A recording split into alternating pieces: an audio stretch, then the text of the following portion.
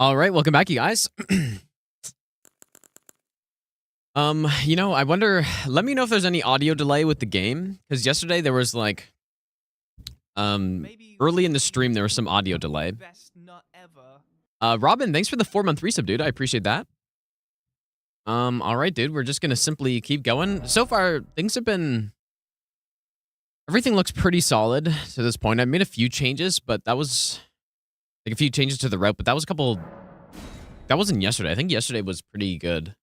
Nothing too concerning. Are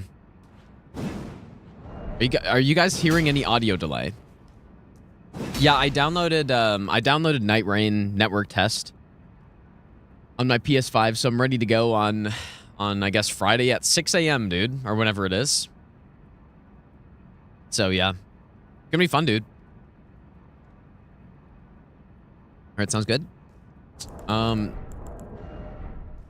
Nice. Yeah, the menu music in Night Rain's really good, yeah. Yeah, it's pretty good. I wonder if fire would be better for the tree spirit. I don't know. Simply don't get hit from here on in. Well, I didn't get hit yesterday. Like, everything was pretty good yesterday.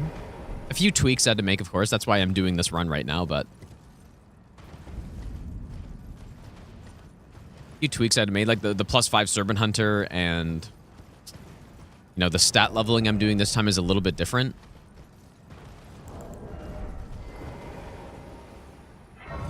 I need to remember that I can't go beyond, I think it's 54. Wait. I think, no, 40, I think 44 strength. Like, once we get to 44 strength and dex, and I start going into faith. So I need to, on probably the next run I do, I'll have to write down when that happens, just so that I don't know, I'll probably remember, but maybe I won't, I don't know. Yeah, everyone should have gotten their Night Rain codes today, so make sure you download it, get it ready, especially if you're going to be doing it at the, like, for my time zone, it's at 6 a.m. on Fridays, the first one. And I think I want to do the first time slot, dude. But I assume, like, you can just do as many as you want, right? So I'll do, I think I'm going to do the 6 a.m. one, probably with Bree and maybe someone else as well.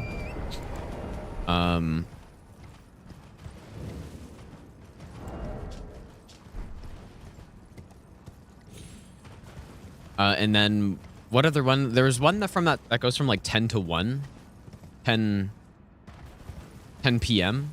I feel like that's a little late for me, dude, especially because I want to keep my sleep schedule decent. Because right now it's good.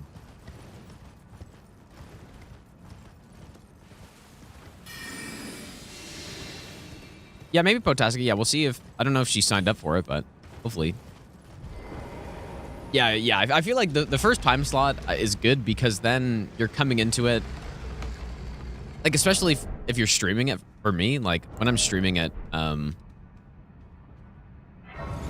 it'll be the first look at the game for basically anybody, right? It kind of suck to come in a bit later and then people are telling you what's happening, all this stuff.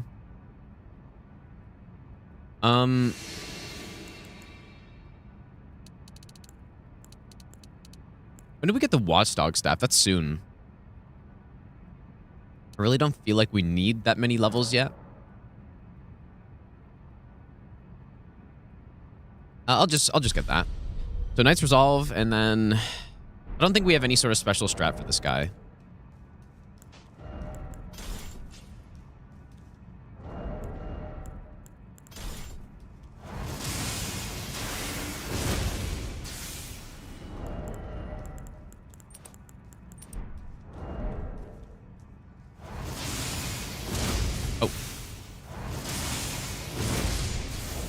I'm very surprised that's not enough damage.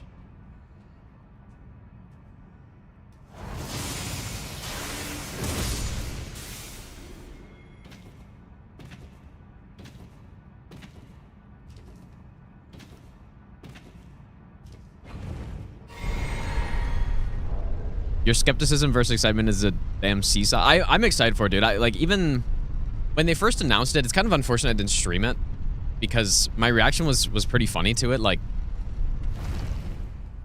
I'm it's probably too far back, I guess.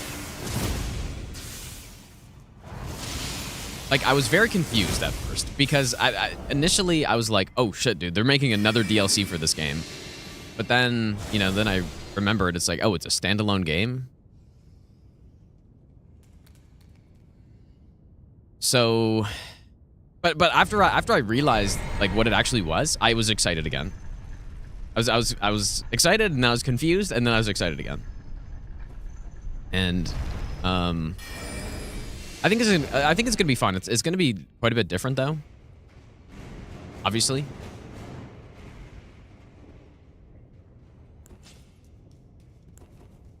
Okay, yeah, we double stealth here, I think. I don't really know the right timing to go though. Maybe now. Yeah, I guess it doesn't. That's why we double stealth. It doesn't even matter when I go. Yeah, I'll be streaming it. Yeah, there's nothing that says I can't stream it. And yeah, you're gonna see tons of videos about it. I mean, I'll probably put out a video as well of the, you know, network test, first look at the game, stuff like that. What is this? Is this money? No.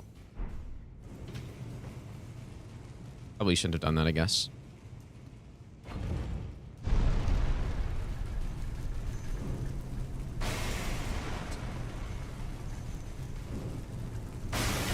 Please, dude. Oh my god. Oh. He fell all the way down.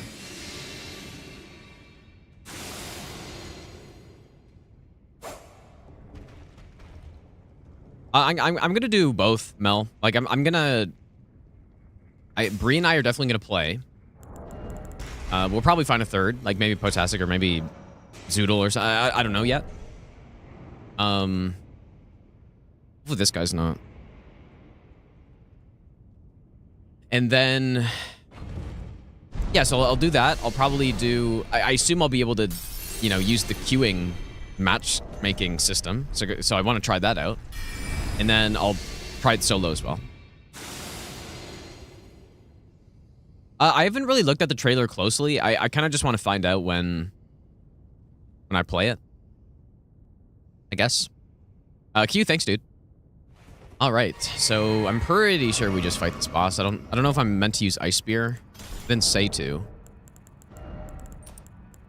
We could use Ice Spear.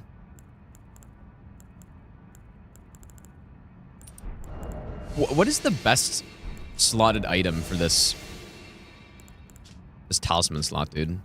Like, Blue Dancer gives us a little bit. Oh, you know what I was thinking? I was gonna get the turtle talisman. I kind of forgot about that. What do I think about President Consort Rodan? I think he's a decent boss. I think he's much better now. I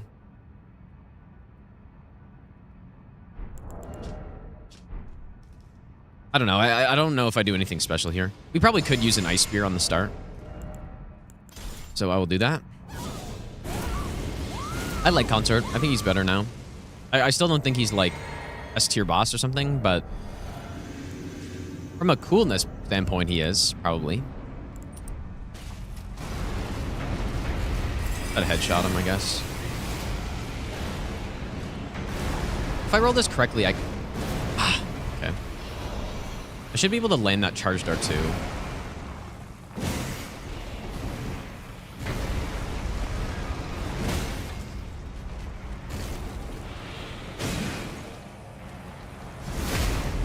Yeah, the Ice Spear, there's no reason to not use the Ice Spear at the start. May as well. Maybe I'll give you the best nut ever. Hooray, eh? Yeah, I'll be streaming Night Rain, yeah. Like, with stuff like this, that's just kind of... Like, I feel like the stuff that gets embargoed is when you get, you know... I didn't aggro that guy, right? when, you know, a company directly sends you like a review key or something to try out the game, this is like a public thing. So, you know, sure, they invited, or they didn't invite people to it. Like, you signed up and then you just got it and it was publicly available. So, but yes, I'll be able to stream it. People will be making videos about it. It was just like the Elden Ring network test, right? Like, people were streaming that and stuff. At least I think so. I didn't watch any of them, but Mad King, thanks for the good luck, dude. How's it going, Agora, by the way? Yeah, I should be allowed to stream it. I don't see why I wouldn't. I haven't even checked, but it's just like almost no way I would be able to.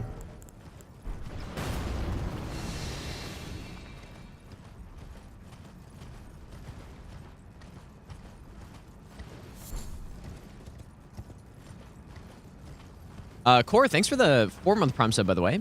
Apomate, thanks for the 9-month Prime sub. Thanks, you guys. I don't know if there's a reason to get this grace, actually. I don't think I need it.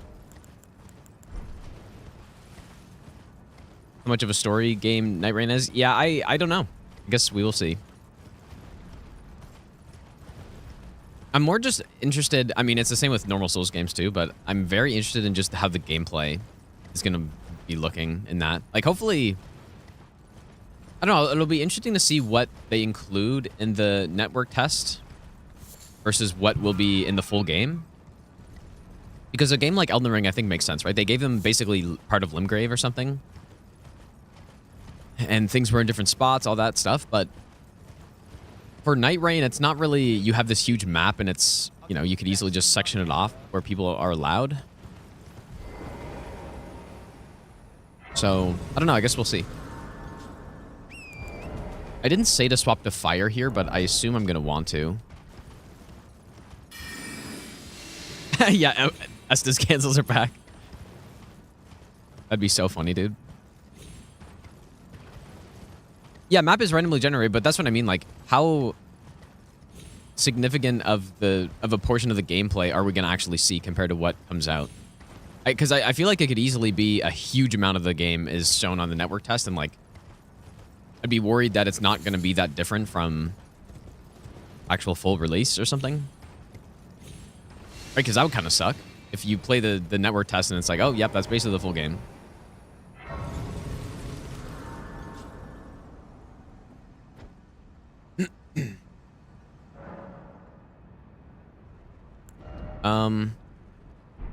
I assume I want to switch over to fire.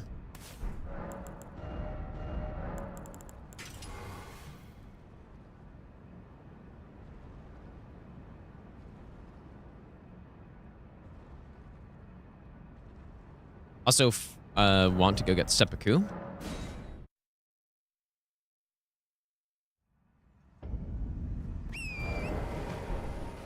Well, yeah, you can do fall cancels with anything, but that's not usually what people mean when they say Estes cancel.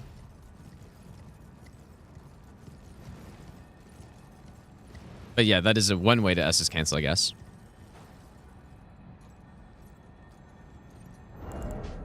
Erdbeer, how's it going, dude?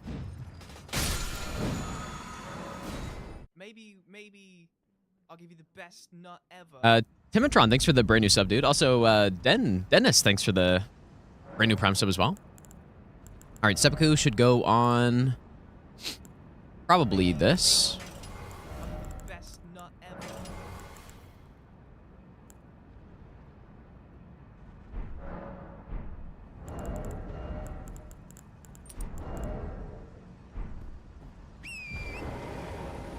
ever. Split leaf for Night Rain. Well, there's not going to be any PvP, presumably, so... Yep, simply split leaf infinite a boss.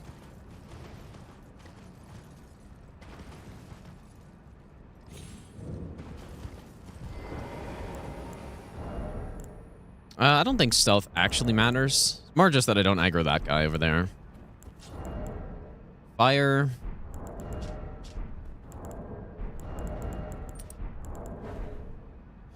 Friendly fire would be hilarious, actually.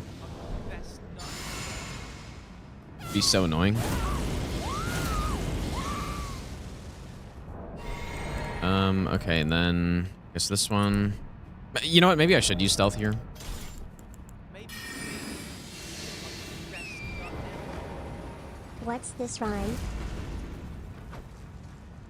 Maybe a little bit of a far throw. Maybe. Should be fine, though. Not ever. This guy gives you all day long. In fact, I probably don't even need to wait for him to turn around, but I'll do it anyways, I guess. Just keep an eye on Howl and see if it runs out.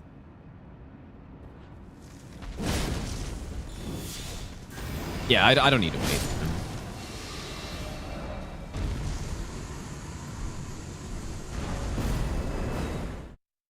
him. Okay. Mike King, thanks for giving us up to Pre-Chew. I appreciate that, dude. We have some really nice strats. Like, the Borealis strat that we have on this run is something that will be useful for many, many runs to come, which is nice. I'm pretty sure we're going to use the Watchdog staff on him, but we could also just use the large club.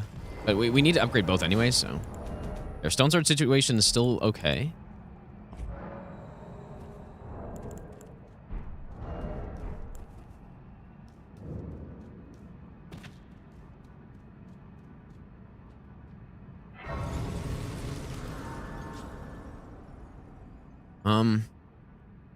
Oh, you know what? Okay, yeah. I was supposed to go get the Somber 9 after... Yeah, okay.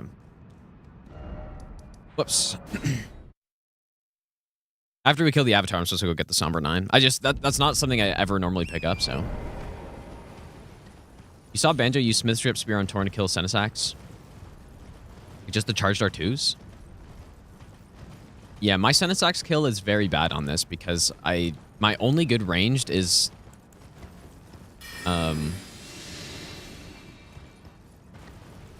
My only good ranged is the Bolt of Grandsax, which doesn't really do too much damage to him. It would be nice to have something else. Like Watchdog, I don't think would really work out.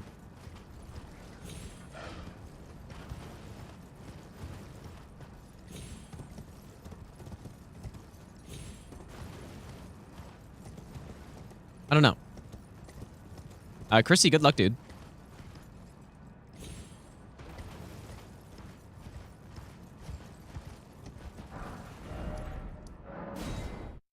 Yeah, we've tested strats for everything, so we have basically an idea for every boss of what we're going to be doing on them. There are still a few that I'm not super confident in, like the Lanciac strat and actually Forsax too, I guess. Like, there are still a few strats which need more work, I think.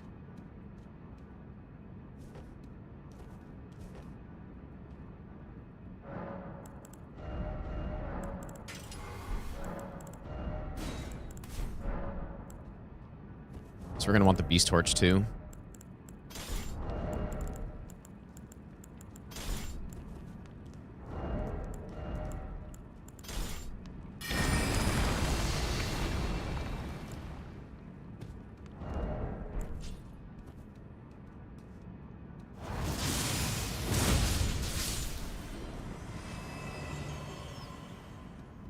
Oh, no, I never ended up testing Wrath from Afar on the Death Knights yet. Maybe I'll do that on this run when we get to them.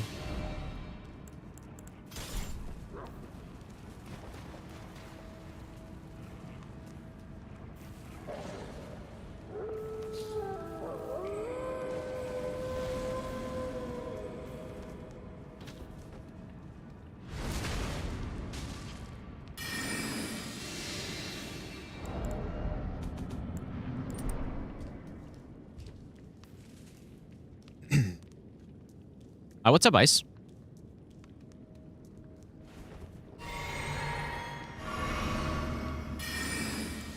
We don't need that anymore.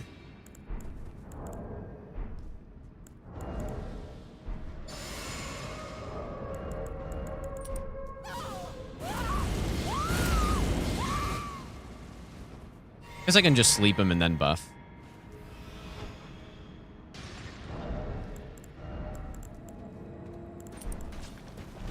Probably makes more sense to do it that way.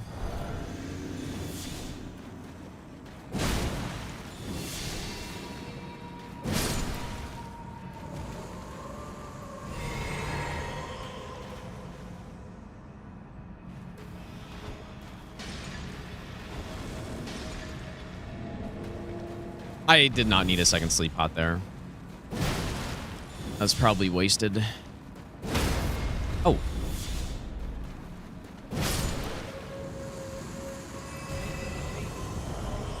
Best nut ever. The best nut Eva.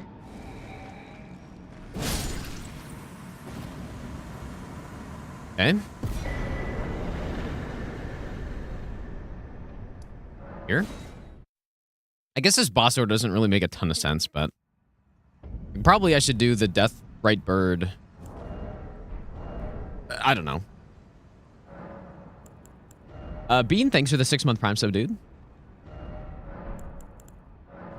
We could also just Holy Pod, I guess, but...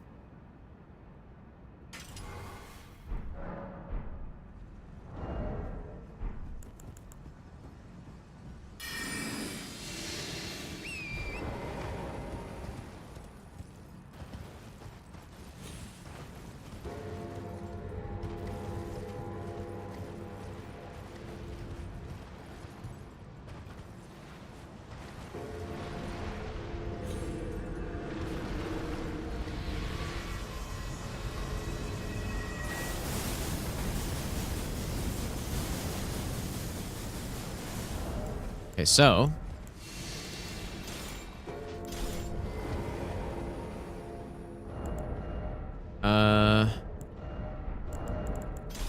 This here...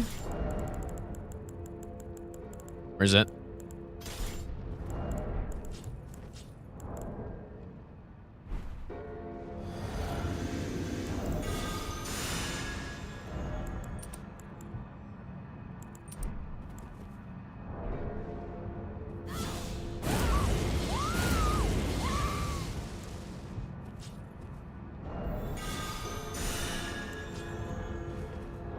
This should be enough, I think. The gods demand repentance. Cough up your coin. All of it. I just beat the base game with Ray Duty Bleed build. Going into the DLC a bit. There is a lot of her. Is there something I can add to this build, or do I need to swap to Doom or ODMG? Are they gonna let me fast travel out of here? Okay, nice. Okay, KB, thanks so much for the $10, dude. Just beat the base game with Reduvia. Going in the DLC. There's a lot of AoE. Wait. Is there something you can add to the build? I mean, simply, if you're going a bleed build, you have Mogwin's Spear. That's it. Just go with Moog Spear, and you'll be set. If you're looking for AoE.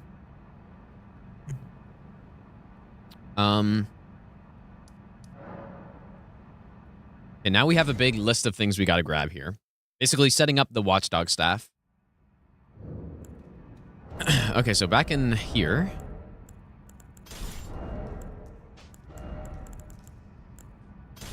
Let me fix this here.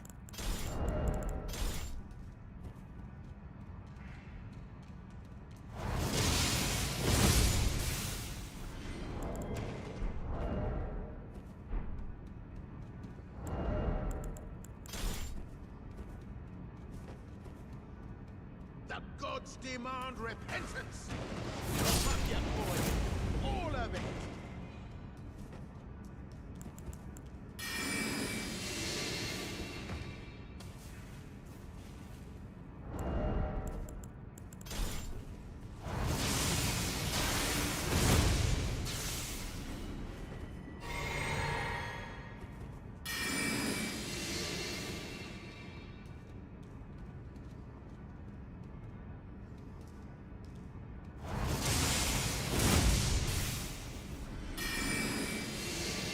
I believe I only need to kill the one guy. Oh. Oh, dude, I didn't even see him. Ooh, that was kind of... Was he there and I just didn't see, or what happened, dude? Okay, anyways. Let's go get the Amber Starlight.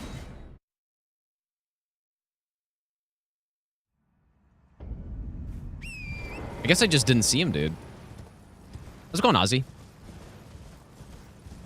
That's bleed AoEing the game. Yeah, exactly. Like, if you're an arcane build, Mogwin's Spear is... Mogwin's Sacred Spear, whatever it's called, is very good. One of the better weapons in the game, I would say. Network test is 3 AM your time. Yeah, that's brutal, actually. At least for me, it's like 6 AM is a bit more reasonable. And I definitely think you want to go on the first session, right? I think you got to go on the first session, dude. I'm not going to stream all hours of network test, but definitely the first one. I think I'm going to wake up early for it, and then the one later that night I probably won't, but then the one that's like in the afternoon in EST I'll be doing. And then probably the next morning at 6 AM I'll do that one too. So I think that's my plan. Surely I won't like sleep in past it or something. That'd be devastating, dude. That would suck. Probably should have stealth.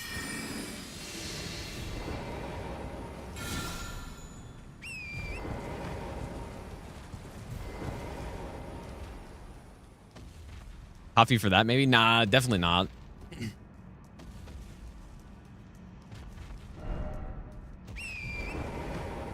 What if PSN network goes down? Wait, again? Oh, like again because it was down this week or something? Yeah, I don't know, dude. That would suck. Should have got the Xbox code as well. Maybe I don't have an Xbox, though. best nut But ever. that would really suck.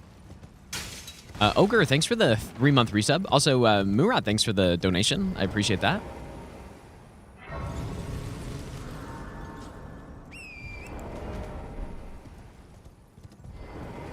Dono button. You can just buy something nice for yourself instead.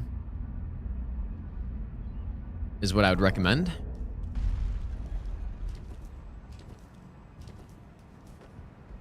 The long quest to get the magic scorpion charm. Wilt thou I am the wit that I might well. Is it even worth it, dude? But I require anticipate. You know what? I don't... Well... What else do I... I'll have to see what else I use Watchdog Staff for, but we could probably just use Sacred Relic instead.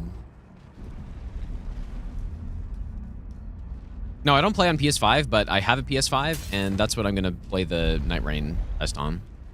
I don't know what since I ask. I reside in... Could we phase out the Watchdog Staff? That's... You've defeated Grand again. The carrion I. I feel like we probably can.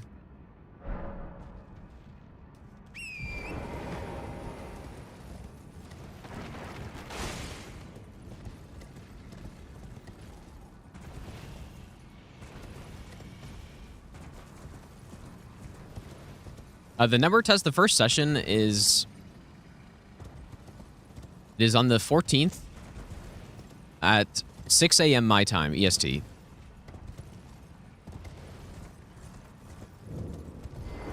Did you not read? Perhaps I'd like you to. Even you. Now I shall have. Okay, so we get the potion.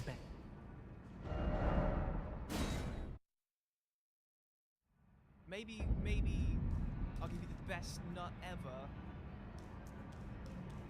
Oh, I can't very well. Kitty Raw, thanks so much for the brand new Prime sub. You, the house, remember your. Okay, is that it? And Nutty Moose.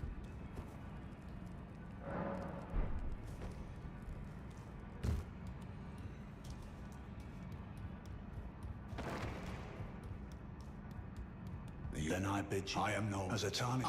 You now belong. Is that bloody so? Oh, the round table. But, good. You go and see. Just tell him that despite knowing his inevitable. Okay. Now we go back.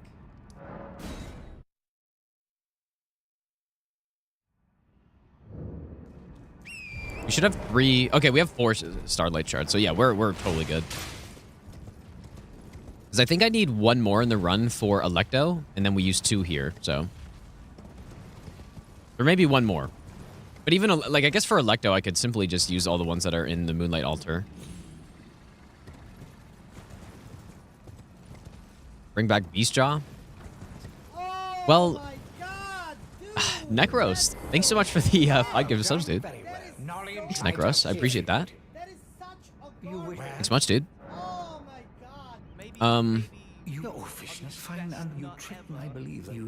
Flyback as well. Thanks for the 6-month resub. It is this one, I believe. Oh wait, no, it doesn't matter. Whoops. I got it mixed up. I was like, oh yeah, we wanted the cheap one early. Doesn't matter. We have extra. But yeah, so the Watchdog staff. So the reason I wouldn't like, the reason we get the Watchdog staff is for NPC fights.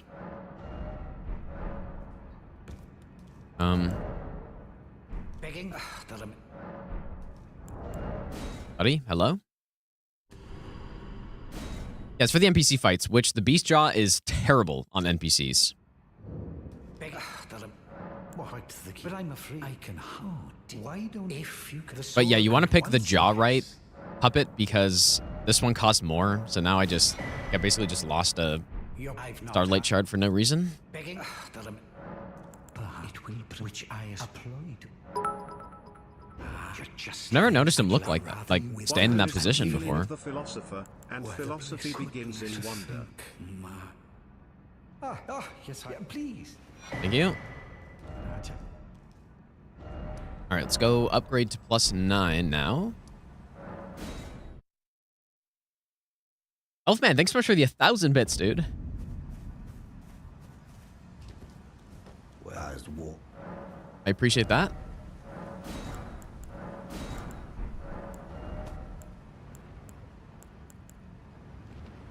I guess, what would I use on Vike, though? I mean, we could Lightning Spear, and then... I don't know. We can upgrade a bunch of weapons. It's just...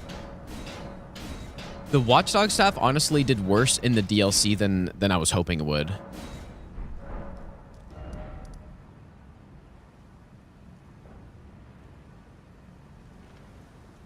Okay. Yeah, I was hoping that it would work on... like Red Bear and the Dancer of Rana and stuff, but it just doesn't, like, it's not that good on those bosses, dude. So, kind of making me rethink getting the Watchdog staff on this run. The Sacred Relic it's also not great on NPCs compared to some, like, I don't know, just Night Comet or whatever. Or Knight's Lightning Spear. But we're not a magic build, so we don't really have the option to use those.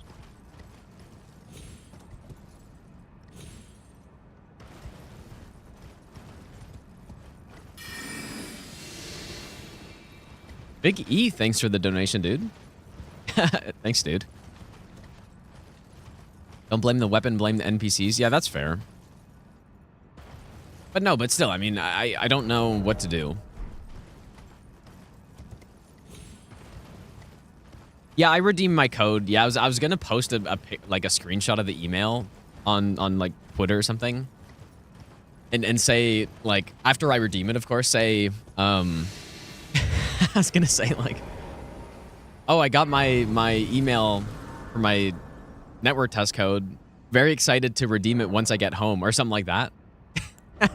and then people would try to, like, redeem it and steal it or something. I don't know. I think that'd be hilarious to do. They'll work on any NPCs. I don't know. I feel like you might have some issues on Rakshasa, but that's the problem, right? When you're not using Night Comet or I think Wave of Gold is pretty good when you're combining it with Wrath from Afar, but it feels like there's not something for every NPC that's as good as Knight's Lightning Spear or Night Comet or something that I have access to, like some Ash of War, right? Okay, magic, and then we have Terra Magica. Should be good.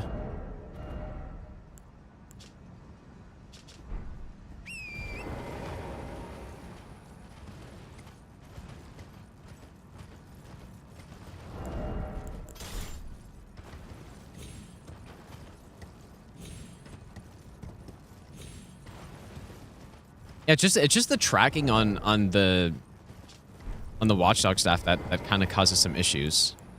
Oh wait, do I have enough in for this? How much is Terra Magica? You have to level up? Okay, no, we're good.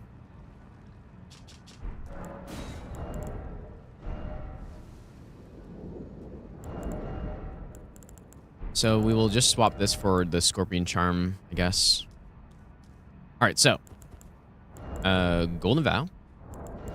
Maybe This one. best not ever. Owl. 37 seconds anniversary and I got an internship pod champ. This one. Then Magic Scorpion. Oh, I should have gotten... Oh, I guess we'll get Roger set later.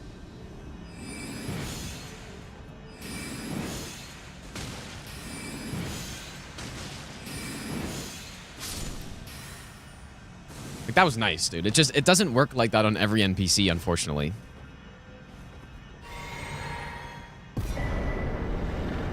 All right, so we are gonna, I guess, go here now. I kind of bouncing around. This boss order is kind of strange. Cough up your coin. All of it. Vosix, If thanks you for the give all the 37-month Prime squirrels to sub. the turtle, Thanks so much, are you dude. locked out of Sellen's quest Oh, you got an line? internship. Congrats, dude.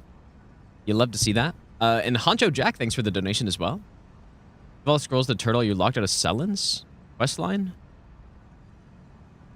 I don't see why you would be, but I'm not a quest expert. So... Oops. I don't know. I don't see why it would.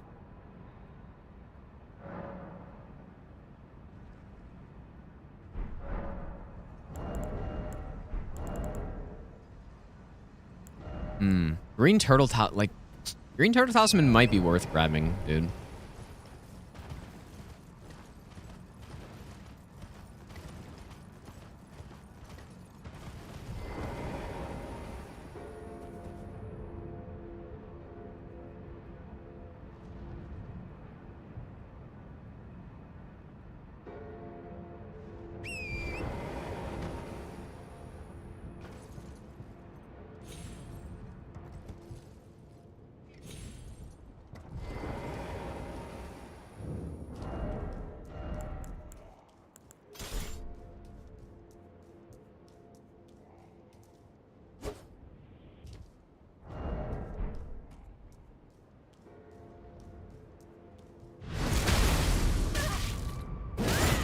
You know what? I could use a bleed setup here with Lord of Blood's Exaltation. I wanted to go crazy. Maybe. In fact, I feel like that makes a lot of sense to do, actually. Like, why would I not? Fortnite battle rap. Okay, let me heal up. Okay, so the build here, we go with Red Feather. I'll probably want to swap this out.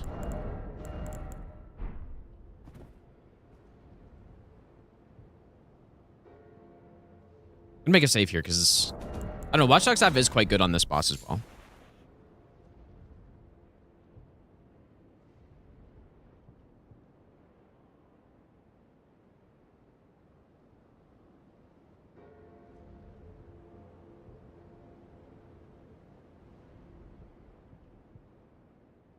Apparently, I'm supposed to rebuff at some point too. Okay, we'll see about Lord of Bloods, I guess. So probably do, I think, do 3 gambits, I guess, for now.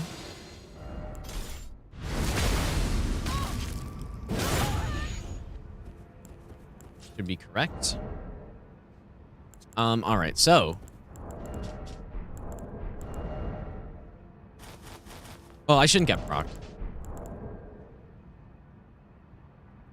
So Physic. Golden Vow. I need a staff somewhere. Owl.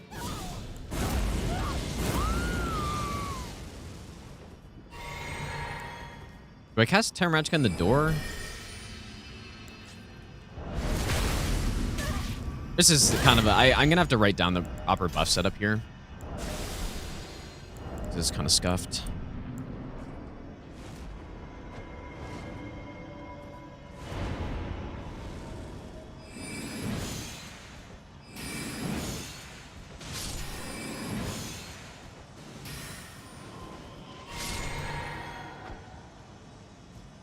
Okay, we should be good. So now it's Golden Vow and Howl again. Now I believe we should just have all day long to do our buffs here. Which also means I could do the bleed setup again, I suppose, but I don't think we really need it. So we're going to walk to about here. Actually, you know what? I'm going to use one of these as well.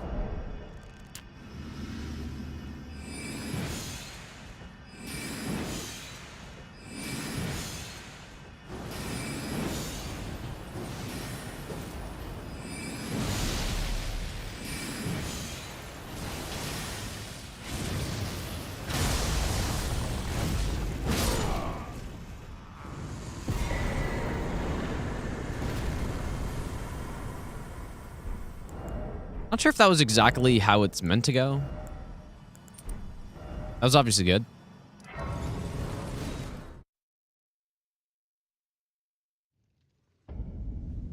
Like I thought when I was doing this before I killed him before he jumped, but could be misremembering.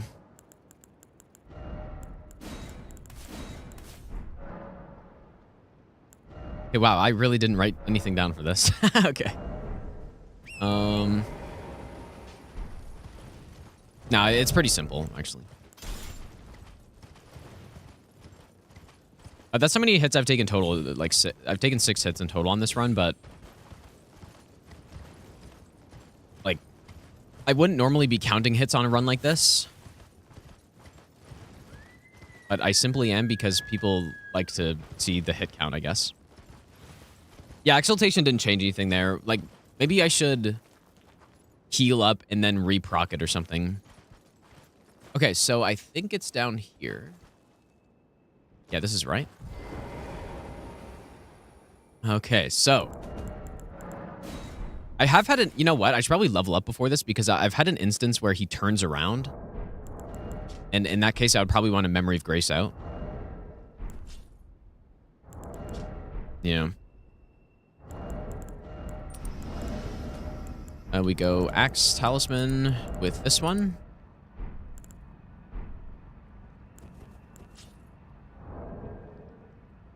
I'm gonna... I think I should level up before this. I don't see why that's a bad idea.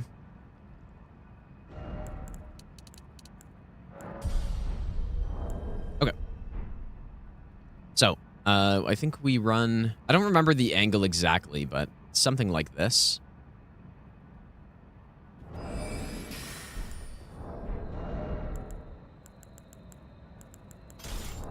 Oh, hopefully that's fine. It's probably fine.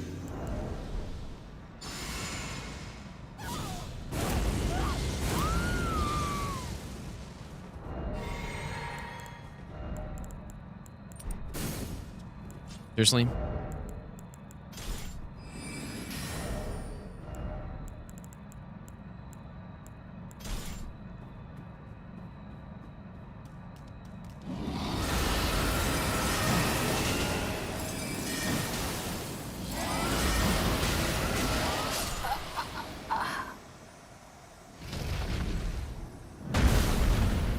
Okay.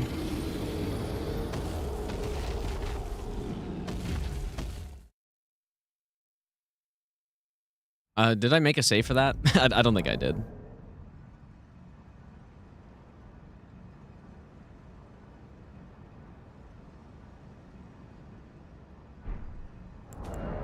I may have, actually.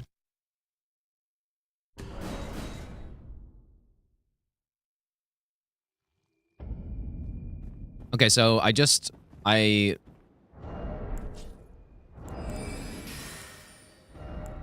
I walked too far, I guess. I need to write down, like, more specifically what needs to be done here. Probably need to test it more, too. Try this again.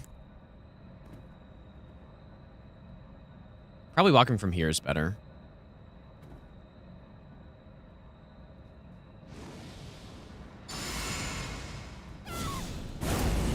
Lil Moist, thanks for the 5-month Prime sub, by the way.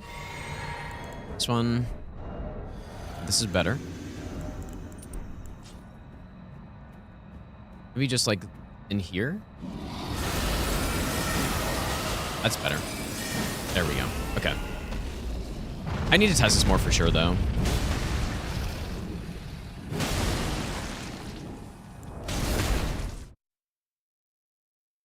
Because sometimes I don't know, the Borealis spawn can be really weird sometimes.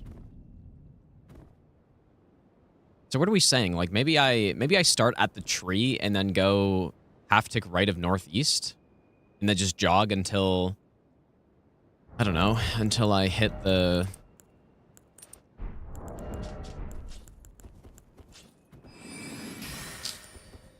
I don't know, let's just try this. Like, because I would want this setup to be exactly the same every time to decrease the weird memes that happens with Borealis spawning in sometimes.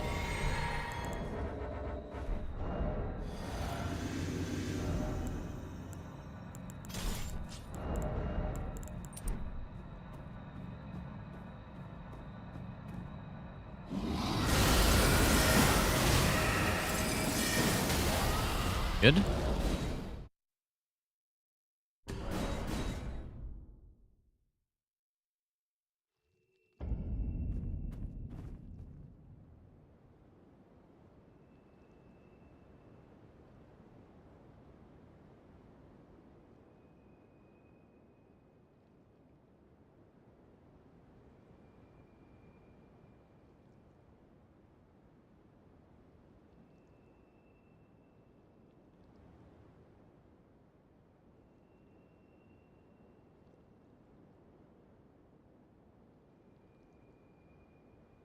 Okay.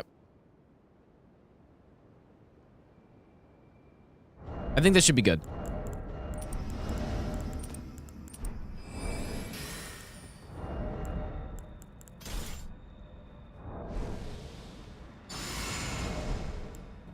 This is a very nice strat, but I guess I didn't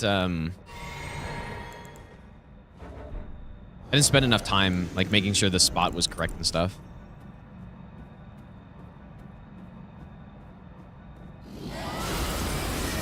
Yeah, see, this is what I mean, though. And, like, in this case, you just got a Memory of Grace out.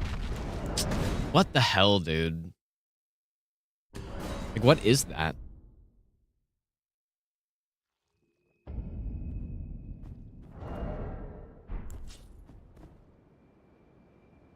Clearly needs more testing, dude.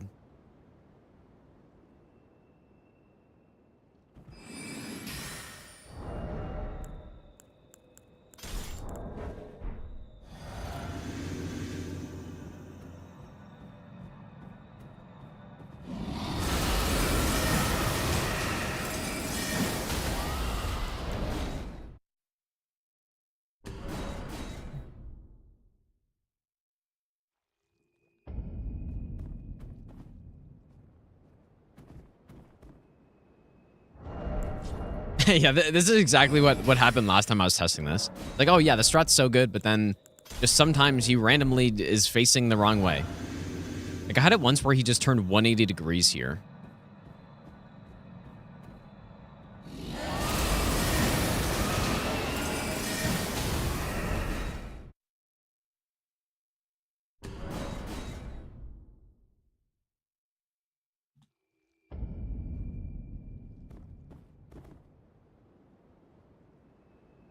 Oh my god, dude! Not so good. Thanks for the 5 gifted subs, dude. That is so Make sure you think not so good if you got a sub right there. Thanks, dude. garbage. Oh my god. Mimic Veil. Might be something interesting to test, actually.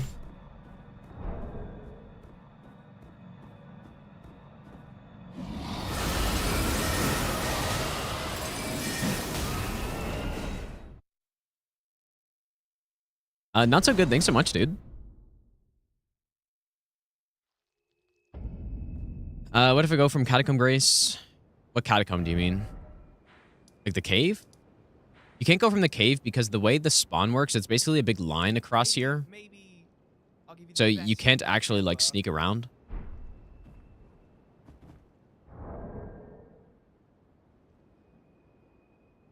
Rockstar, thanks for the 6-month Prime sub as well. So here are the like spawn zones, right? So you can't just walk around. But I don't understand what could possibly cause him to. I mean, maybe I should walk more like here or something.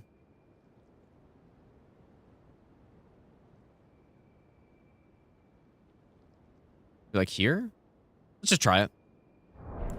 Kind of a trial and error type of thing.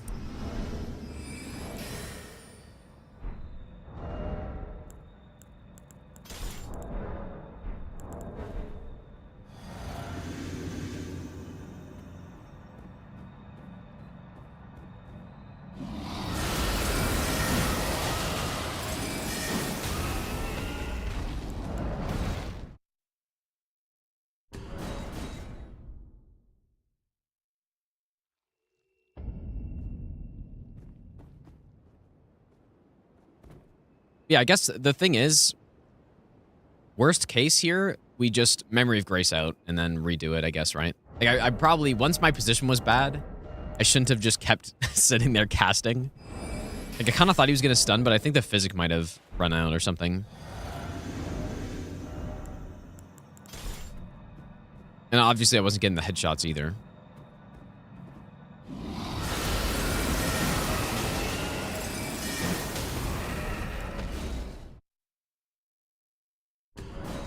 Yeah, someone was saying Glintblade is nerfed. It did get nerfed, but it's still very good. It's so instead of being 40 poise damage, 10 per blade like it used to be, it's now 5. So it's 20 poise damage total, which is still like very handy. We use it all the time in this run, basically.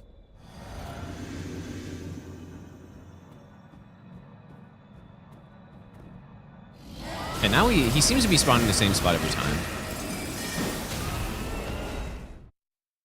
But again, I just need to be, if anything, if he spawns in any sort of weird spot, I need to make sure that I'm ready to get out of there. Because you don't, like, the problem is, if he just decides, like, oh, I'm going to go do Frost Breath now, and then you're just killed. You stick around.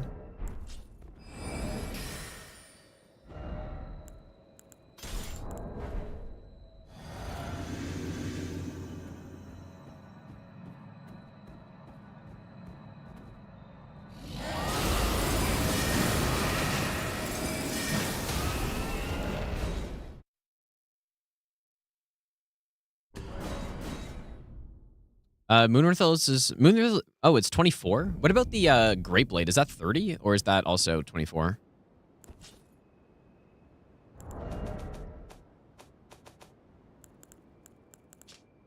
$29 int. I mean, it wouldn't be too much investment to use it, but I don't think we need it anywhere. Like, we've got everything basically figured out. What about just, like, northeast instead? Like, northeast, stop on the edge of the grass. You know what? The Glintblades hit him in the chest there, but I guess it didn't matter. Or I think they did.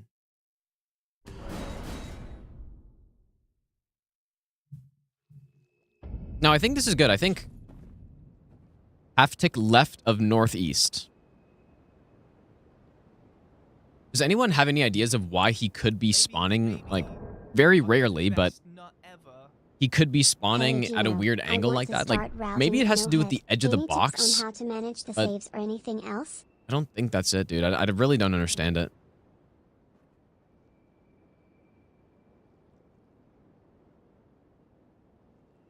Yeah, he is getting stunned. Yeah, yeah. Or wait, I'm not getting stunned, if that's what you mean. Swifty Cattle, thanks for the 9-month resub, dude. I think it's because he's a huge asshole. I'll give you the best Yeah, run maybe. ever. Hi. Possible. Anyways, we'll move on for now. I think this is good. I just need to be prepared to Memory of Grace out in case In case, you know, the spawn's weird. Spawn being weird wasn't why I got hit initially, though. Like, it's just because I didn't find a precise setup for this when I was testing it. I just kind of like, oh yeah, this strat, you know, works, and then I was gonna just figure it out later. And I guess now is later. So now is later. Watch him turn here. And I kind of like that angle because then it makes the glint blades go for the. I think it makes them go for the head. I like.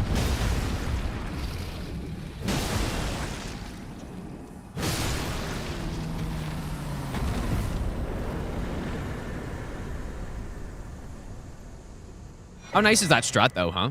Such a nice strat. Quit outs are not allowed. Memory of Grace is obviously fine, though. I quite like that strat. And I think that'll be useful for a lot of other runs, too. Because Ice Spear is an Ash of War that can go on... Like, for level 1, true level 1 even. Ice Spear can just go on the short spear and then... You know, obviously failing, so... Maybe I'll give you the best. Jimmy, thanks for the 27-month resub. Now is indeed later. Actually, you know what? I wonder if I should try to pick up this... probably not a good idea, but there's a stone sword key up here. Smodgy, thanks for the 2-month Prime sub as well. Maybe if I use Gambit first?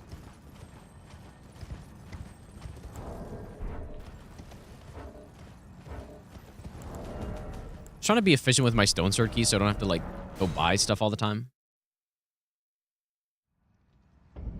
I'm gonna reload a save. I don't know if I made one before trying to pick that up, though.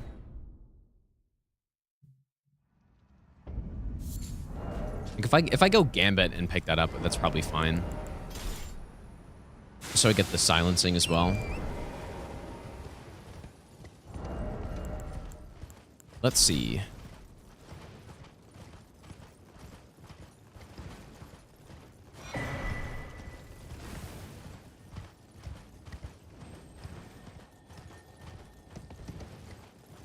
Seems okay.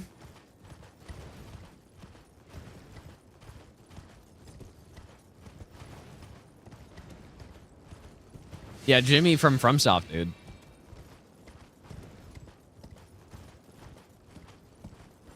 Wonder if there's a more efficient route through this area.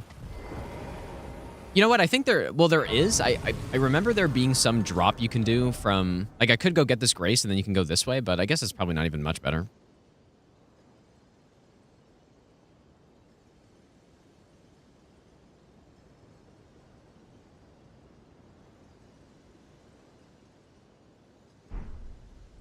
Dying to fall damage, dying at all, except for in the beginning of the run at Scion, is, yeah, a reset. Let's go on Andy.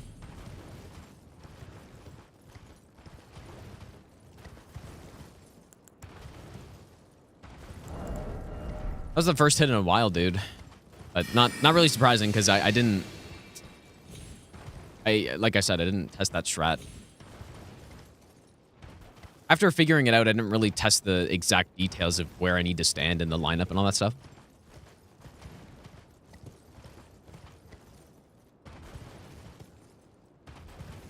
Dude, I looked at the YouTube... Like, speaking of bitrate, I checked out the YouTube stream from yesterday. It looks so good, dude. It's insane. Like, it looks as good as basically as I'm playing it. Maybe not quite, but almost. Hard to imagine it looking better than how it looks right now.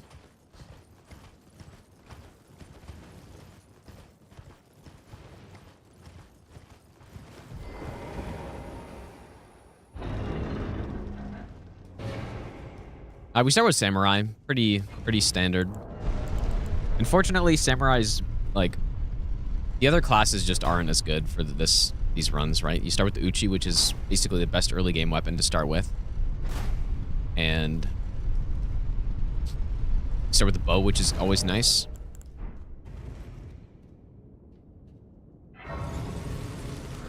Okay, so we go Lightning Tier.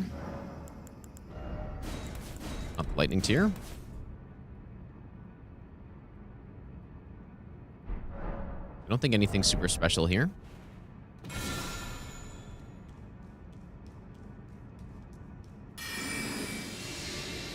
Wait, hear about the what event?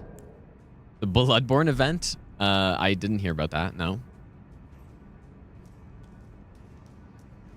Oh, is there some audio delay? Like, people keep saying that. There was an instance at the start of yesterday's stream where like it was actually some audio delay, but then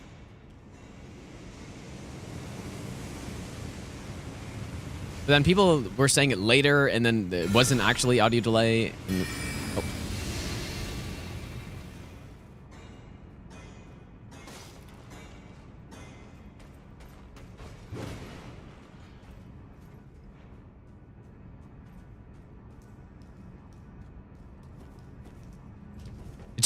You know, capture cards can be very finicky, right? So that's why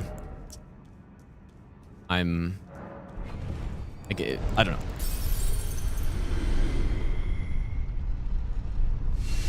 Half second. Like, half second's a lot, dude. Is it? Okay, let me go check. Like, I may have to, like, if only one person's saying it, then it's probably just that you gotta, like, refresh or something, but let me go see. Yeah, I'm getting one guide, surely. You know, capture cards can be very finicky. Okay, where's... Oh, there's no delay here. At least not that's noticeable. Like, half a second is a ton of delay, right? People were saying it later, and then it wasn't actually... Wait, I mean, maybe there was some there, actually.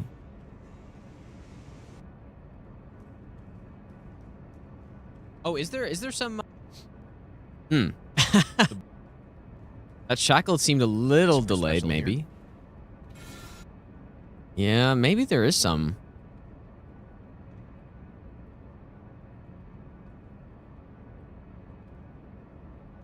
Yeah, that, like, no, I don't think that's, like, I think it's delayed. I don't think anything. Wait, can we hear some menuing, maybe? Yeah, there is a bit of delay, I think. Maybe on YouTube, though.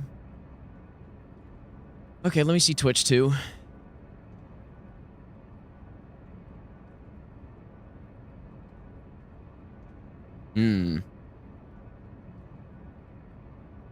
Oh, I guess Twitch is so annoying. This is why I never check Twitch for this stuff, because it's very annoying to, like, pull up the VOD and then you gotta... Okay, let's see.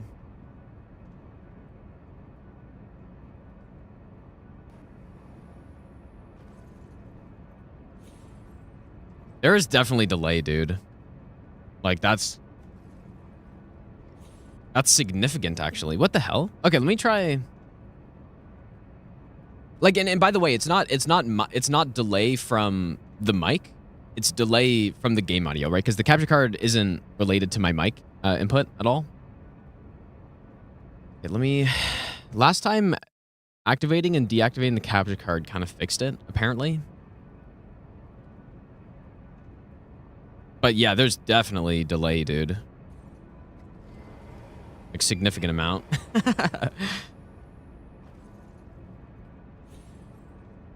Like, maybe you guys can't tell because of the... I don't think anything super special here.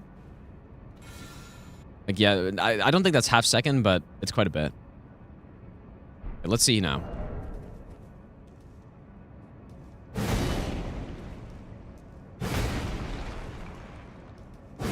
I'm probably gonna have to change how I do the audio or something, dude. Like, remember with my other capture card, I kind of had to do something weird. That's why... Let's see now. Be very finicky. Okay, where's mic input? On YouTube. Catch up. Oh, I guess there's just delay on YouTube, I guess. Super special here. No, it's not because streaming in 4K. It's 100% the capture card. Like, yeah... Like, yeah, I don't think that's half second, dude. YouTube is taking time to catch up here. Okay, let's see now. Okay.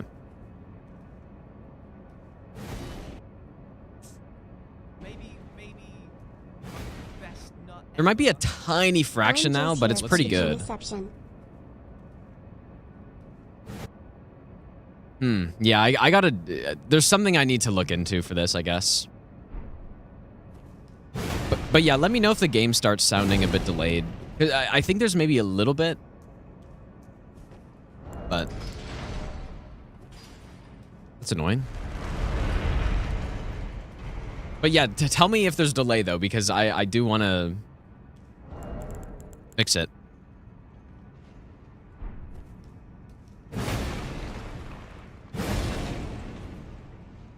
When it happens. Okay, we go. Probably should have Knight's Resolve on this, but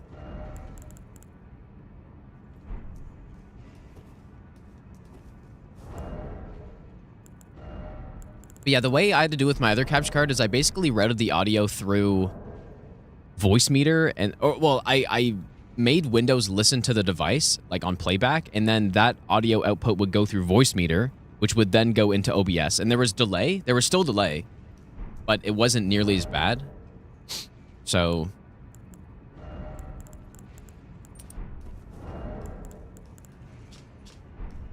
yeah, it sounds like there is still a little bit.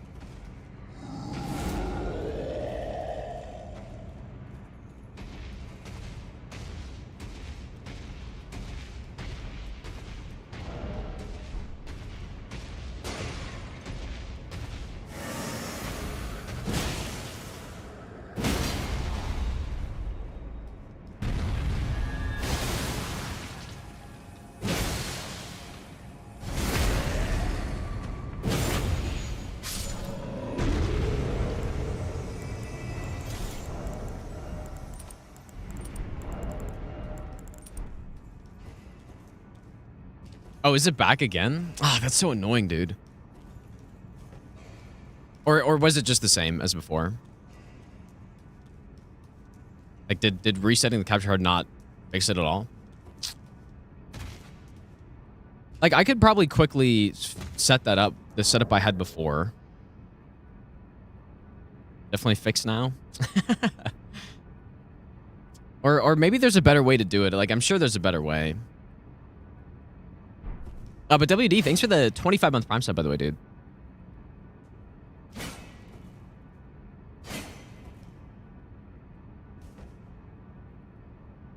There's probably a better way. I'll look into it after the stream.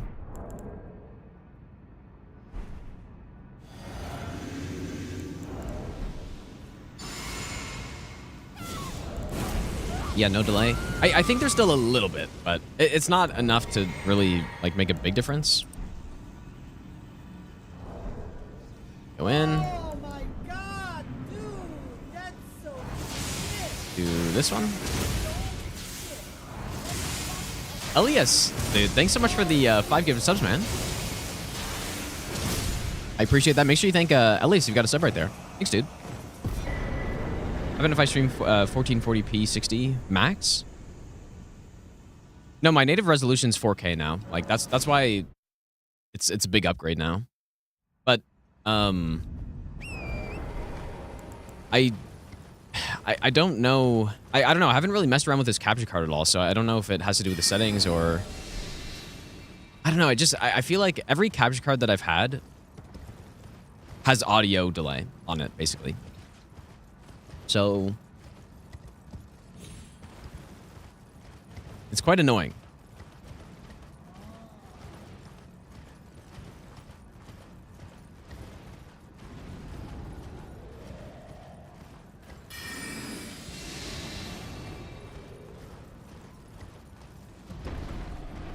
And it's interesting because you can put in, at least for audio tracks on OBS, you can add in extra delay to stuff, but you can't, I don't think you can do that for the video, because that would be like the easy solution, right? If No, definitely not. I bought basically the best card that is available at this point, which is the Elgato 4KX. Like specifically because I wanted to stream in 4K. Like, as far as I'm aware, the 4KX is basically just the best capture card that's available, so I'll probably, I don't know, it's probably just some setting thing that it can do, I think. Maybe there is a way to add video delay, I don't know. Because only maybe like 250 millisecond delay on the video would sync it up, and then it's like, oh, it's delayed, but it's the video's also delayed, so it doesn't really matter. I guess the only thing is my reaction to stuff would be would be a little soon, but no one would even notice that, obviously.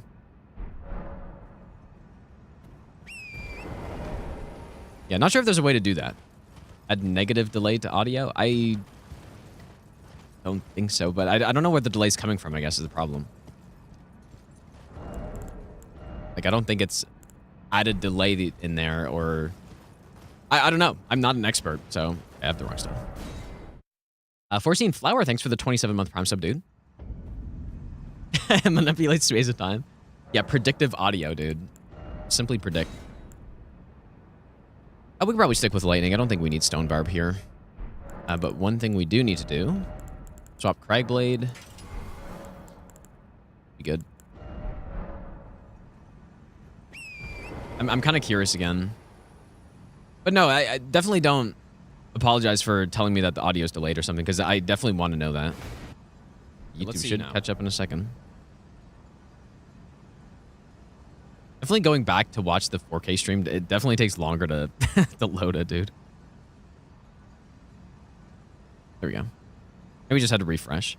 I'm just curious. I'm just curious. No, I'm not an expert. But no one would even notice that, obviously. And then it's like, oh, it's delayed, but the video's also delayed, so it doesn't really matter. The way to add video delay, I don't know. It's not bad. It's not bad. I think it's still a bit, though.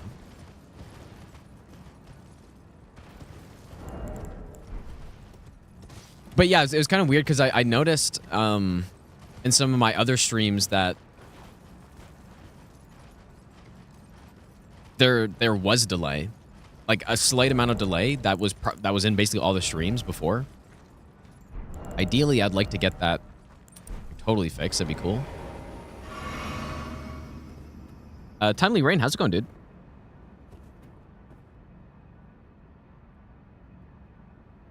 Delay probably has something to do with the DA converters. Oftentimes, there's no way to prevent the audio from buffering when you are routing via software.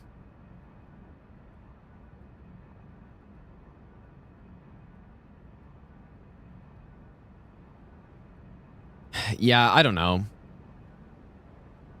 I'll look into it. I'm sure, like, probably every single person that's had a capture card has a delay issue, so...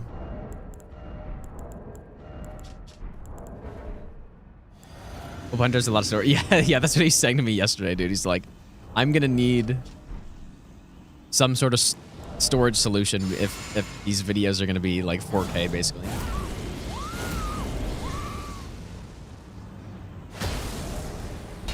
Because yeah, that's a lot of video, dude.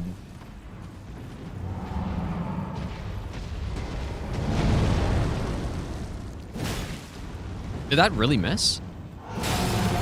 What the?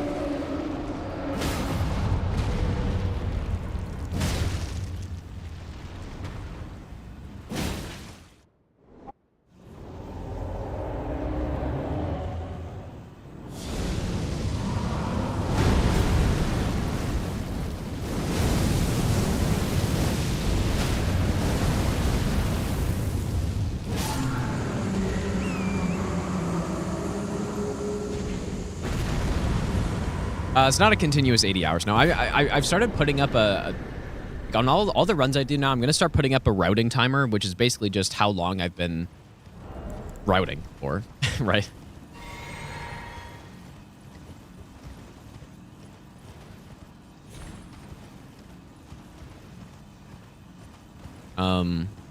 Just because I'm curious. Like, I'm curious. Other people are also curious. Like, oh, how long did it take for you to figure this out?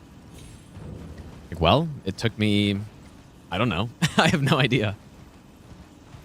All right, well, Mountaintops is done. 135 bosses in. I wonder what the halfway mark on this run would be. Probably like Kaled being finished or something.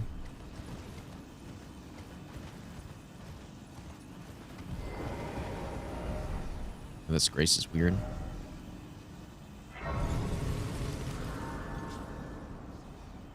Yeah, well, but what do I even level, though? Like, I don't really need anything desperately at this point, but yeah, I guess we could just get some more strength and dex, I suppose.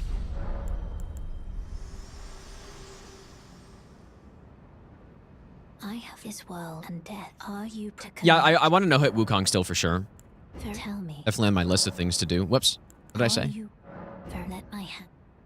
I'm quite excited to do that, actually. I'm not sure if I'm going to start after this run. There are still a few more runs I want to do in this game. Such as the level 1 randomizer all bosses deathless run and stuff. And maybe, like master run all great runes with the DLC or something. But yeah, Wukong no hit's going to be really fun. It's going to be, like, very tough, though.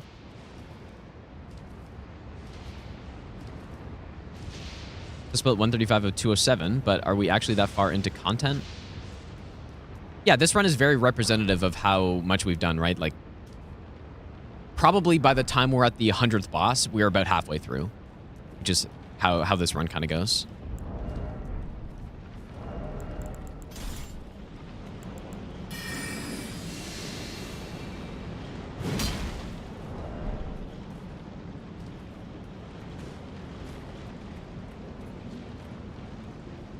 Yeah, because we're doing region locked, we're basically progressing the game as we're intended to. That doesn't necessarily mean that we're not overpowered for the content that we're fighting. Like, we still are, for the most part, but...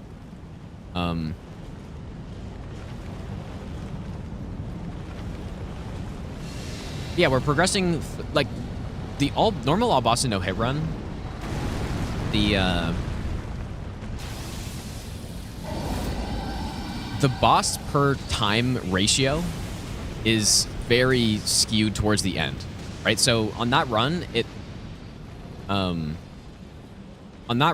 it was basically,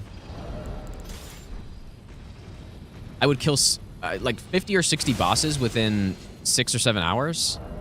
And then the final 5 or so, like, I don't know the exact numbers, but the final 5 or so hours would have all of the rest of the 140 bosses in it. And like, basically by hour 10, I think by hour 10, I was probably done about 120 bosses. And then, you know, there are still 90 bosses left. And those all get finished in that final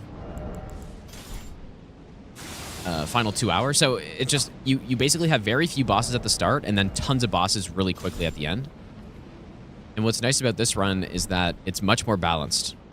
And what that means is that it's a way more fun early game because we're actually killing stuff instead of just running around the map, basically. Yeah, no 2-hour setup, nothing like that. Much more constant action.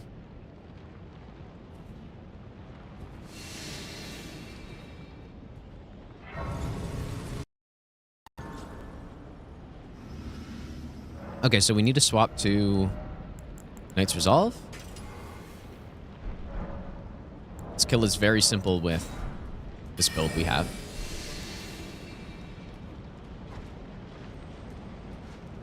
Show you noobs my claw grip. It's just standard claw grip, nothing special. Nothing special.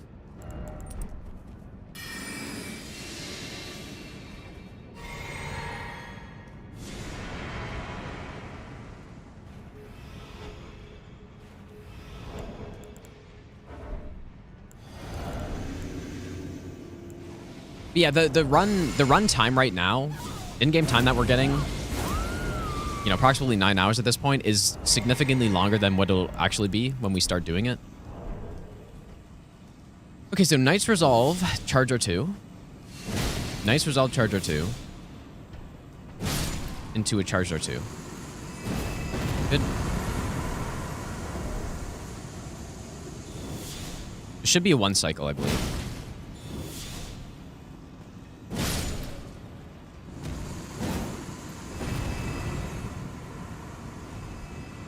Okay. I thought for a second he had like 1 HP or something. Quite a nice kill.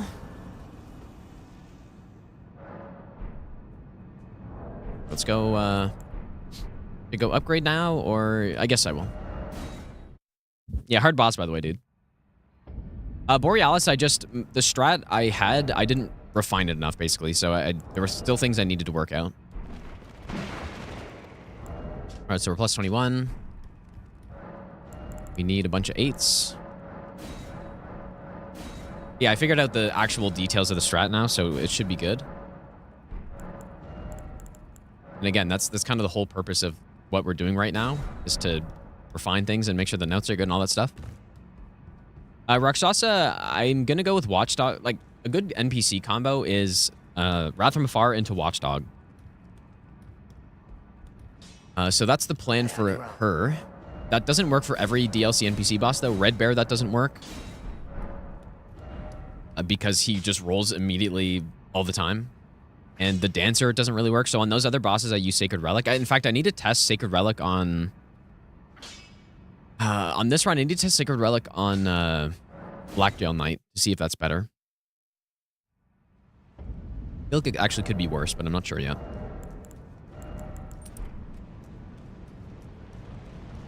Polly has gone, dude.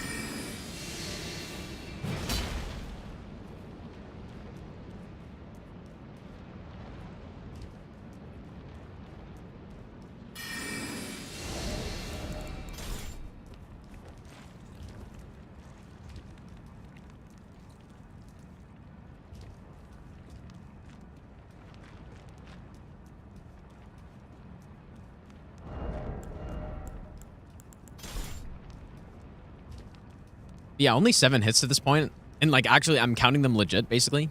It's much better than I thought it was going to be. I thought we were going to be at, like, 20 by now, but things have actually gone fairly well. And I think most of the hits, most of them, maybe not all of them, probably about just over half of the hits have been just messing something up. Right, I got hit by, like, the Crucible Knight and... I guess the Bellbearing Hunter hit wasn't really mess up. Borealis one wasn't really mess up either. I don't know.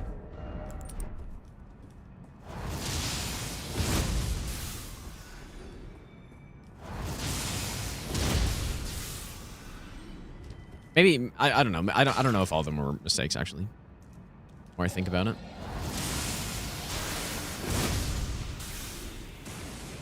Oh yeah, the Deathbird was a mess up. Yeah, that's true. Sorta.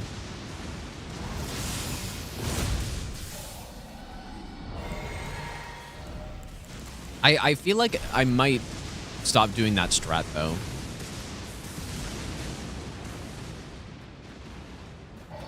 Not really... It's a nice strat, but it's a little tricky to pull off every time.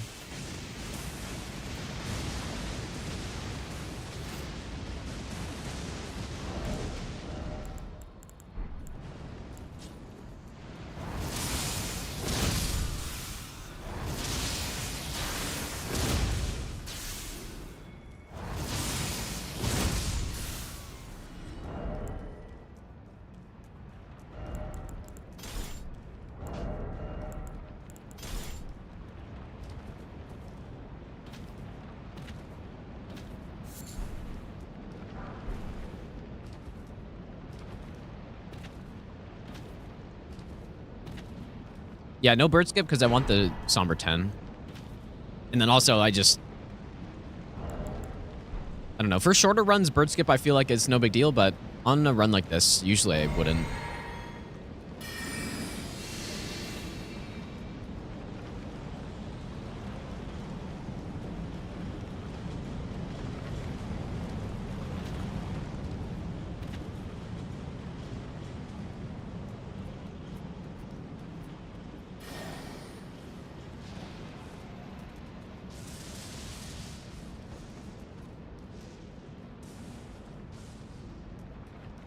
I don't think I need this bell bearing, right?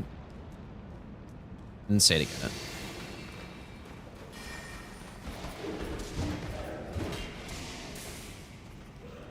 it. My favorite Souls game... favorite Dark Souls game is probably... Usually I say Dark Souls 2, but I like them all a lot. I think Dark Souls 1 is... It's the one I played the least. So probably that means I like it the least out of the 3. Dark Souls 3 is the one I played the most. But it was also because it was my first Souls game. I don't know. I like them all a lot, so.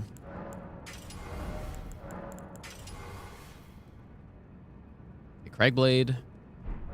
I guess no Poise Break tier.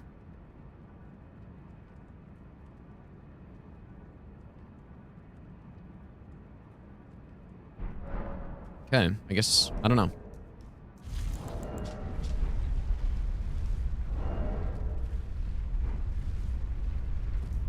Bobbly, how's it going, dude? Yeah, we'll see. Like, maybe I just forgot to write down I need the poise break tier.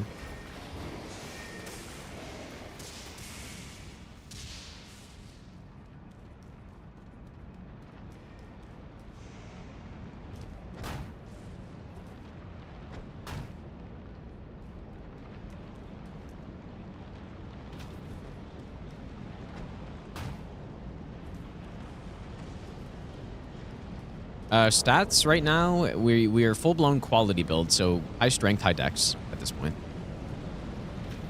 Tiny bit of faith so that I can cast Howl.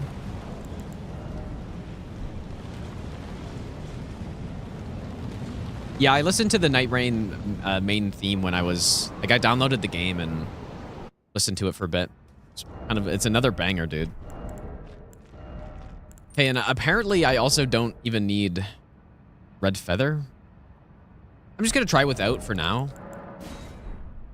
just to make sure my notes are correct. But it's one of the situations where I could use it if I wanted to, obviously. All right, so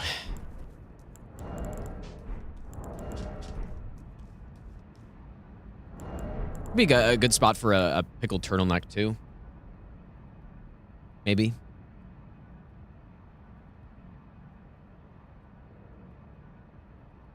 We just think about this. So, Glintblade first.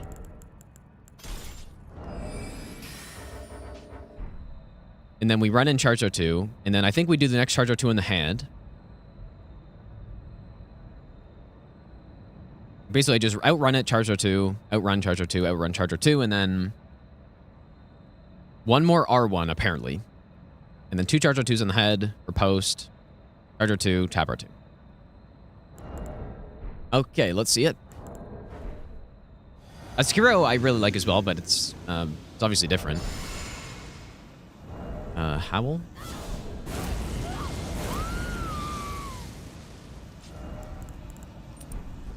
Oh, I forgot Craig Blaine. That was... I believe I just made a save right there, hopefully.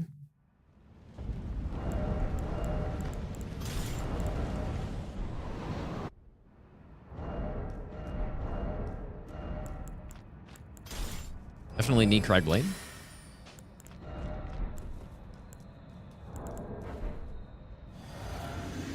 Obviously, in a real run, that would have to be Memory of Grace out, but I'm probably not going to forget in a real run, hopefully.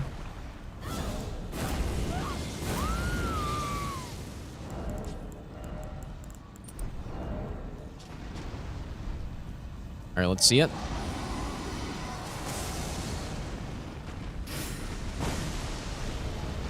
Charge 2.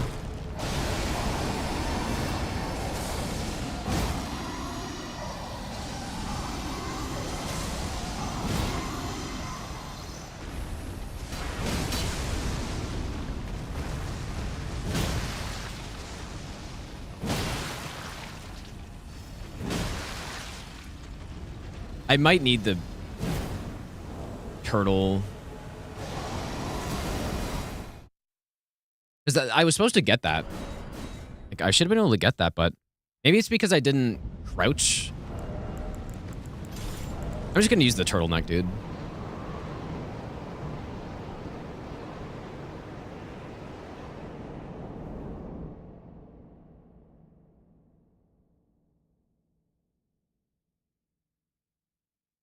How long does a turtleneck last? Is it a minute?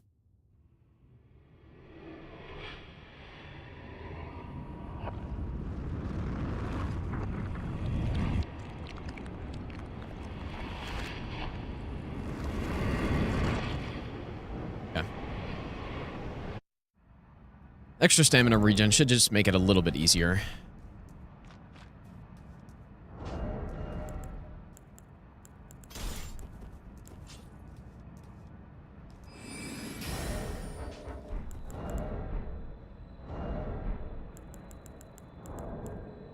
So Physic. The Vow. How's it going, Aram? Isn't it, like, how nice is this damage, though, out of the Swyhander? How good is it, dude? How good is this weapon?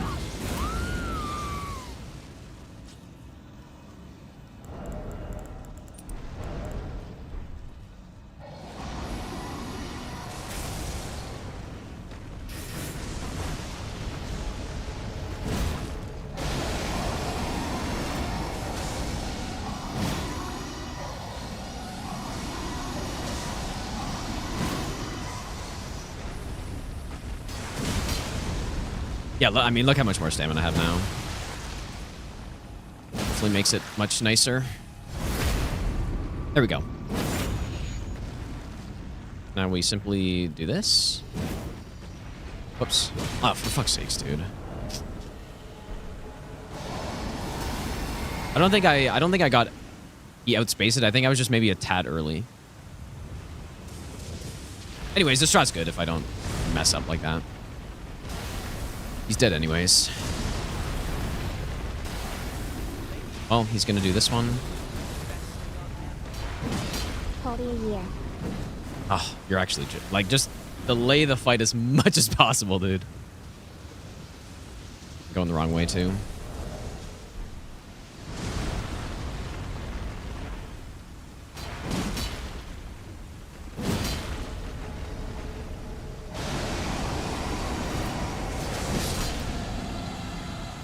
Let me do it properly. It's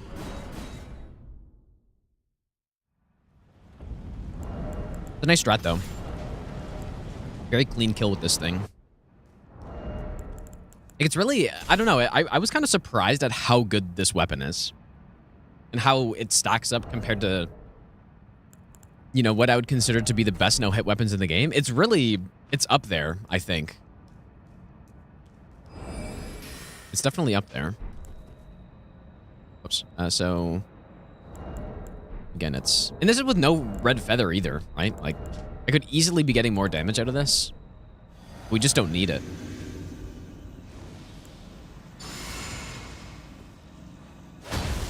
Yeah, so Starfish would be better here, but...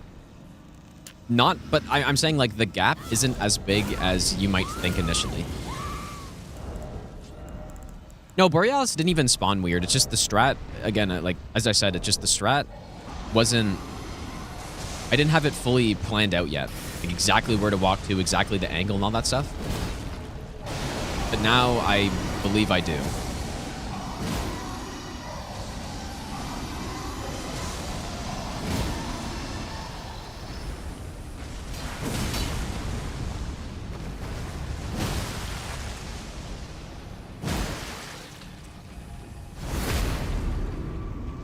We can even land a... Like, we can walk up here and do a fully charged R2 and another... Like, you can fit in 2 fully charged R2s with this thing because the...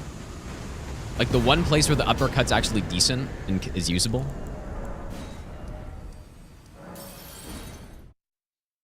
Yep. Very nice kill. No chicken leg on this run because I wanted to avoid it, basically. Because I used it on the last run I did. So yeah, I wanted to try something else, and it turns out Zweihander is... Obviously, it's worse than the chicken leg. Just in basically every possible way. Aside from the initial charged R2 moveset. Like the range on it, but... I don't know, it's basically worse than in every way than the Bloodfiend's arm. But you get this earlier. So that's nice. And then, what else? You get it earlier, and it's got good range. That's it.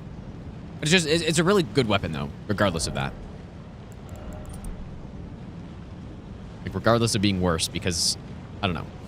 Being worse than the best weapon in the game isn't that bad. Necessarily. Golden Vow, Craigblade, Howl, Enter, Physic, and then Glimpblade, I guess. Well, I should do Glimpblade and then Physic, I guess. And then I think basically we just... I don't know, do I stun him instantly?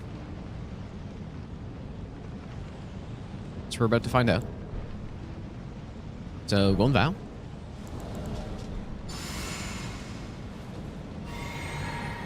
Right Blade. I'm gonna write down my buff order for every boss, dude. It's so helpful. It's so helpful to organize my, like, thoughts, I guess, or not have to think about the buff sequence every time coming into a boss. Destined death. You want him to sprint, which he does most of the time. Will not have it stolen. He might just stun instantly here. I don't exactly remember.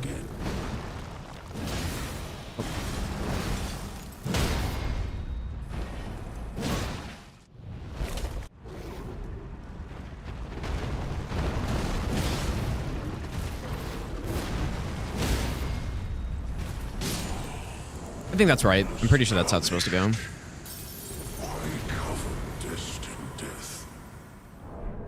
How much poise would he have had left there, though, in phase 1? Maybe we should check, just to see.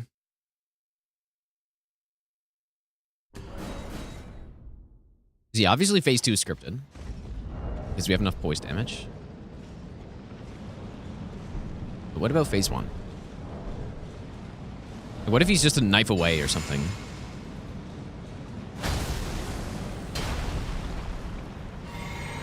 It's really too bad this boss doesn't have way more health and, like, way more poise.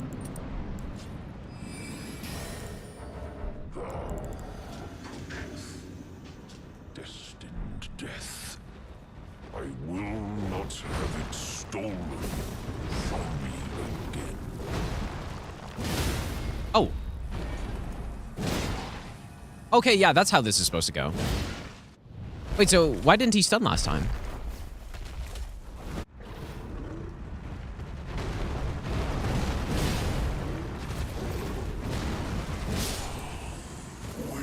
Yeah, that's what it's meant to be. Okay, so it is scripted. It's just, well, mostly scripted. Yeah, one must have missed, but how, though? Spectre, how's it going, dude? Okay, one really missed, huh? Interesting. I don't even know how that's possible, but... The whole point of facing away from him when he's doing that combo is that they can't really miss.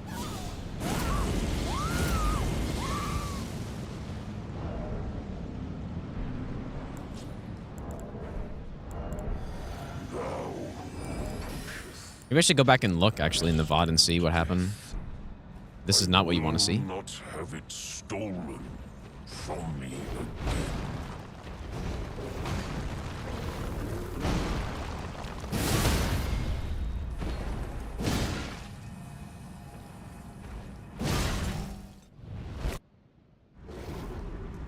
Oh, like I hit it on the wall or something?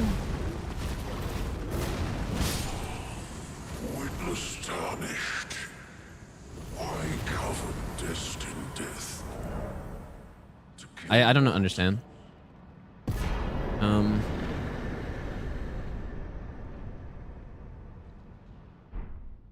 Anyways, the strat's obviously good, and it's not the end of the world if he doesn't get stunned, but I'm confused.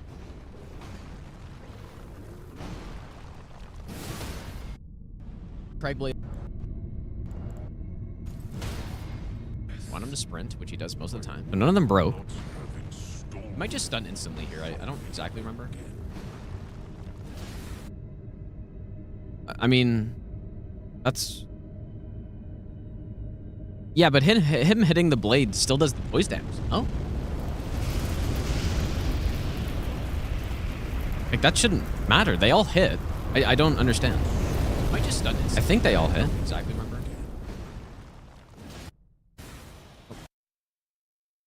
The rune of death. I'm so confused by that. Unbound.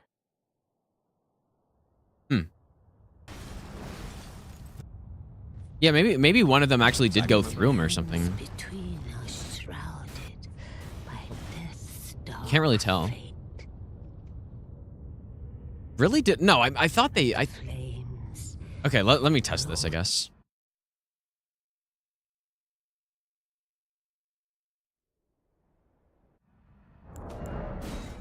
I thought for sure that if it hit an enemy when it was like just flying around you, it still counted as the normal hit, but...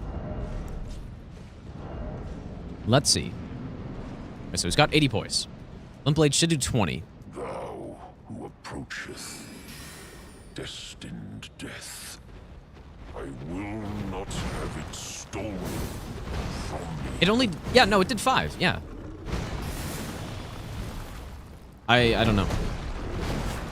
I'm pretty sure it just... One of them went through his body or something. Yeah. One of them just missed, I think. Anyways, I guess we'll just do it one more time. Yeah, it was right. It just... Anyways, again, it's not a big deal if I have to fight him for a second. It's not a big deal.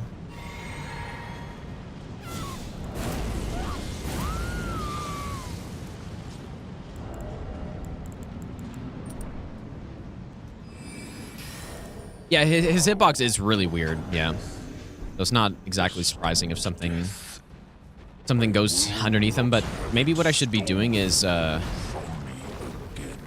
fully turning at this point. Oh my god, you're actually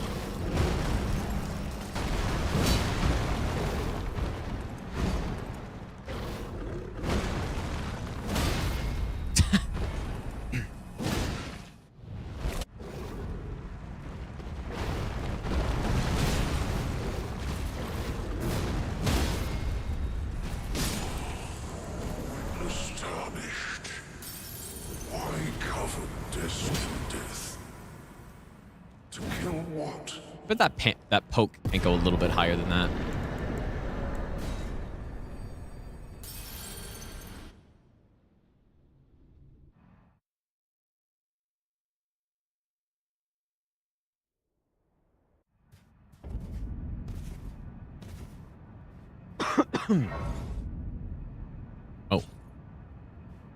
Oh. Dude, what did I miss? I think I missed all these subs, dude. 14 Flower, thanks for the 27-month Prime sub. Welcome back, dude. King, thanks for the 20-month Prime sub. And Juice, thanks for the 1-year Prime sub as well. Thanks so much to you guys.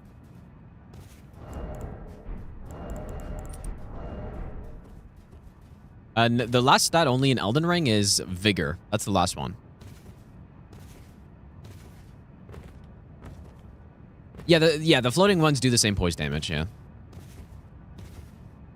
Even if they don't fire, which is exactly what I thought. The best nut ever. Like maybe they do less damage? I don't know. Gonna redo with DLC. I wasn't really planning on it. Like, to be honest, as I've said before, like, the DLC, it's not... Like, a lot of times when I'm doing playthroughs and I get to the DLC, it's not... I'm not as excited, right? Like, I'm not necessarily looking forward to going in the DLC, so I don't think it's worth redoing the stat runs just to do DLC, even... Like, obviously I like the DLC, but... I don't know.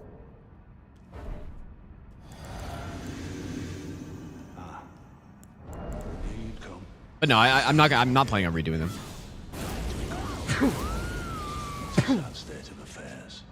I commend your spirit, but alas, none shall take the throne. Queen Margaret has high hopes for us. We. No. But like in Dark Souls 3, they get launched much higher, A tarnished, using like stamp uppercut or stomp uppercut. I mean, a lord. Not even you. did a cheat engine and my setup go DLC only? I think though the fun part about the stat runs is doing the setups for it. I think. I don't know, but yeah, tank DLC. I'll probably do that. I won't redo the whole run though. I still have my tank character save file, so I'll probably do that. But like, just to see what we can do in the DLC with that build. I know tons of people have already tried it. So I don't know. Got to do it for myself, I guess. The wallpaper I have, like the Vike one or which one? Okay, so I'm pretty sure we are supposed to go Cragblade here, but I don't actually say that. Maybe I'm not. Okay, no, I'm not actually. Yeah, the DLC has some really good bosses, for sure. Like, you have Midra, you have Mesmer, you have Rolana. Like, even Consort, I think, is good, too, and I like fighting him. It used to be where I would kind of dread going to Consort, but now I don't. Owns. Yeah, I guess owns. But at the same time, you have, like, 100 NPCs, and you have the Shadow Tree Fragment Collection, and a Gaius as well. And, yeah, Bale... Bale, I like Bale, but mostly not for his boss fight. But yeah, you have some really good fights. It's just the collection and just like, it's just so much running in the open world and setting up my character, which I've already set up, you know? I've already set up my character. I've already got a maxed out weapon and I've got all this stuff. I don't really want to go set up again. Okay. Golden Vow, Howl, Drink, Physic, and Knight's Resolve.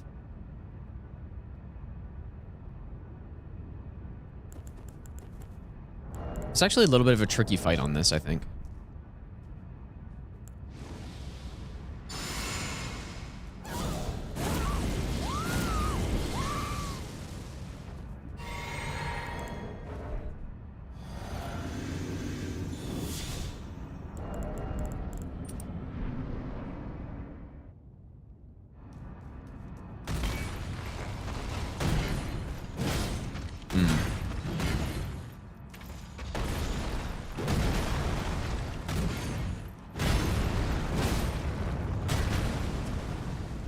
Guess we're gonna find out something interesting here. Oh, okay.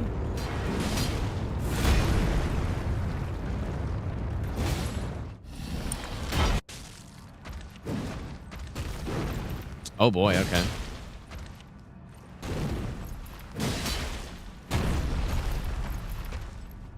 Got a little messed up.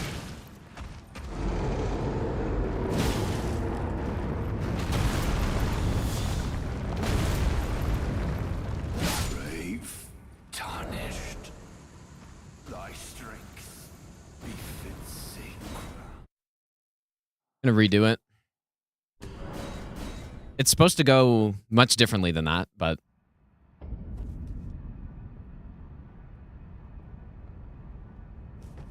there is some RNG on this fight, so I guess that's just what could happen, but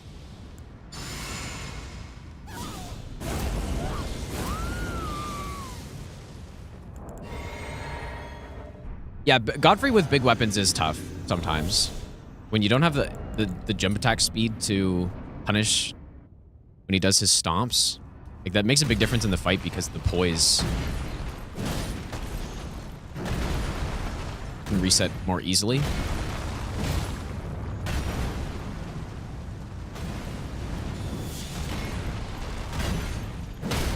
There we go. There, see, this is what it's really meant to look like, and then poke.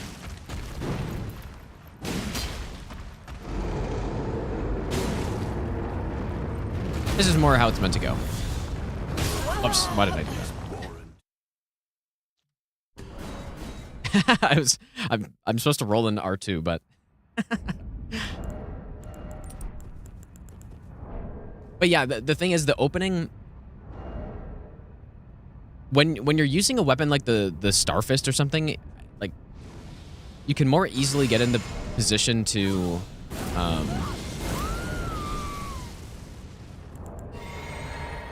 like make him do his dash into stomp so that you can like do the rest of the combo or whatever. That's what I want, but with a big weapon it's harder to bait that out every time.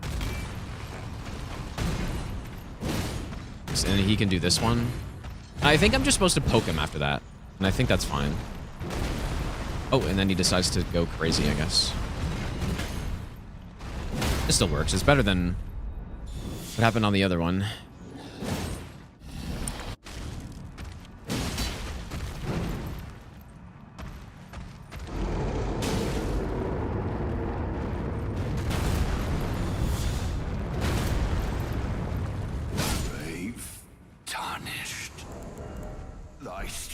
Definitely not as...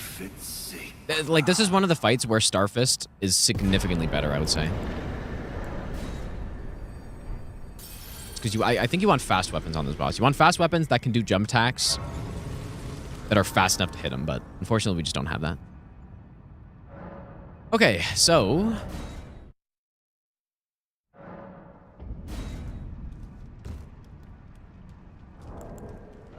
now we have an interesting... we have an interesting Radabeast on this run. Maybe I'll give you the best nut ever. We're plus... what are we at? It's 13.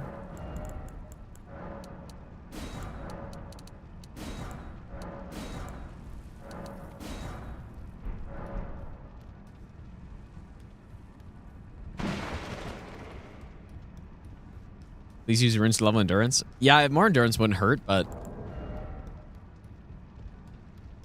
I don't know. I guess we'll see.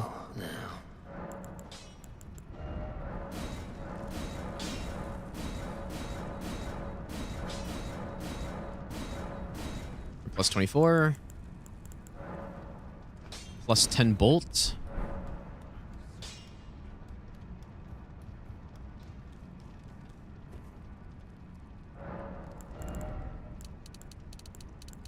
Surely I'll get endurance. Yeah, this could be overkill, maybe.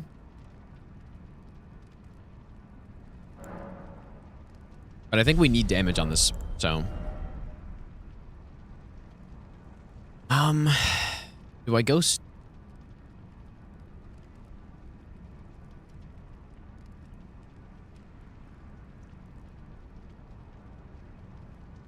I don't know if I go fire infusion. I probably don't, I guess. Is he just weak to strike anyways? So we go Knight's Resolve on this thing. And then Zweihander, we go Cragblade.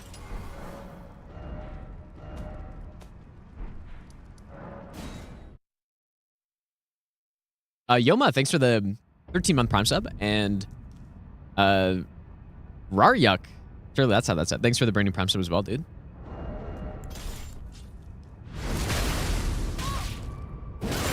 The Vike wallpapers from, I guess I could use bleed here. It's from, like, it's on Wallpaper Engine, on Steam or whatever. I guess I may as well, right? I don't think we need it, but.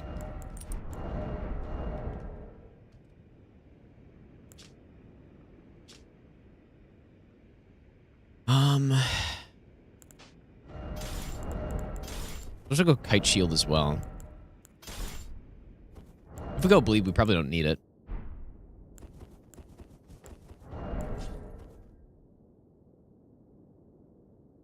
Let's see how this goes here.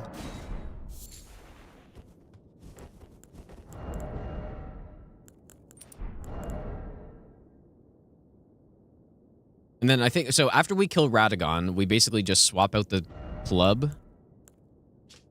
And then immediately Cragblade. And then I think that's it. Pretty sure that's it. Okay, so.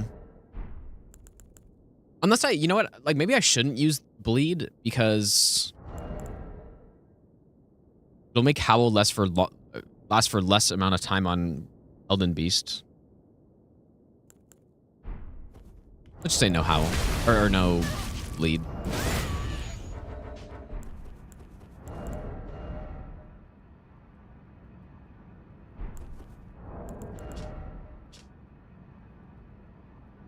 Okay.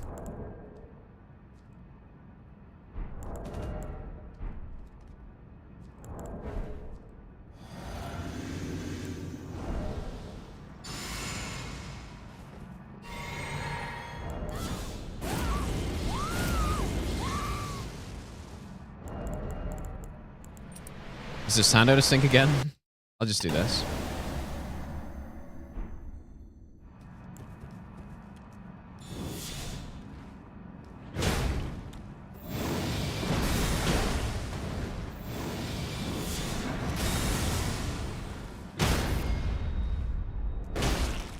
Supposed to kill him.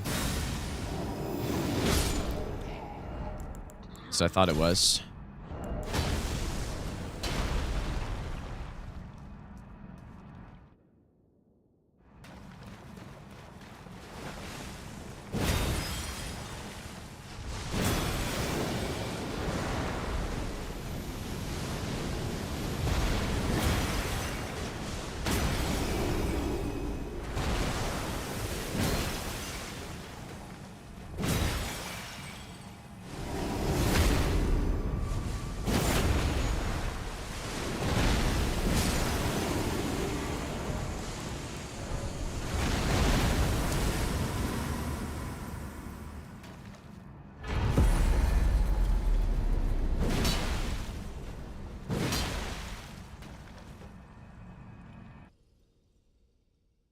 Yeah, I think that was good.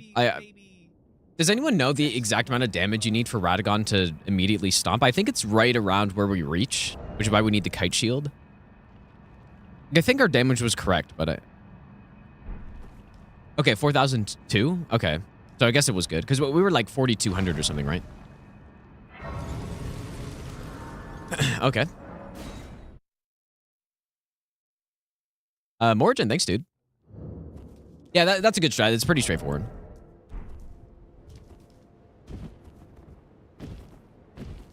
I like that we used the large club for that.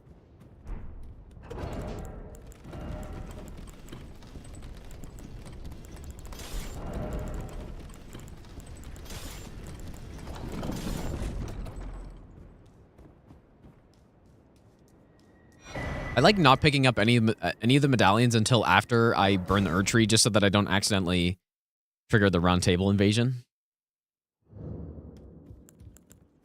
That's a smart idea.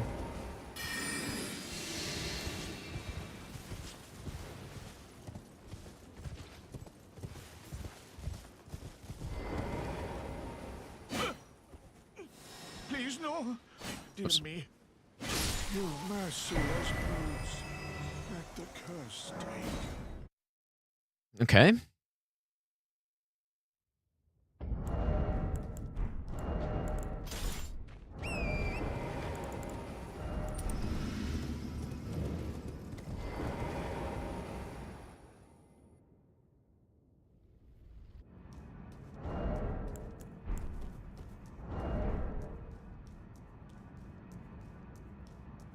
The Omega baseball bat. Yeah, sorta.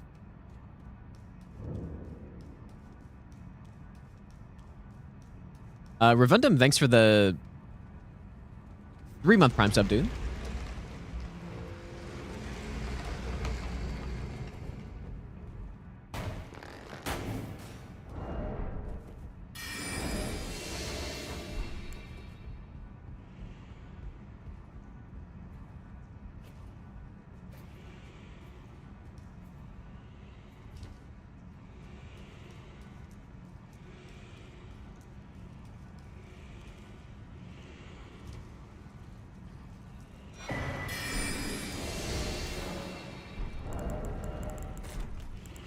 I don't need to kill these little guys, do I? Honestly, don't remember. There have been runs where I have done that. Maybe I should. Yeah. Well, I think so.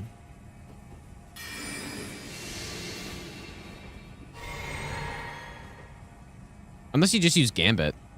Oh, shit, okay, let me...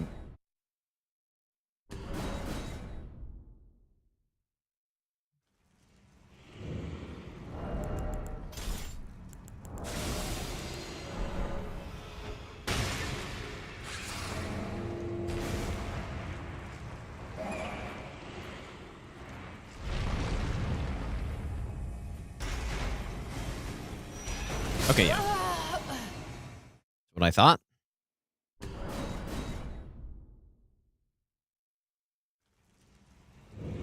Not sure how on other runs... I mean, I guess I would have just, like, beast jobbed these guys. What I'm supposed to do. Hopefully do this.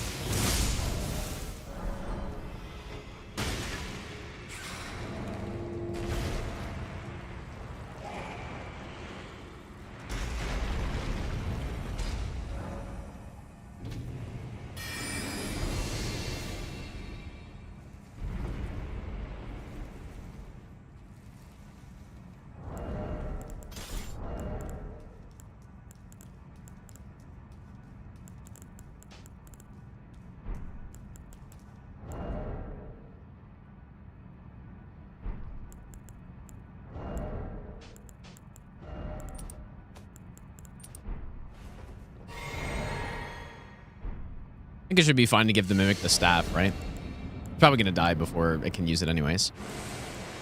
Where's the Watchtower staff?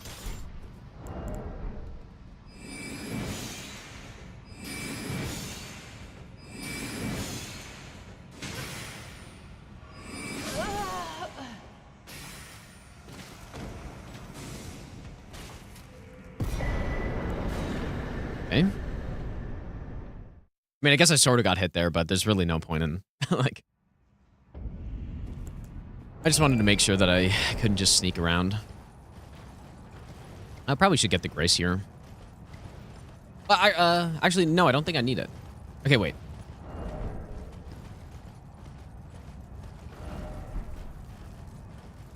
I think what I started doing is basically just hugging this side.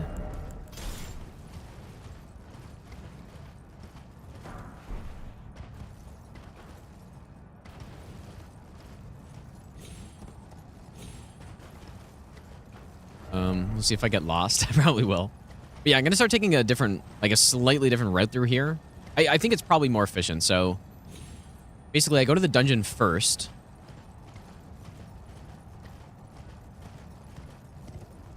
I go to the dungeon first, and then I run from the dungeon to the central Grayson area. Fall damage is allowed, yes, on a no-hit run. On a no-damage run, though, of course.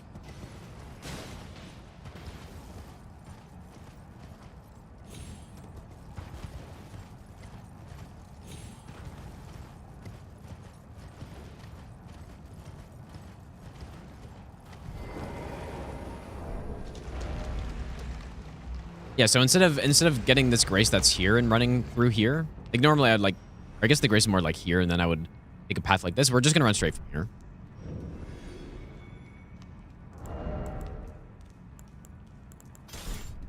I've played Skyrim a lot, yes.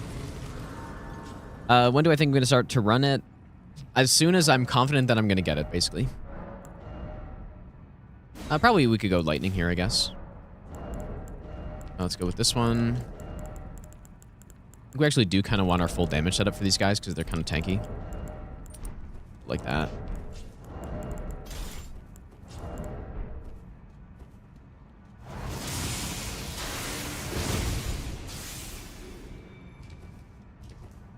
Okay.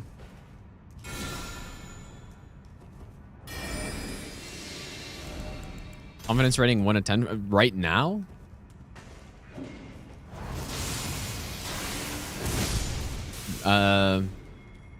Very like a 2 probably at this one. Like if I started a run immediately, confidence that I would get the run on it would be probably like a 1 actually. It'd be quite low. Well, I haven't even routed everything yet, so fully.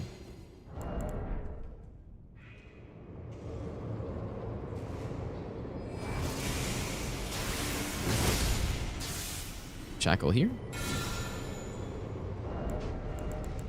There's still strats that I need to figure out.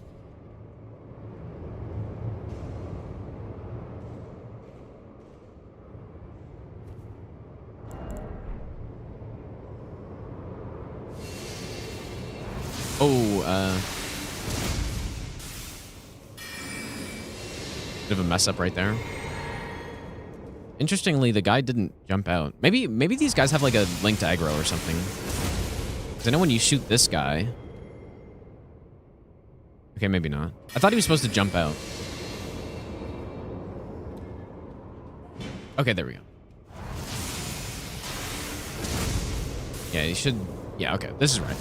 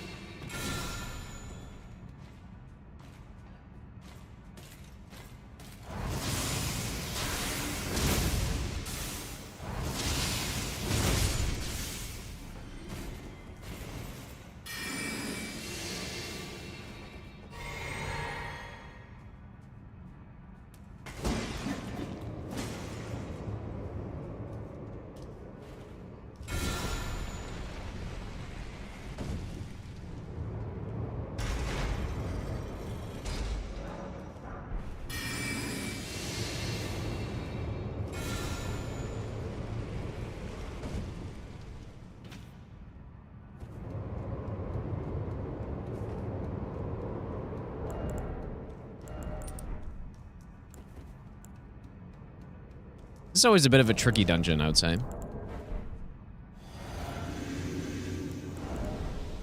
A lot of imps, and you have like the watchdog, and then you have to kind of balance around that trap pillar the entire time. Oh, I was supposed to delay that. Oh, fuck, dude. Whoops. That's not good.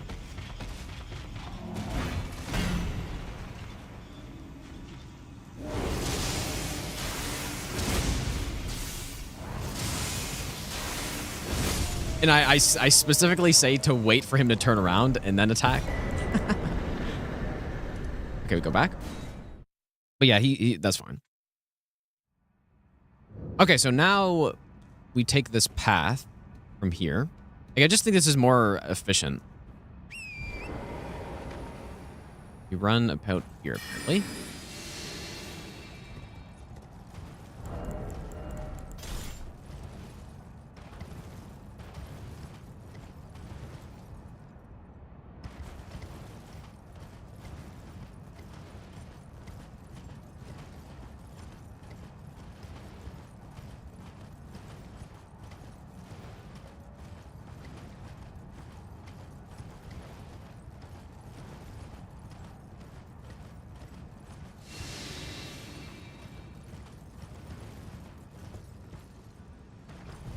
Much simpler, honestly, than trying to run from here. Okay, so.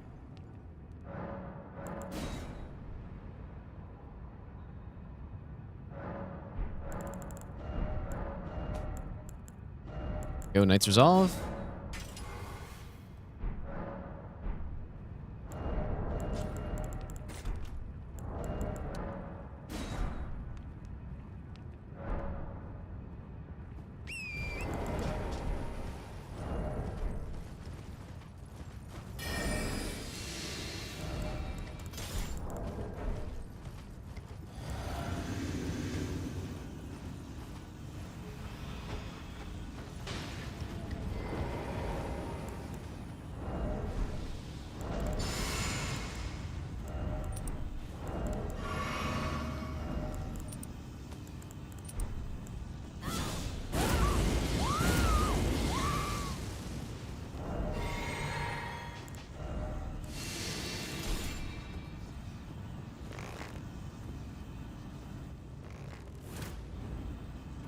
Ah.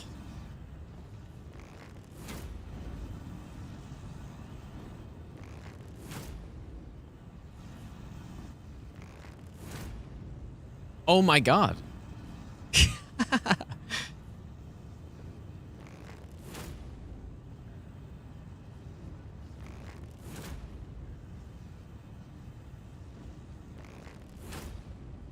Hi, I got you. It's not the chain guy that scares me, it's the other one. Because the other guy has that drag attack that I really don't like.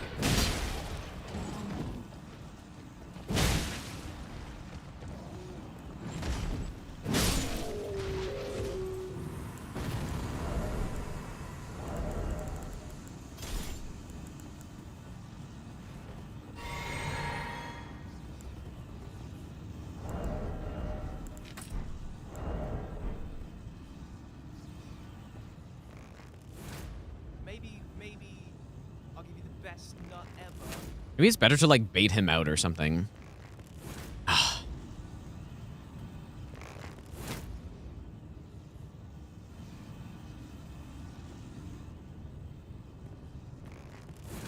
Dude, like, what even is this, man? And I don't want to shoot another enemy by accident either. Here we go.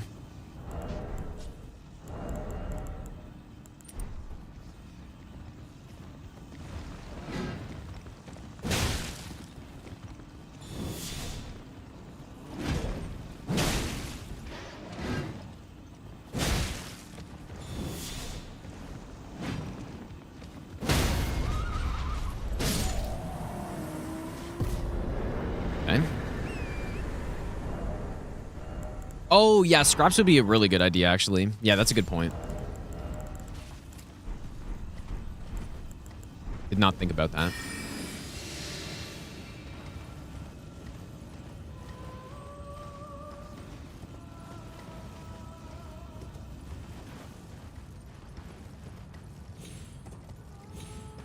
Yeah, scraps will do the trick. Like maybe I just buy a couple because I don't think I would guarantee have the ones that I have.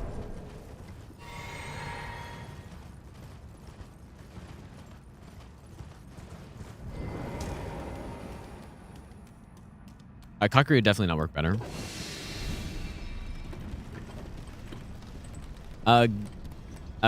Gendon. Thanks so much for the 2-month Prime sub, dude. Yeah. Scrap's definitely the play. I didn't think about that. All right, so this boss, I think, like basically I think I'm just planning on fighting this boss and then we just get the stun. If I don't get it, I Memory of Grace out. So in that case, I guess I'll level up. Just fight the boss, you know, try to get a stun. If we don't get the stun, I just get out of there and then redo. Although it is very, like, dodging the meteorite is very consistent, but it's not consistent enough for me, so. Also, this is, like, I probably could get the extra 5 faith, so I don't have to swap the talisman anymore. Maybe I will. I'm just gonna do it. I think that'll be nice. So, Stone Barb.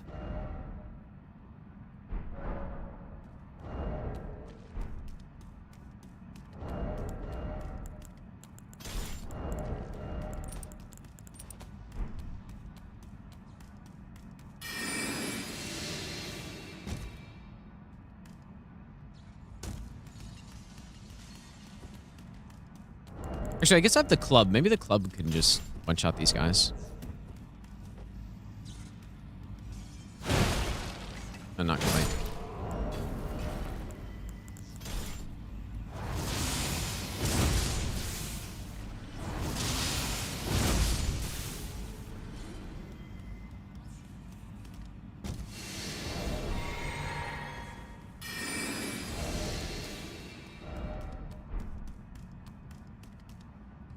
I believe the plan is to double stealth on the Alabaster, but I didn't write that down, but I'm pretty sure that's what I'm supposed to do.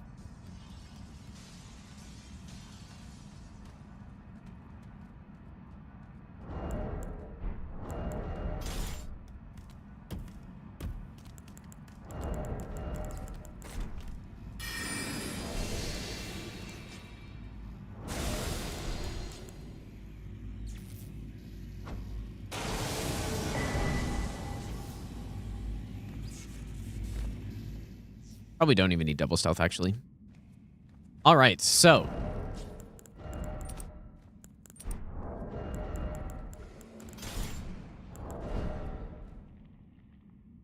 We could go Red Feather. I don't really think we need it. In fact, it might even be a bad thing to go with it.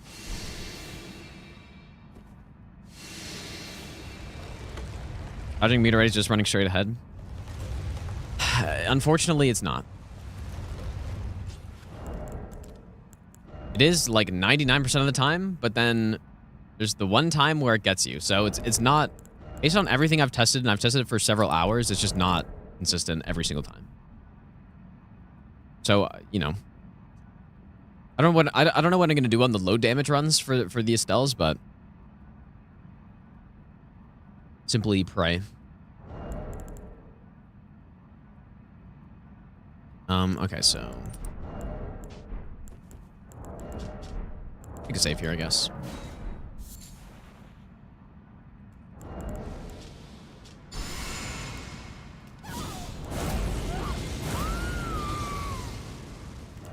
Let's go with Glintblade too.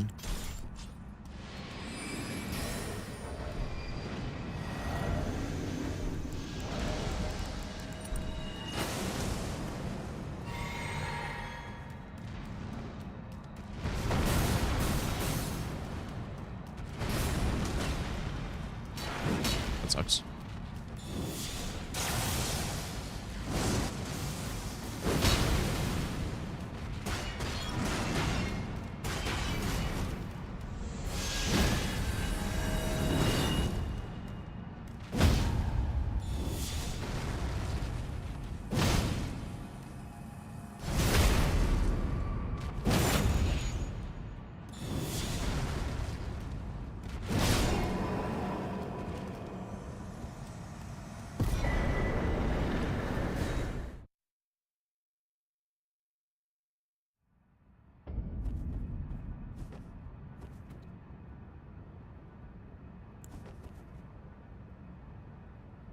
Okay.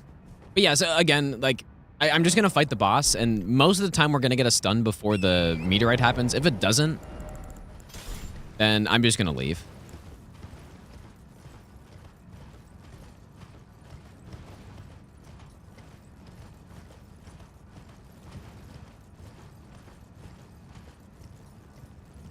Tail attack he did broke the glint blades. It was messing with poise. Well, does the tail take like less poise damage or something? It'd be something like that, right? Because the head takes, like the head, I can't remember exactly, but the head takes, it doesn't take 50% more poise damage, but it's a bit less than that, right? My Knight's Resolve for final. It was just to make sure that that's what I'm supposed to do. Because in the case where he has a lot of health left after that, then I want to do that Knight's Resolve in Charger 2, which I believe is safe. Obviously, I didn't need it there, but... Okay, so... Okay, so I walk up...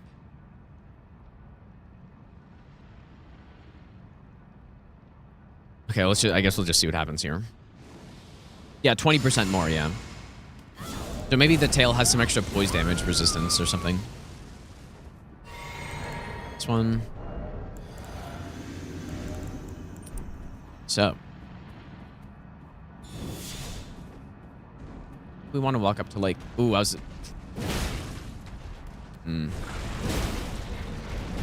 This is actually okay. Okay, but not what I want to happen. I'm going to redo that. Walked up maybe a little bit too far. Let me redo it. But in that position, he should do that attack every time. If you're behind him, I think he'll do the spin every single time.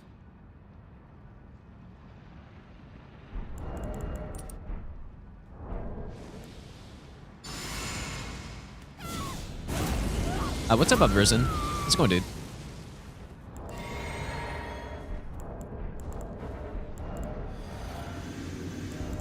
This one.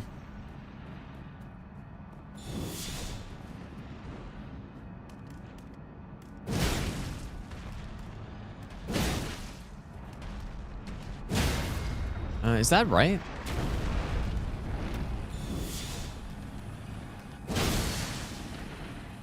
Not sure if that's right. And I probably shouldn't riposte because now it goes into this long animation. I guess repose is fine, though. I don't know if that's right.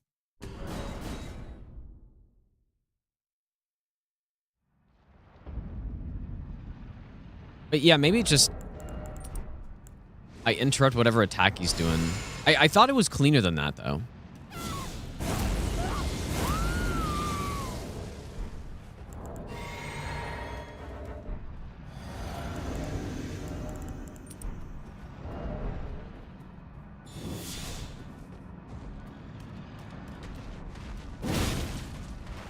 Oh.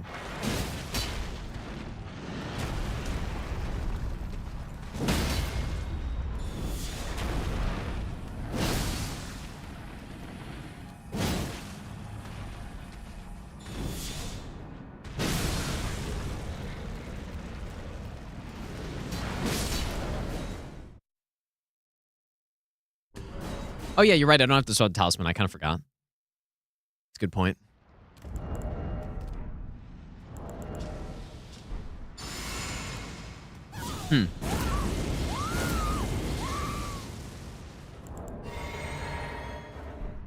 I wish I specified where to do the charger to, because I just remember this.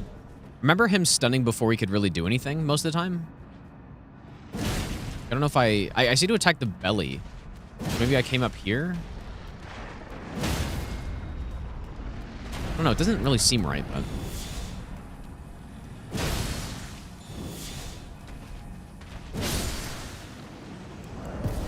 It's probably fine. I guess that's fine.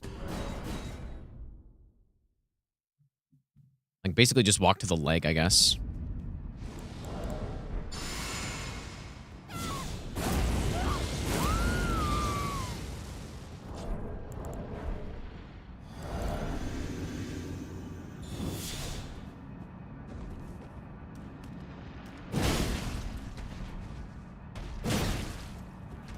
I'm pretty sure he does this attack every time.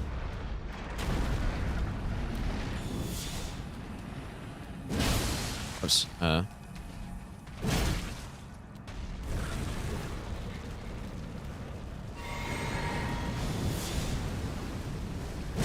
The only concern is really that he crawls or something. Like, crawl would be really bad. I would not enjoy that.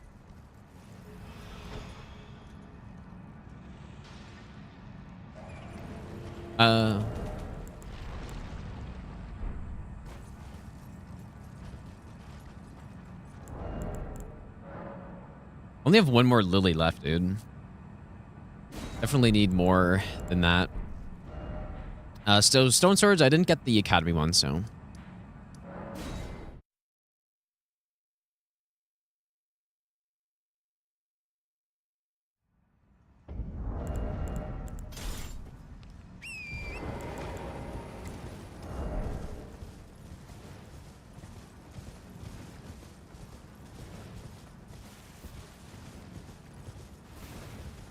And normally in the run, I'd buy these much earlier. But I didn't because I've been collecting a bunch of extra stone swords, so. But I probably don't need to actually get, though. This guy does sell more lilies How can I as well. have it?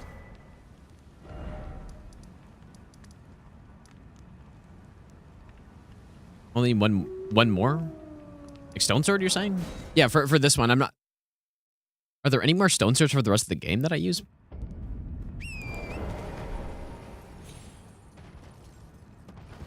I mean, surely there are, right?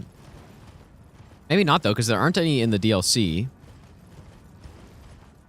Yeah, maybe not. I don't know. So maybe I only do need one more. There's probably a better one to pick up than those, then.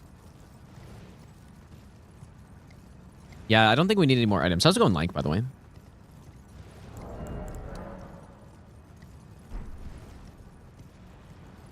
I'm not gonna use a sleep pot on this guy because I don't think I've used any extra sleep pots on this.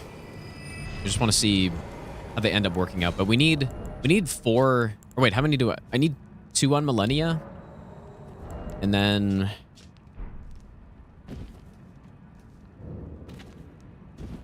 I'm sure I use sleep somewhere else too. Oh yeah, this is a boss that I was saying I needed to test more as well.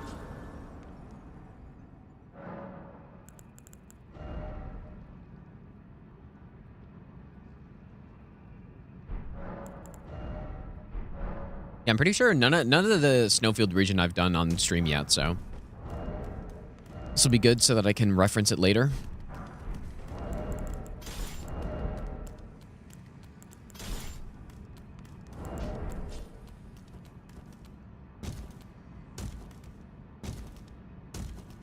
What's up, Mixologist?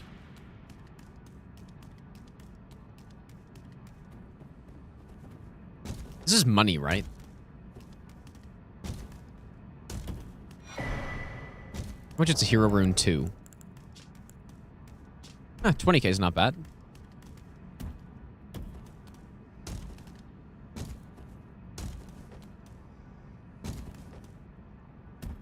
Renala. I honestly thought you were saying I need to sleep on Renala, and I started thinking about it, but.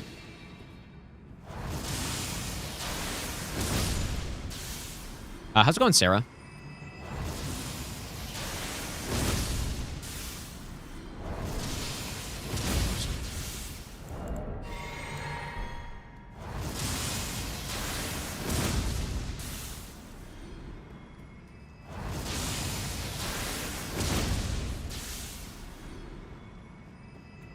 What's up here?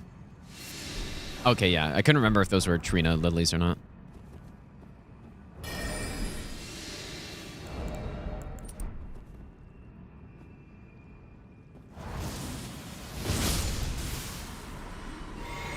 This was your last distance speed before you got your all boss run? Like this cave? Or what happened?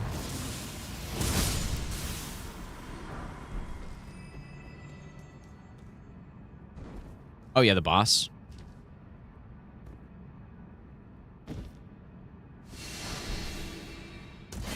Were you just like fighting him, or did you use any sort of strat on him? Because what I do on this, so what I did on like all achievements and some other runs is I did a sleep strat. I don't think I need to do it here though. But I do need double stealth. So maybe I will also go like that. Okay, so double stealth behind boss, and then I just do charge R2 R1. I wonder if I should use glint blades, dude. I didn't actually test that. You see, like, I don't know. There was something that I was concerned about. Maybe the stomp?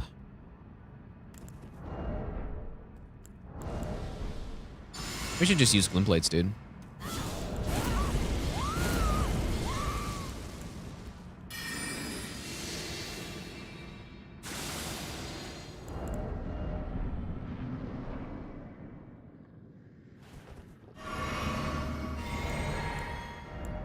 I'm just gonna try it, I guess.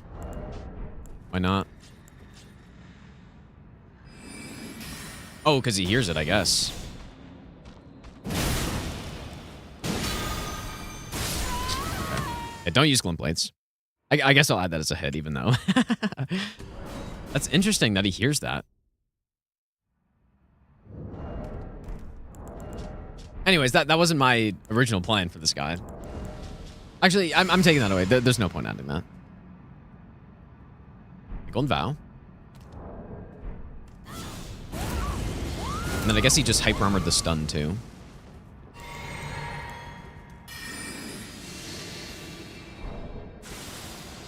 Or maybe did I not? Maybe I forgot the physic or something. Okay, so simply here.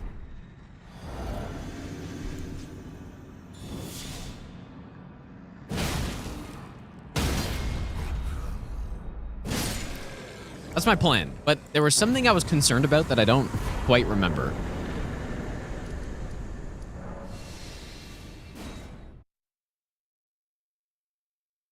I don't know what it was, though. I'll just have to test that more. I'm pretty sure I have that in my spreadsheet to test more. Oh, you know what? We are going to use White Shadow Lure. Oh, yeah, I put that in. Okay. How do I get this again? I think I used to use Howl.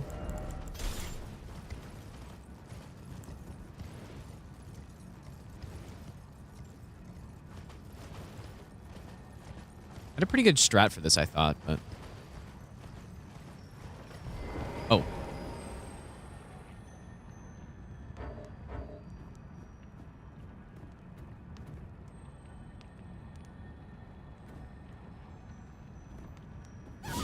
Oh god, he's still circling. What the?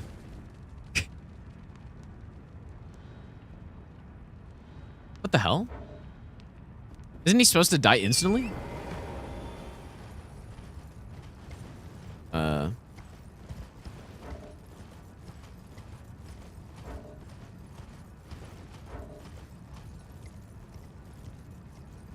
It's weird.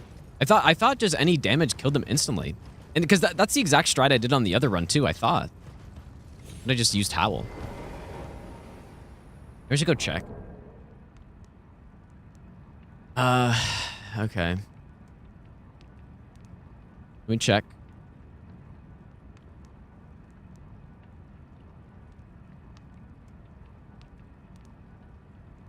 Probably in the first stream, I'd imagine. Significantly easier. Okay, so...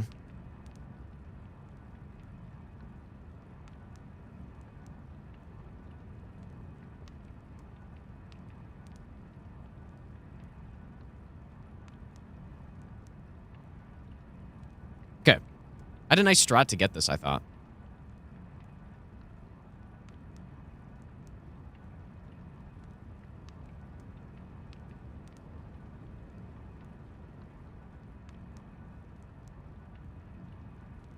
I mean, maybe because I'm a Faith build and it dealt more damage with the Faith.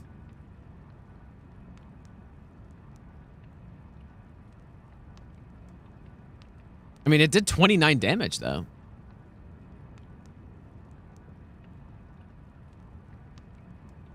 Weird.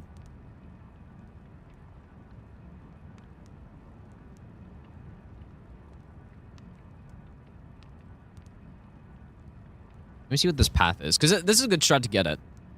But maybe...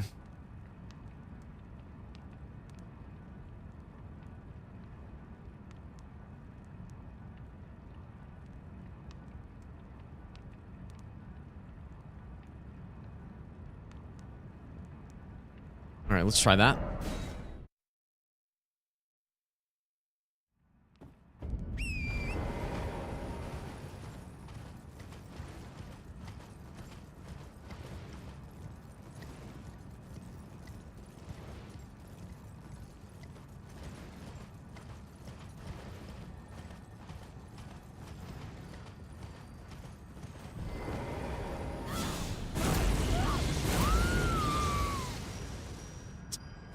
Oh my god. Try again. A little further up, I guess.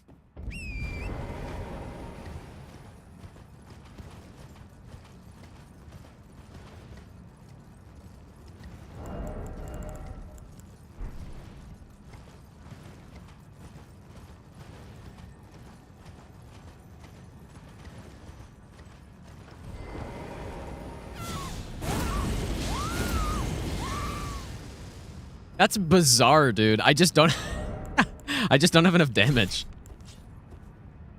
Oh my god, okay. I guess I'll just drag my weapon then, but that's kind of a shame because how was so nice for killing these guys, dude? You have like the big continuous. Oh, whoops. Well, I guess we're doing this again. You have the big continuous AoE, but I guess I can try Gloomblades again. But I don't really like that Gloomblades triggers him. So, like, one thing I think I have done in the past is to, like, cast the Gloomblades far away and then just backstep into him or something, but I don't... I'll just have to test this more later. No, I don't think it's the damage drop-off. I think it's simply that my build on that runs a Faith build, and... just Howl does more damage on a Faith build, right?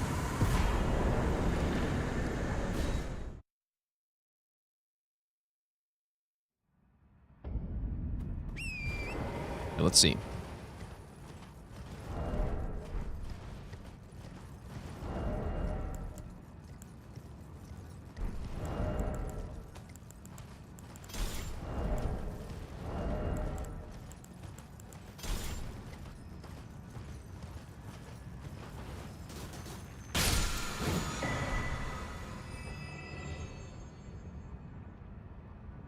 I like Howl so much. I mean,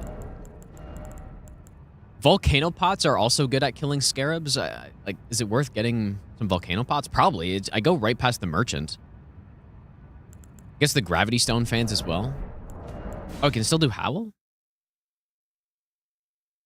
How does that work? This is with Howl, or...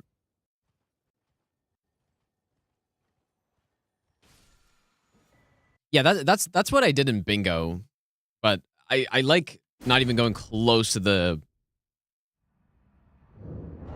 I need to make a save for that scarab, dude. Not even going close to the, like, invasion, but...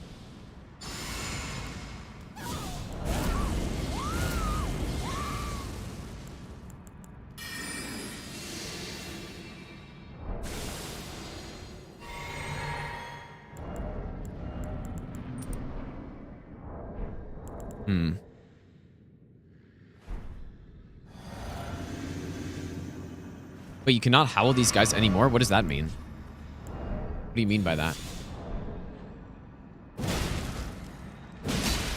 Oh! Okay.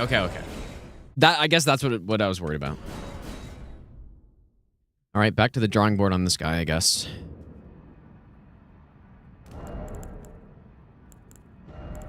So...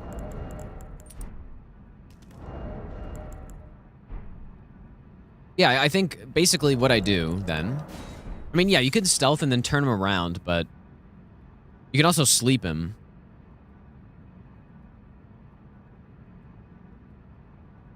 But I don't know with this weapon if sleep would be fast enough. So I think...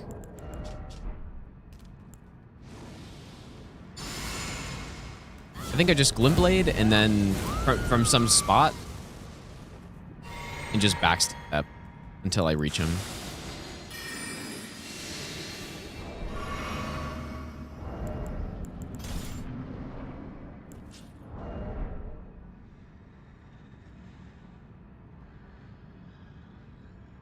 Does he hear this?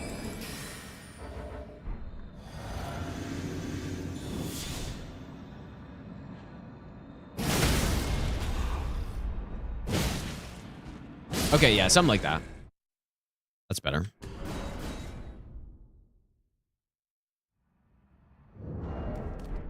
Okay, so then...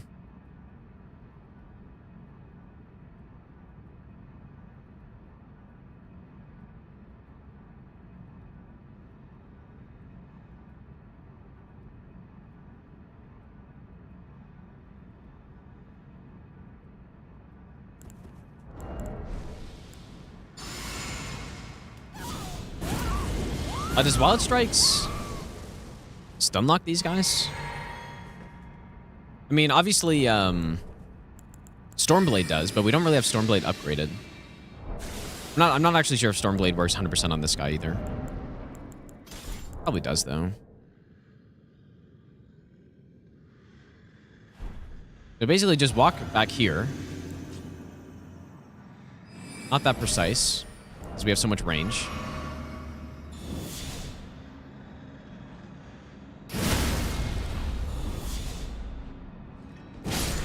Okay. I like that.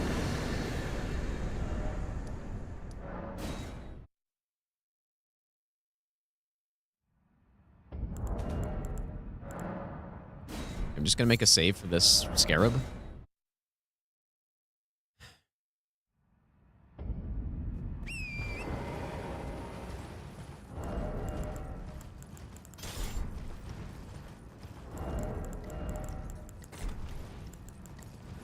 So is there any danger using a gravity stone fan?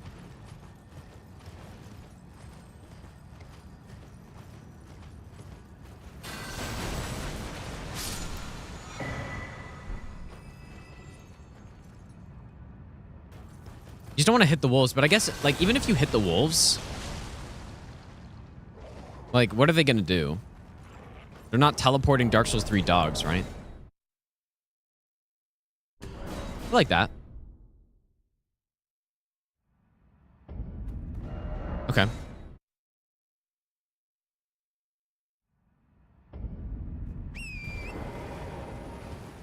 That's good.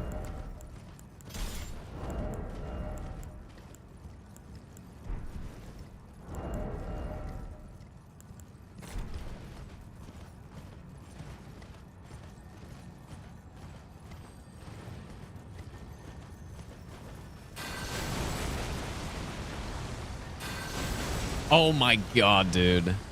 This scarab is actually insane. Did he just do an extra circle?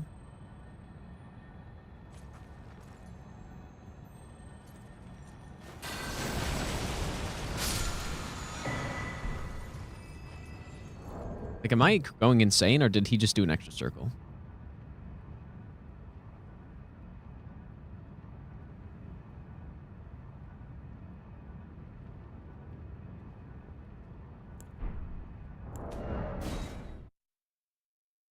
Glintblades, auto-target. Well, would it not just shoot the wolves, though?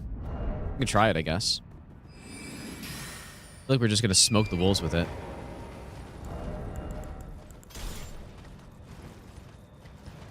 I mean, maybe I should take that better path, though.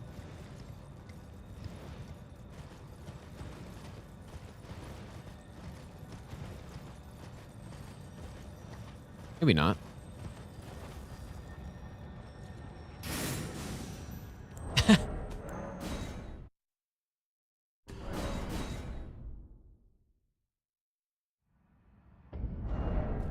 Nice one.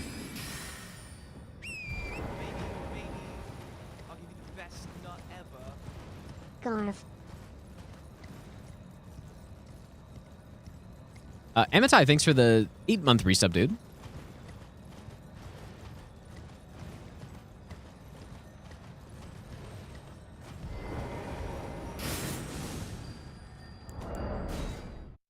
Oh my god, dude.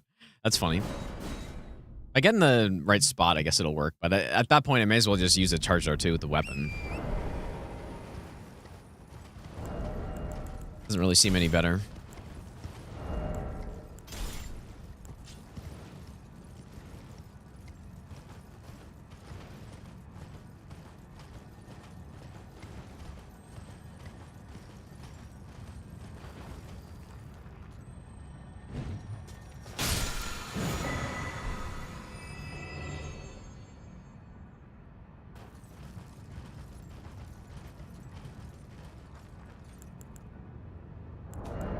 the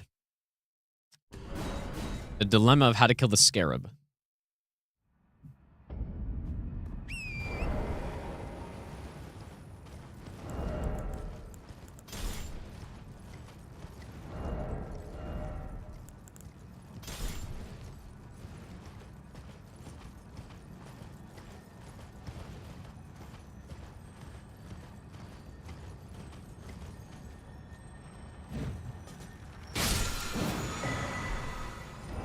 I'll just fucking do that, dude. That's fine. Like, even if I miss or something, it doesn't really matter.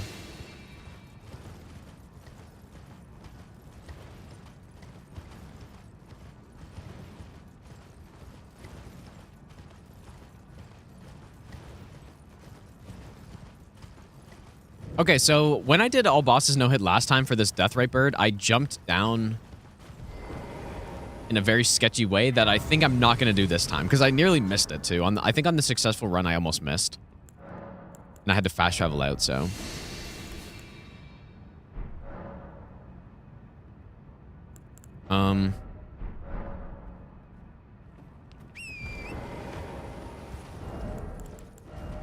Apparently I need red feather for this.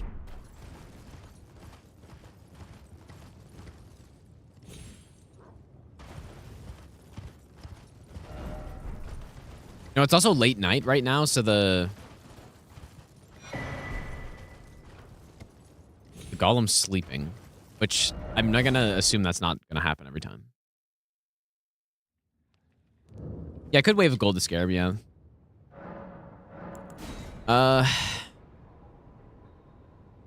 Did they really change it on 116 or really? They changed that Howl doesn't kill scarabs anymore. Like, on purpose.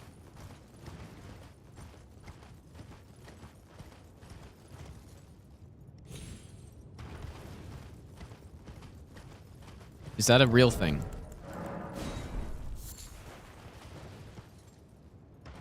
I'm pretty sure it's just because my faith is so low, but... Sentry Torch would, like, show the scarab? I actually don't even know. Oh, you thought it was obviously trolling? Okay, okay. Well, who knows with FromSoft, right? Like, a lot of times they change things by accident. This one. This one. Okay, so...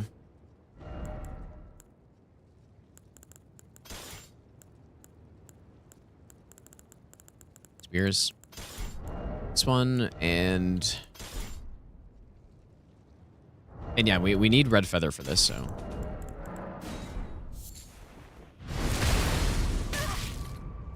Apparently.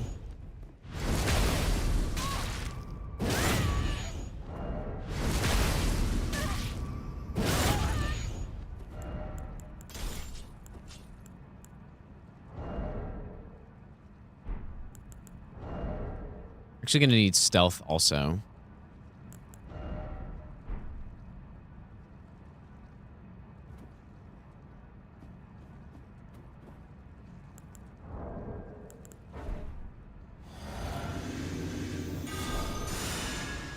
So I'm gonna swap that. So apparently it's important that we headshot the boss here. It needs to be a headshot to get the kill.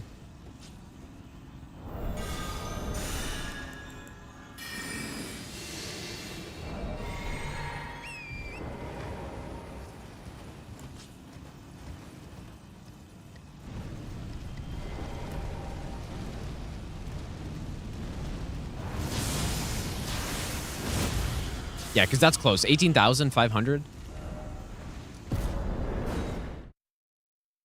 We don't have... Anyone know how much health that boss has? I can check really quick, I guess. It's not much less than that. Death? What are they called on here? Death ray? Okay.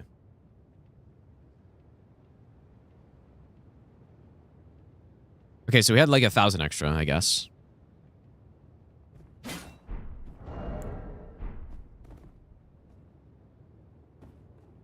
Okay. Still good, though.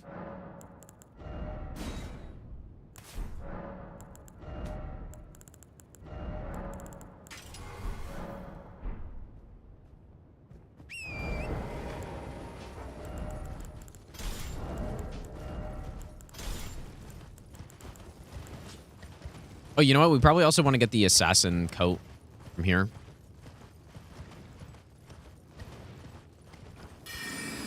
Yeah, I still need to do the gauntlets in Wukong. Yeah, I definitely want to do that. I think that'll be fun to try out.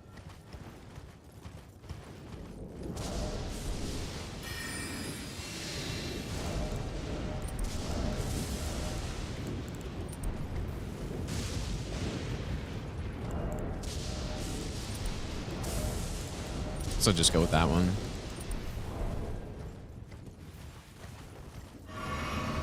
All right, so...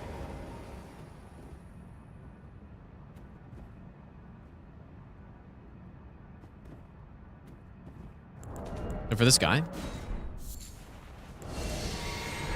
Maybe I'm the best nut ever.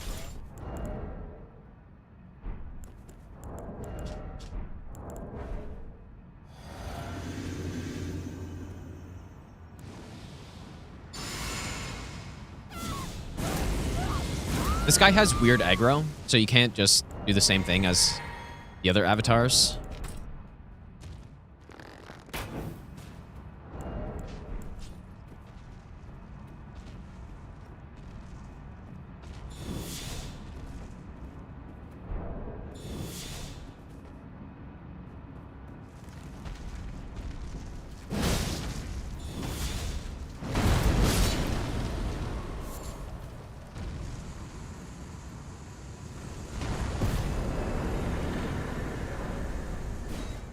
Okay.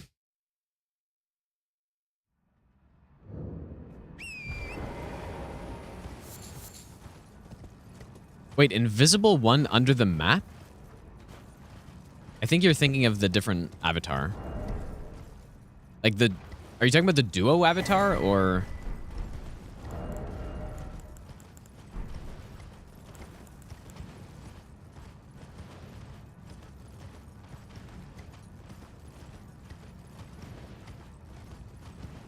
No, this guy has weird aggro for sure. Like, even if he's distracted by a great arrow shot or something like that. Ziggy, thanks for giving us a sub, by the way, dude. And Amitai, thanks for the 8-month resub. Now, if you get behind that guy, he'll aggro, like, no matter what. Doesn't matter if you're stealth or if he's distracted by a cuckery or something, he'll turn. So that's what I mean. Like, the other ones, all the other ones, I get them to hear something, and then they walk towards it. I get right behind them, wait until they're in the animation, and then charge door 2, and you get a bunch of time. But that one, if you get close to him, he'll just turn and aggro immediately. So basically the same strat, but I have to stand further back, and so I get a little bit less time. And so we just dodge whatever attack he does, I guess. I don't know if it's, you know, maybe I need to test that more, because I'm not sure if he could do his immediate golden lands, because that would be a big problem, actually. That would be a huge problem. No rain of fire to save the day on that guy. What's up, JMC? I guess technically I could have rain of fire for him, but we're not a faith build anyway, so...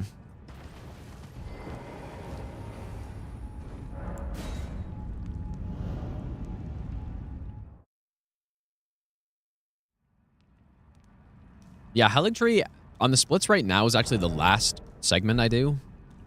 I'm not sure if I'm going to stick with that, though.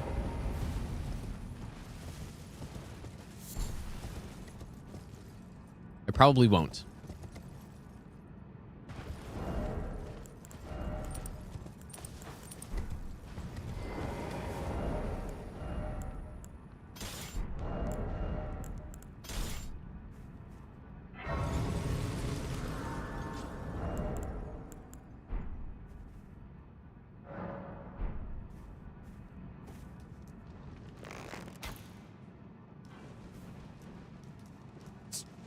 Really?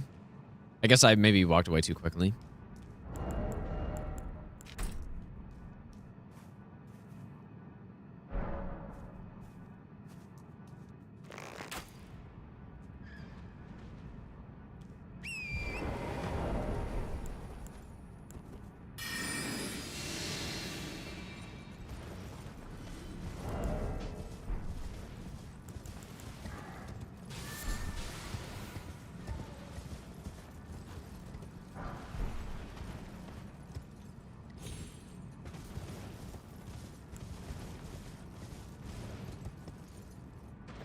Probably I should have swapped to the magic tier for this, but let's see without it, if it's fine. Because I can't even use Terra Magica now. Let's see.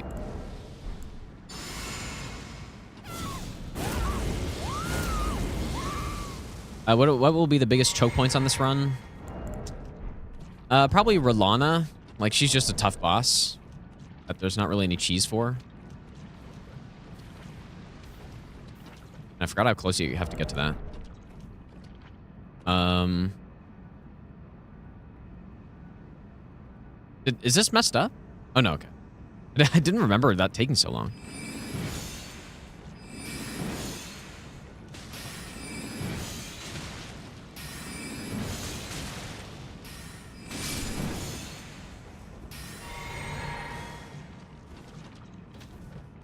I don't really know. I mean, definitely the early game is the hardest part of this run.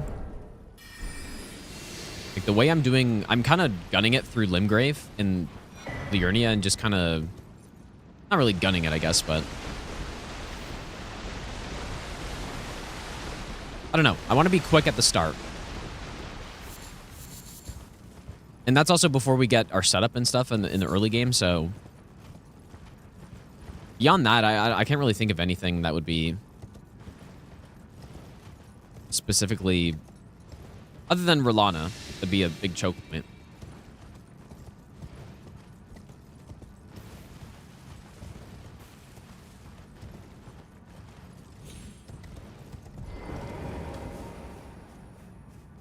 Yeah, I'll be streaming Night Rain on Friday, I guess.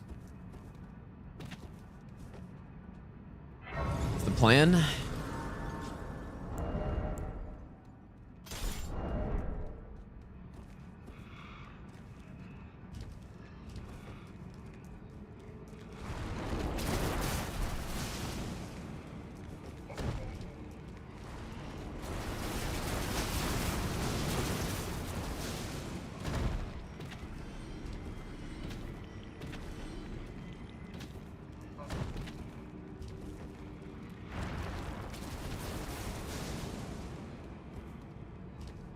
Buzzer, have a good one, dude.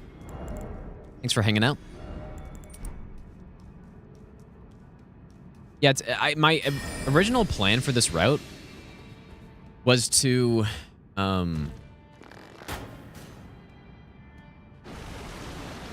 actually rush Mogwin early. Like, basically go through Kaled and then immediately go Mogwin so that I can get to the DLC. And then once in the DLC, obviously, I can get Bloodfiend's Arm and the two-handed talisman, all that good stuff. I do think that probably would be a better route than this, but... First of all, I don't want to use Bloodfiend's Arm, but I guess the issue is the NPCs, right? You'd have to deal with Blackjail Knight and Dragon Man with something. Like, you could use Watchdog, I guess. I guess that would still work, but... Dude, the Watchdog strat I use on this run is not good. Like, I'm gonna need something different. Probably. I don't know if I'm supposed to get this Somber 10 here. Probably not. Oak Shackle.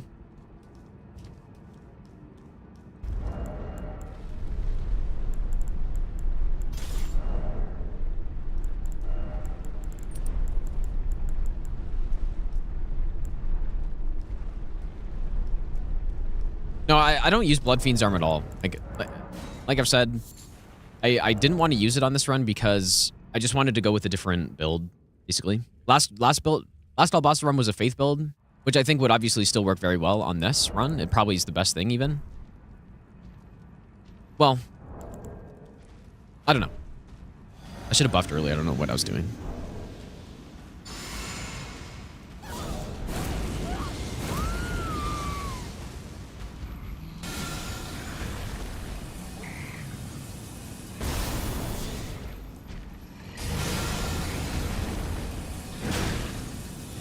I also need to drink now. Let's see if this still works out. It probably, like, it should be.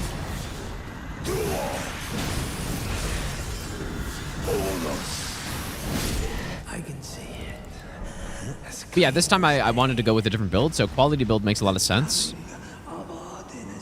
We're going with the Bolt of Grandsax and this Y-Hander. I think it'd be fun to do it with magic build at some point, too.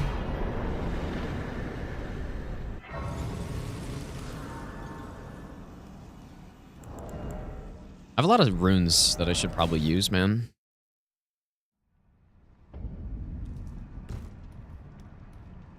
So if we get to 27 endurance, it's enough to, I guess, use the Twinbird Kite Shield and still fast roll.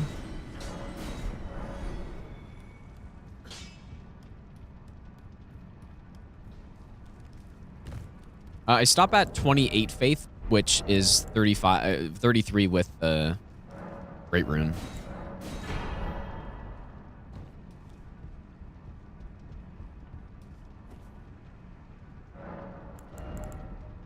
Yeah, I mean, getting some mind would be good. Yeah, 27 is apparently the number. Yeah, some mind, or I don't really know what to do with the leveling yet. I need to. I don't think getting more strength and dex at this point is doing too much for us. Doing a little bit, but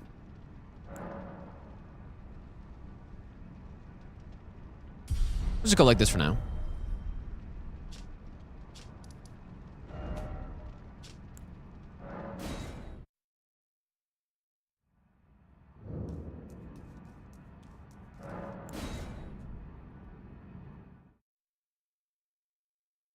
How much mind do I need for one additional cast of Wave of Gold? I don't really know, because every time I use Wave of Gold, I'm throwing in the I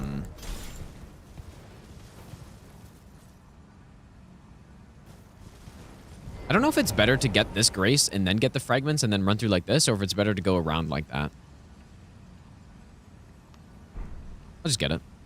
Yeah, I'm usually mixing it up with Wrath from Afar as well. No, no, so on Leda, I'm planning on doing the Rot strat, because the Rot strat is very consistent. There's not really anything that can go wrong with it. And then once I kill Dane, then I go with the Watchdog Staff. Sacred Relic would work fine as well, I guess.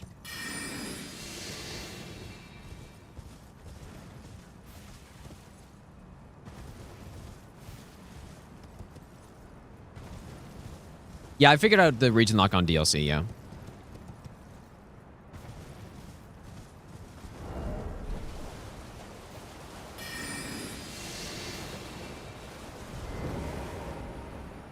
It's always jarring when I get to the DLC, and it's just, like, the frame rate is so much lower here, just consistently. Quite unfortunate.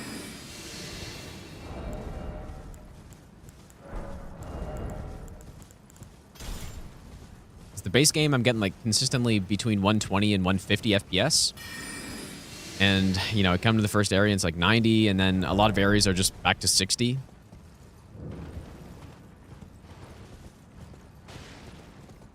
So we got the pot.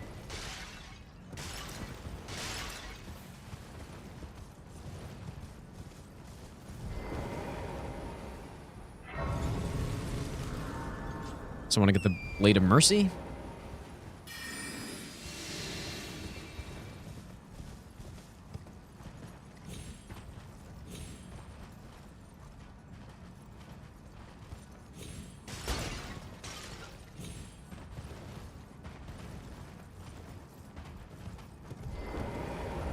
Now, I don't think it's Ensis. I think the worst is right here. When you're going down these stepping stones is where even my 4090 will drop down to like 45 FPS.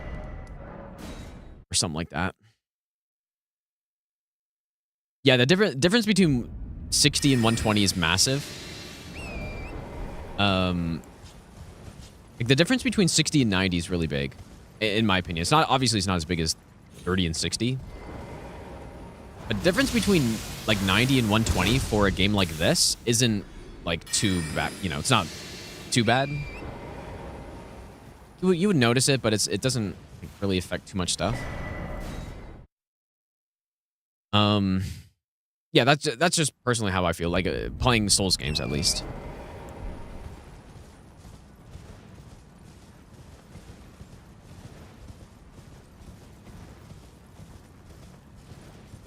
But yeah, like difference between 60 and 120, honestly, if someone was playing a game and they genuinely felt like they didn't feel a difference between 60 FPS and 120, I couldn't comprehend that, really. Like, there's basically no way that you wouldn't feel a difference.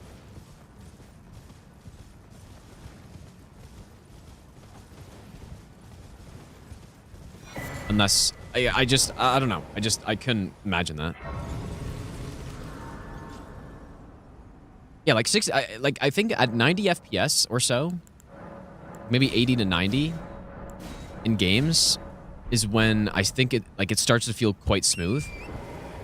60's fine as well. 60's fine, but you will notice a difference. I think above 90 and stuff, then it gets a smaller difference, obviously.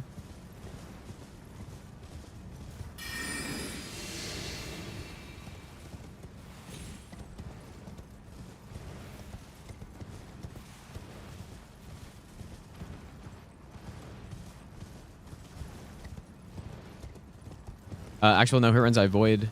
Wait, I missed it. I void what? Oh, cheat engine, you're saying? Cheat engine. Yeah, like, most no hit runs, I wouldn't use it. Really depends on the run, though. A run like this, definitely not going to. For a more official run. But obviously, like, Stranded is obviously tons of cheat engine, right? Like, even simply just setting up the character is tons of cheat engine. And then I thought it'd be more fun to go with the Fire Knight Greatsword, which is... You know, I didn't realize how suboptimal it was at the time, but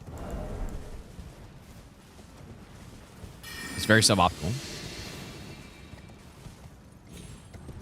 But yeah, I just wanted to use the weapon because I like the moveset on and stuff.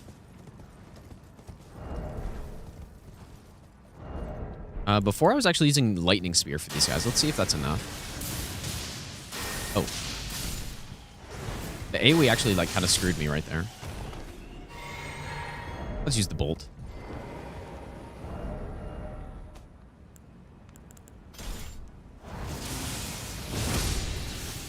I think bolt should be fine.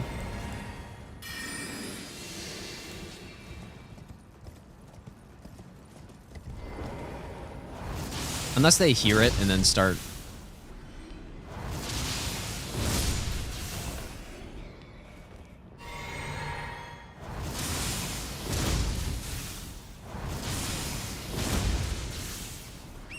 Favorite hockey player? Probably Chris Neal, I would say.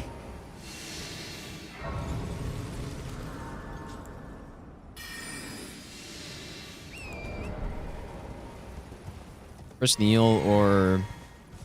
I was like Volchenkov. Havlat. I don't know. Just like the old Suns players for sure. But Neil was my favorite, I think, because he was just a menace, dude.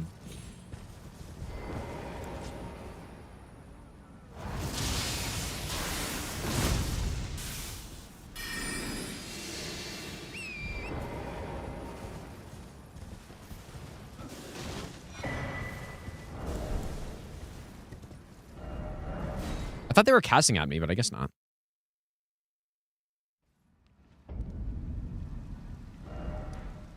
Okay, so that's all we need from here.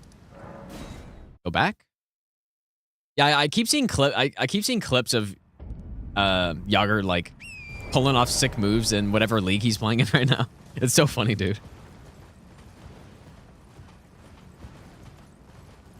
Still lighting it up, sorta. See, I think this right here is what I don't like about coming to the DLC, right? Because it's like constant boss action, especially on this run. Like just boss after boss after boss, and then we get here and it's like, even doing region locked, we still have a good like 10 minutes of just running around. Which, it's just the replayability that hurts it, right? On a first playthrough, it's perfectly fine. I enjoyed the fragments on my first playthrough, but because I didn't know where they were, mostly. But subsequent playthroughs really are hurt by it. Especially because there isn't any variation in how the setup goes, right? It's the exact same every time. It doesn't matter what build you're going with. You're going to be collecting the same items in the same order basically every time. Whether you're a mage build or a faith build or a strength build, it doesn't matter. I think one thing that makes the setup in the base game, if you know what you're doing and you're setting up a build and you're playing the base game and you're like replaying the game or whatever, it's made a little bit better because like usually you're going to be doing a more unique setup based on what build you're going for. It's not just the same thing every time. Right?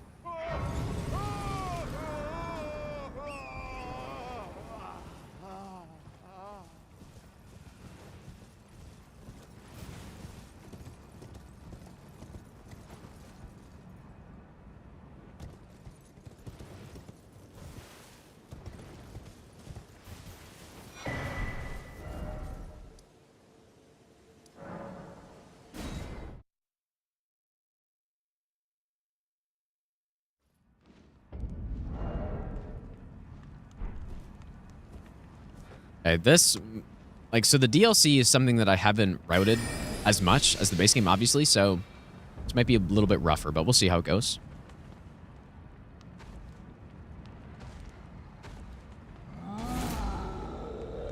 He wasn't really meant to aggro.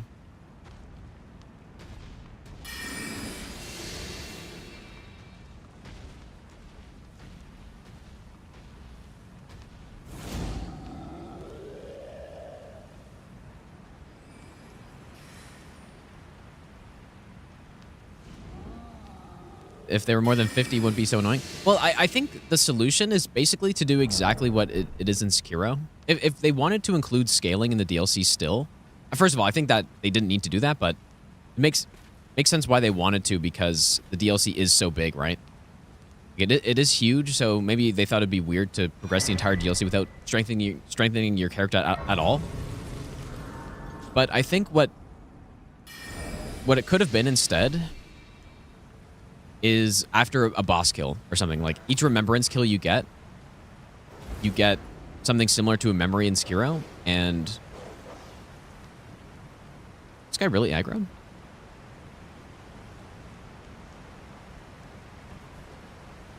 And that way, like, sure, I think on a first playthrough, maybe doing it that way doesn't reward exploration, which I think they wanted, which makes sense. And they wanted to kind of recreate the thing in the base game where the feeling in the base game where someone could get stuck on a boss like Margit, for example, and then you could just go do other things, get stronger, then come back. And I think that's kind of what they wanted from the DLC as well. Makes sense, but I just think the problem is that it just hurts the replayability so much. So if you got it after killing a main boss, then yeah, I guess the downside is that it doesn't help the exploration at all. But it makes it a lot less tedious to come back to the DLC at least, though. So, like, I probably would have preferred the second, but that's just bias because I obviously play the game a lot. All right, I'm gonna make a save here. So this is complicated. What did I come up with here? I think Yeah, okay. I remember. I just don't remember if I need double stealth for this. I'm just going to do it just to be safe, I guess. Oh, we also need the great bow. Okay, so we do this. Just cheat engine, Scadu. I think that makes a lot of sense.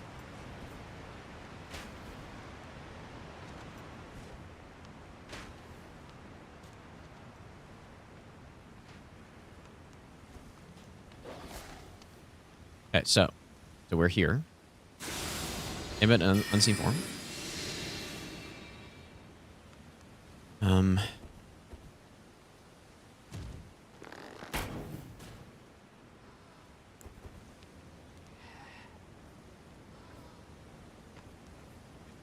think this is right.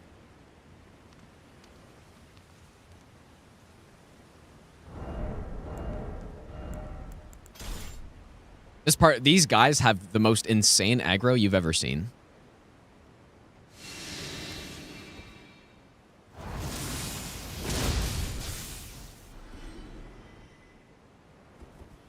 Whoops.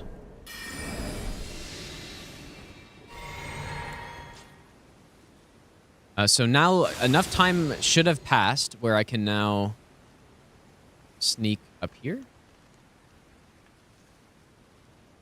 Nice. Why am I using Scar Seal? I don't know. I don't know if the Source Seal is worth it.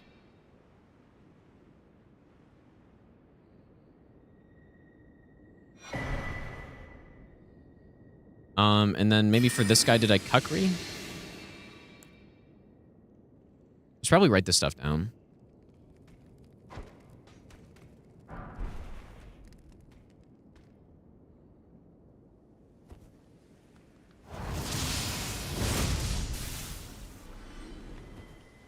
Just because again, it's not totally automatic coming through these areas because I hadn't routed this region or this section until doing this run because normally you just skip this entire place, right?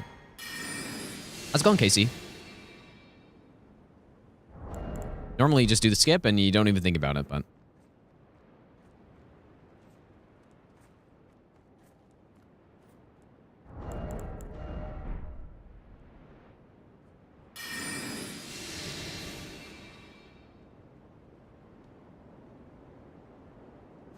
Yeah, so that's what I think about the fragments at this point. I thought, honestly, I thought it was really fun on a first playthrough. And I enjoyed the exploration and finding them all. I didn't find every single one, actually. I found most of them. I didn't find everyone. I found most of them. And it was a good progression, I think. But I don't know. Just the more I thought about it and playing subsequent playthroughs and stuff, I really don't like it at this point. How's it going, Liz? I don't like it. I would have preferred just nothing, probably. The thing I should go buy right now is Kukris, dude. Kind of running out. Yeah, I think I missed I think I missed 2. And I honestly still don't know which ones they were. It was probably just random pot enemies, yeah. Most likely. I'm sure someone who's watched the playthroughs has pointed out which ones I missed. Yeah, I think I missed 2, and I found all the other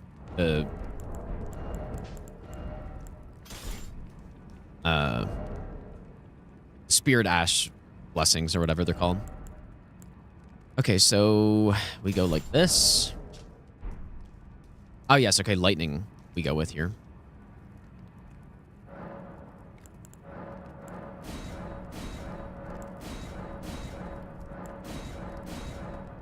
Should have been more than the exact amount. I agree, but at the same time, at least since they've changed the scaling of them, I think it's fine probably now, because really just like you get to level 12 and you're basically fine. Right? Get the soft cap early.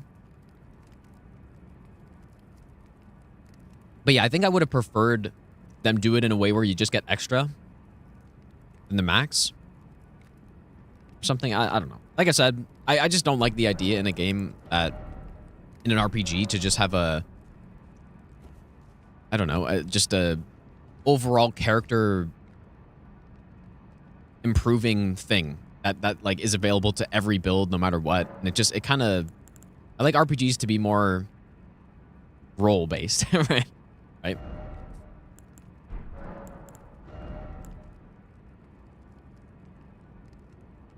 Where that upgrade path is just not based on your role at all. I guess that like you could say the same about the smithing stones, but at least it's a bit different because you're upgrading like specific weapons that will work for your setup, or you know, a staff or something like that. Okay, so the question now, do we have enough? Yeah, we're light load. Nice. Do we go lightning scorpion? I think this is it. Oh, red feather here too. So this is the boss. I would say this is probably the toughest boss on the run, especially considering how late she is.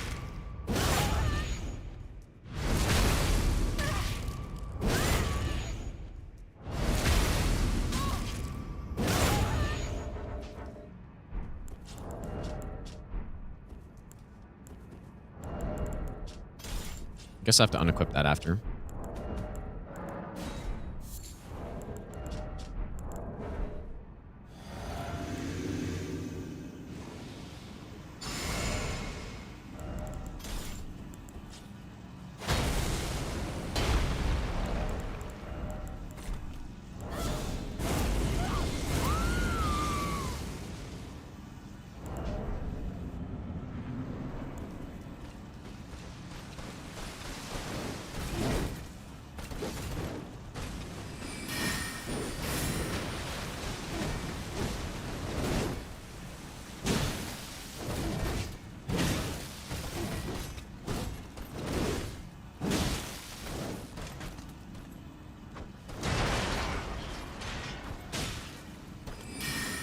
Wow, this is horrific RNG.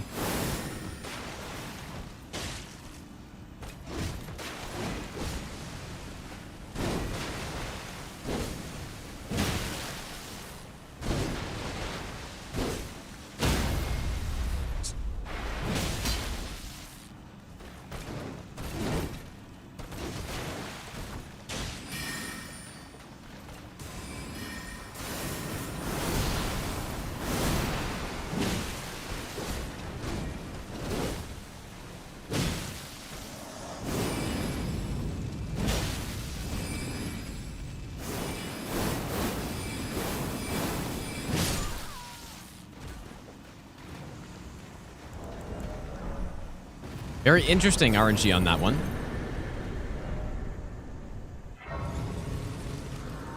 Okay, so yeah, we can't go over there yet because that breaks the region lock. Go here. Should probably do that fight again. Well, I mean, that's basically as bad as it can get, so. We should with this amount of damage, we shouldn't ever see phase 2.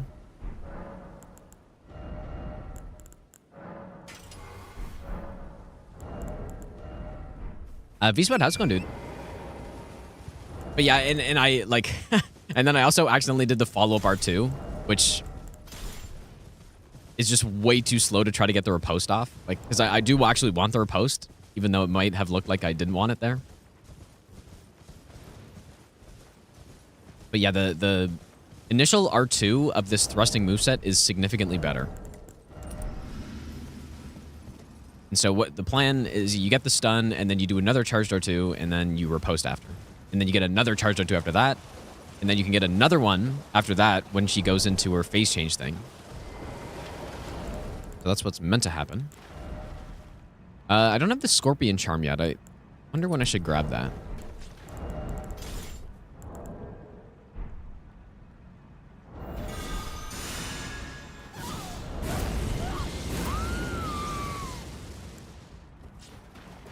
Yeah, she's a scary boss, and it was the same for me on the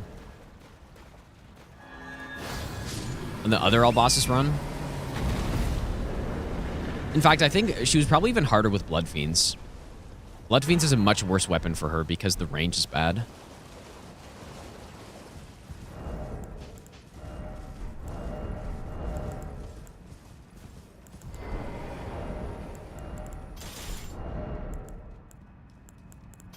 one.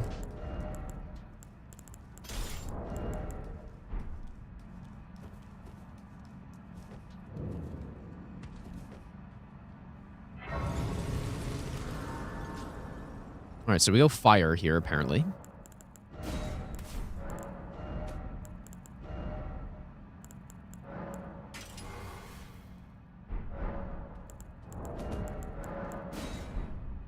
I'm just trying to think, do we need any of the pots that are in here?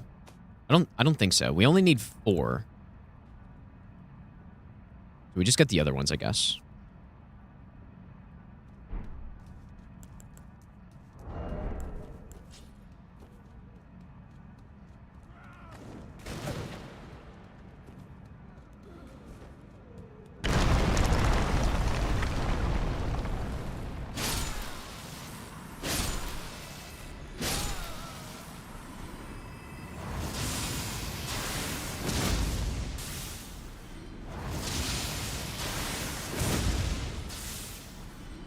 I use the rot lettuce strat is what I do. Even with all the tools that we have available like on this run, I still like using that strat because it's totally free. There's no concern about anything.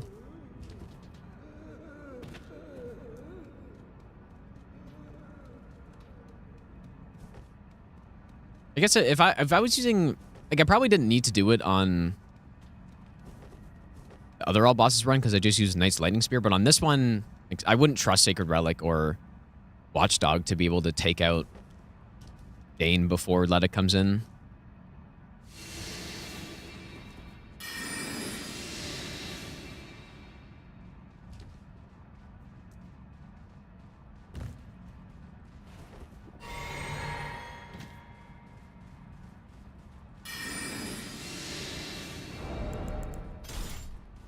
I don't know why I'm doing this, but in fact, it's a really bad idea because now we don't even need stealth here, dude.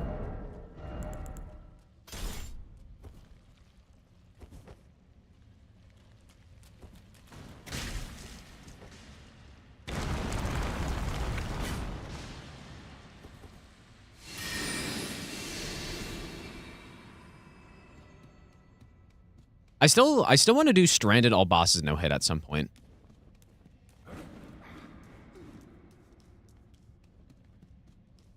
Not sure when though, but I think that'd be fun. That'd be tough.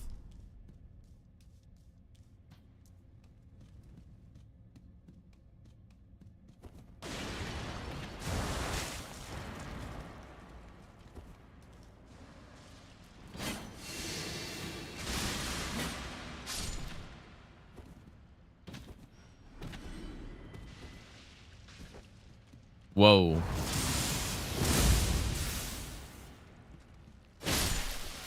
Dude, how was that possible? Is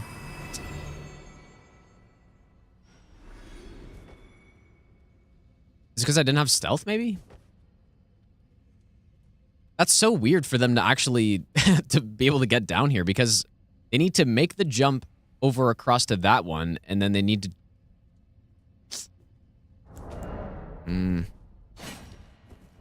I should probably redo this. I don't... That's bad. That's kind of insane. I haven't seen that before.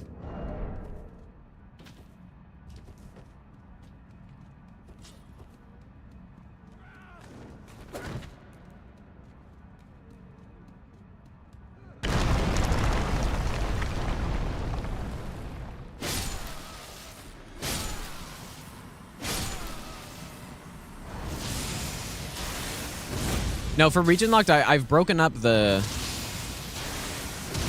areas in the DLC, so we're still like doing region locked. But yeah, some people are saying to consider the DLC as its own region, but I think it's way too big for that. So yeah, we've got it separated still.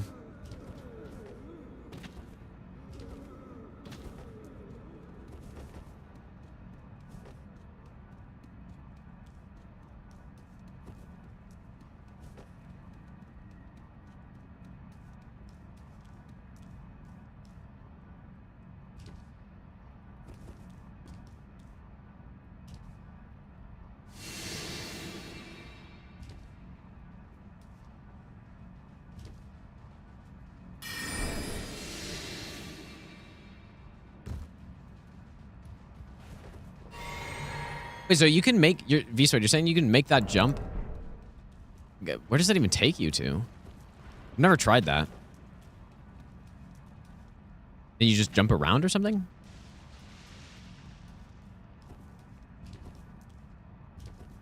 I may as well try it.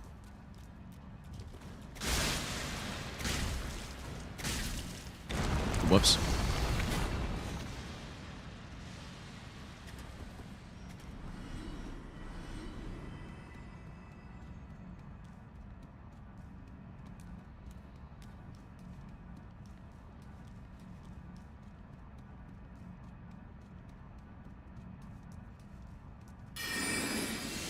Maybe even double stealth here would be a good idea. Just make a save here so I can test it.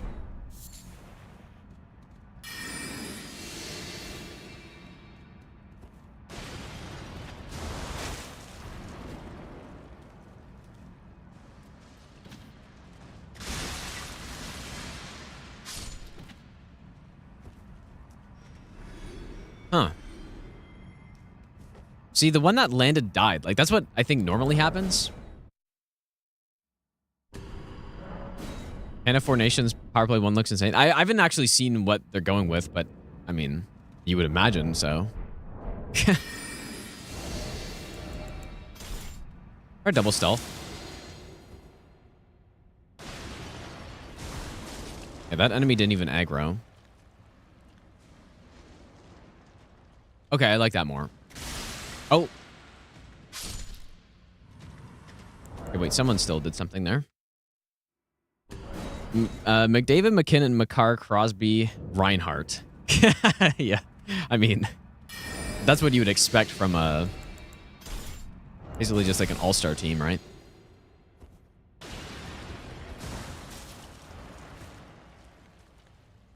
Like, who's still aggroed there?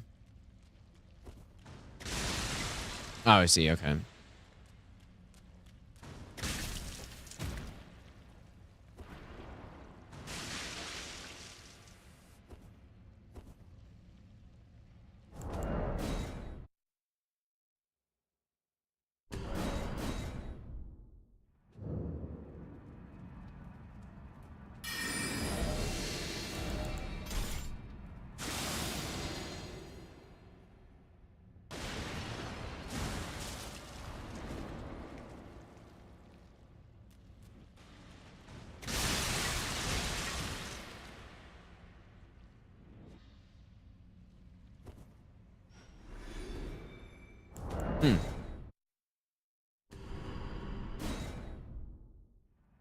I'm pretty sure, like, I think I just ran through on the other all bosses run. I didn't know that one could drop down, though.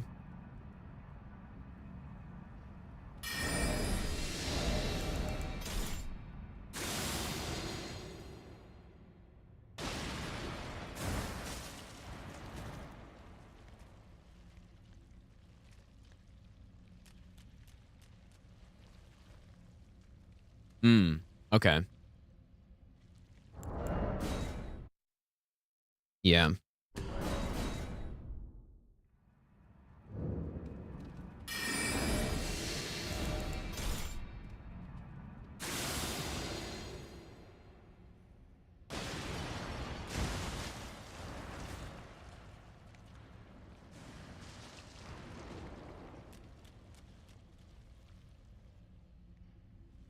Okay, I guess I'll do that.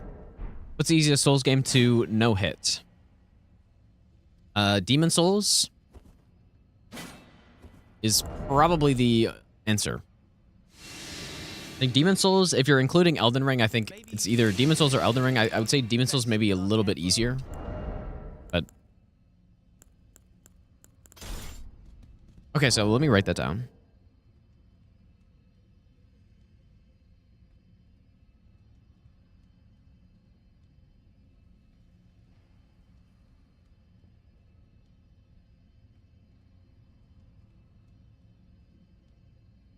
Okay.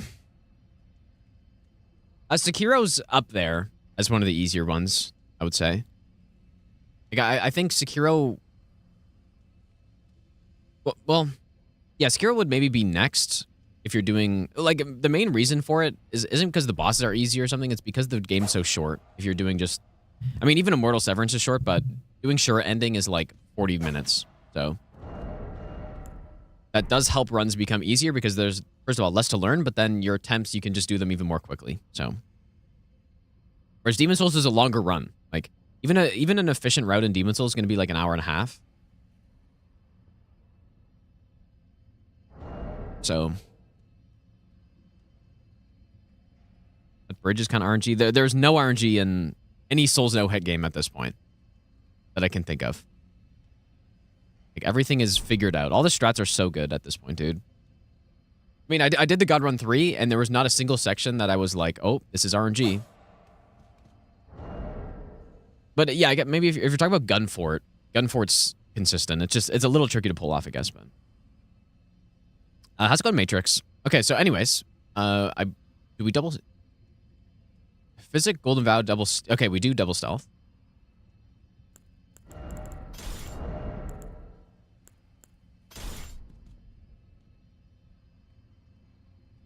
Tell that to Hobbs shield strat on Lena. Well, I mean, he's kind of just choosing to do a so optimal strat, I guess, right? Or maybe he doesn't know. It's also possible. But I would highly recommend to do not that strat. That's not a great strat. Yeah, Drake Valley's also consistent as well now. Yeah. Yeah, the strat I figured out for the God Run 3 is very good. Even if it's super weird. And yeah, maybe, you know what? Maybe there's a chance that it's RNG. I've done it like literally hundreds of times and I haven't gotten hits. But there's maybe a tiny chance with that bow Drake strat or Valley Drake strat. But I've never seen a hit there if someone performs the strat correctly. Gunslinger, thanks for the rating prime sub, dude.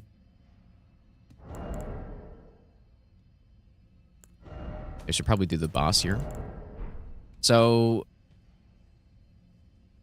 oh, okay. Use Great Arrow, and I need a lot of things equipped here. It's like this.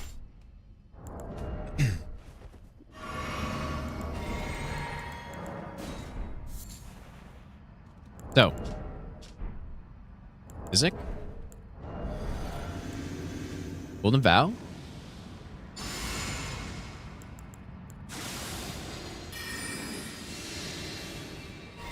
double stealth, and Howl.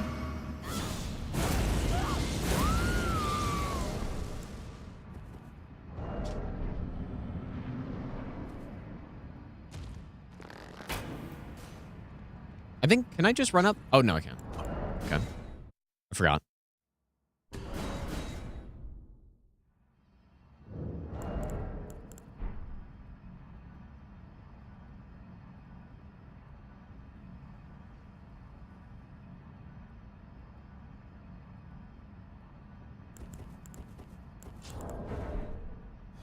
Yeah, he used the force.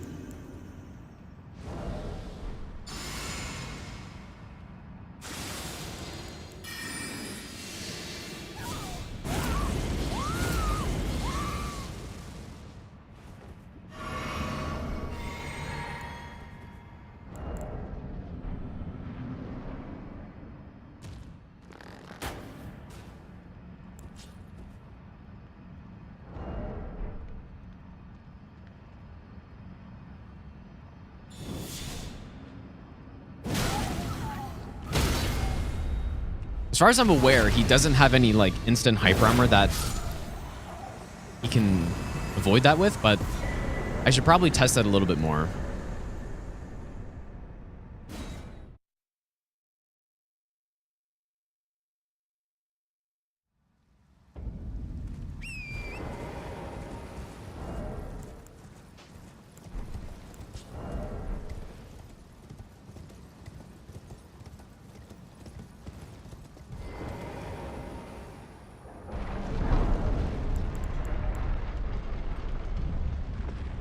Also, probably the fire infusion's unnecessary for that, I'd imagine.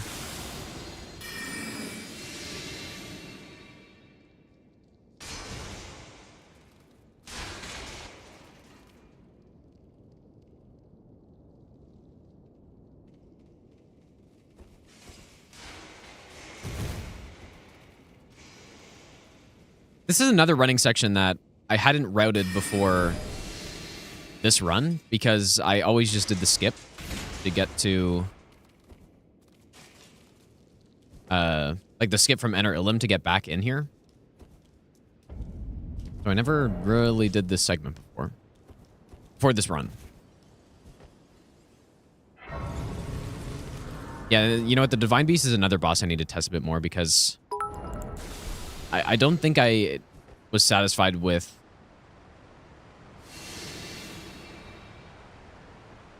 the strat there.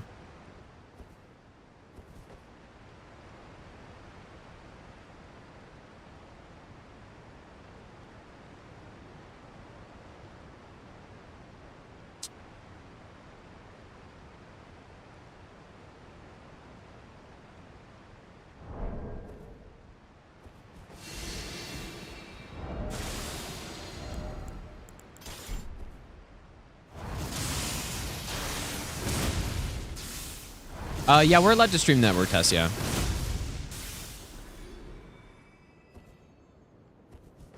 Yeah, like when things are embargoed and you're not allowed to release content, like they will specifically tell you in usually like usually be like a contract, right? So this is a public thing, so definitely no need for like no, you don't need to worry about not streaming it.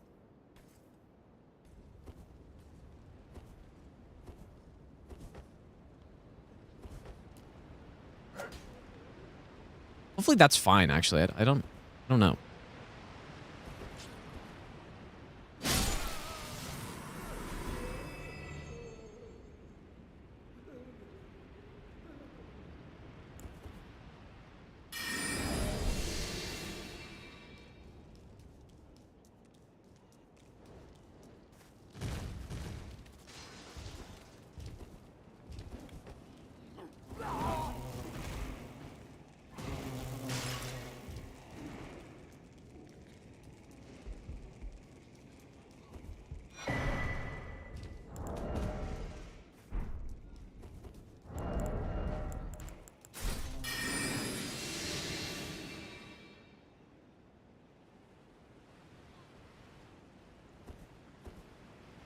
Yeah, I'm going to stream the early hours, I think.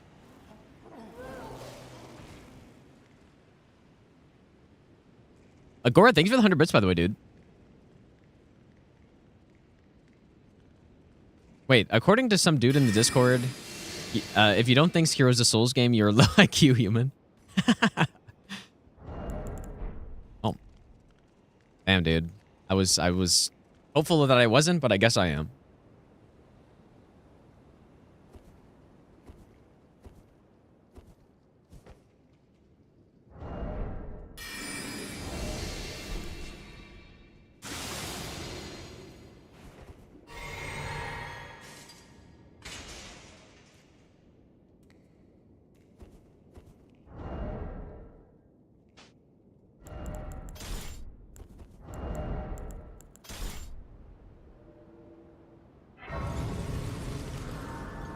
Dude, I don't even say whether or not to go with fire here. Do we go fire? Does anyone remember when I was testing this?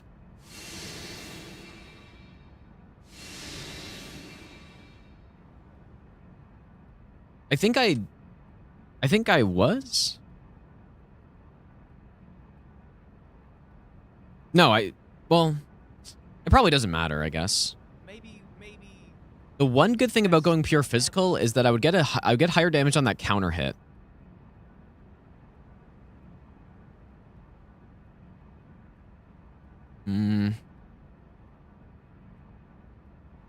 But I think maybe the charged R2 fire damage did more because of the physic. It probably doesn't matter.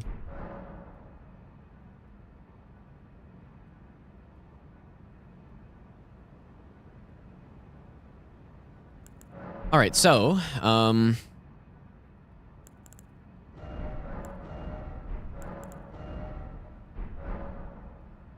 we go Knight's Resolve or Cragblade? I think Knight's Resolve.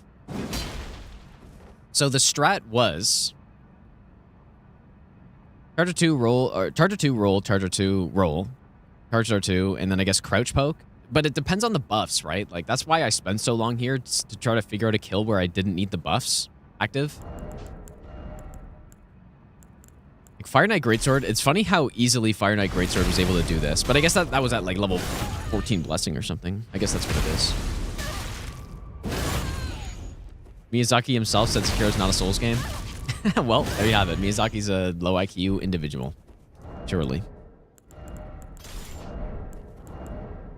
I mean, I guess that could be true. Who knows, man?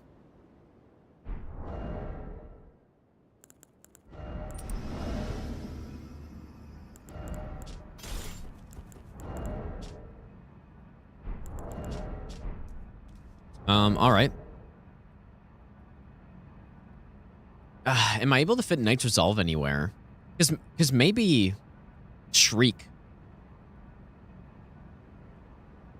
But it would be weird to get Shriek for a single boss. Right?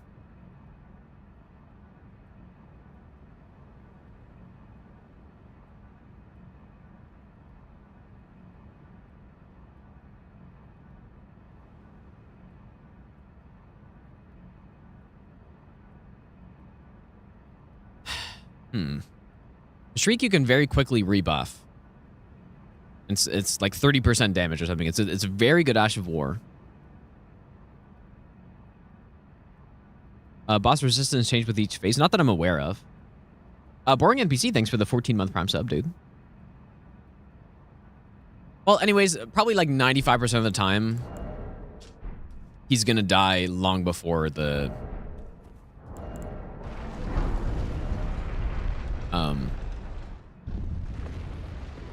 Like, he's gonna die during that combo. Just there... If I whiff, especially, there's a pretty decent chance that we don't quite have enough damage for the kill. And so that's kind of what I was trying to figure out.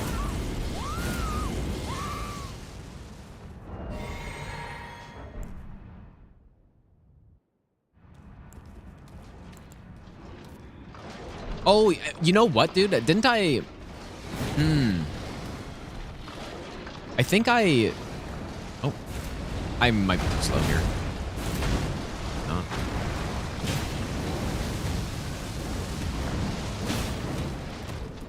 I think I may have settled on using the bolt in the opening or something. But I would have wrote that down, though. So maybe I didn't settle on that. Anyways, most of the time it's going to look like that. That was perfect RNG because he did the attack immediately. But not every time.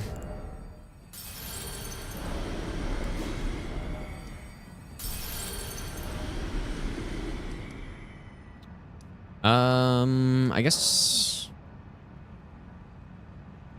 Oh, where should I go to get down to... I'll just go from here.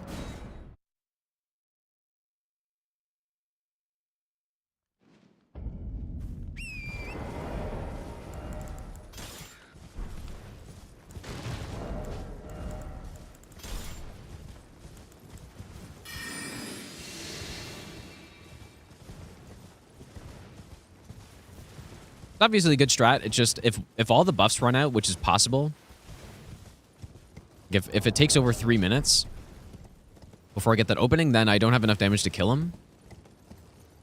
And yeah, I think Shriek would probably be the best thing for that.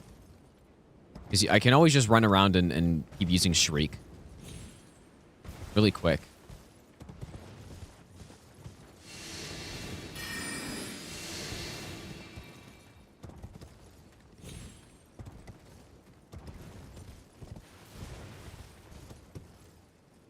All right, we are also considering Chief Bloodfiend as part of Gravesite Plain, so that's why we're going to him.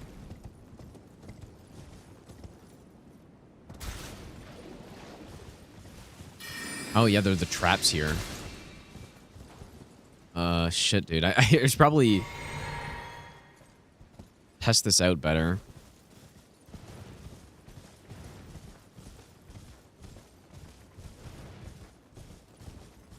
I'm gonna have to know exactly where those traps are if I'm taking this path.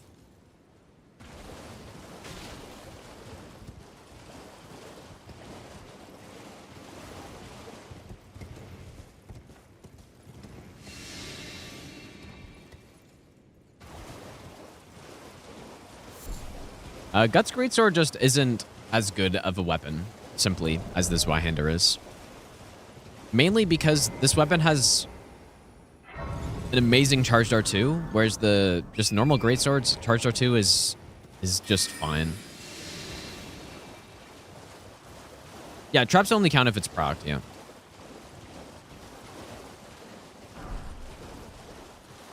We get some round rocks that are around here. Claymore versus Y. I don't know. They're both good. I think Zweihander's probably better for this type of run.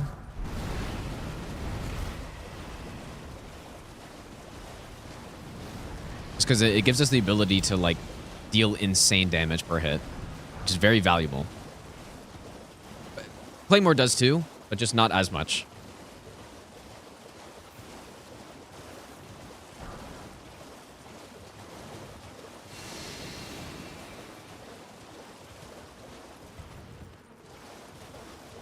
I'm going to pick up the two-headed turtle talisman here. Even though I was saying I'm not really sure if I want to do that. I've never tried picking it up with double stealth before either, so maybe I'll try that too. Just to see. It sketches me out a little bit.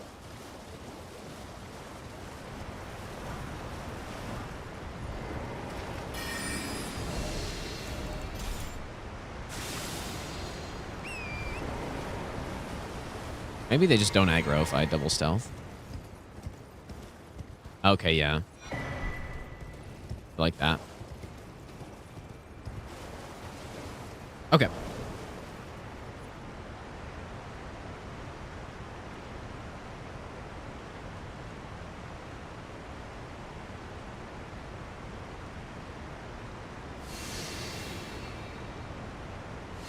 Good.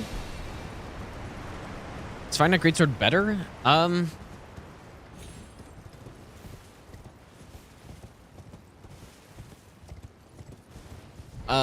don't know. Probably. I'd have to see how the numbers work, I guess. But having extra fire damage is always nice. And I don't know if it takes away... Like, I don't know if this Zweihander with a physical build... Like, let's just say a quality build like this, if it gets less AR, or just less physical damage than Fire Knights does. But having just... Even just a tiny amount of fire damage, even if you're not going with a Faith build or something, is still really nice to have.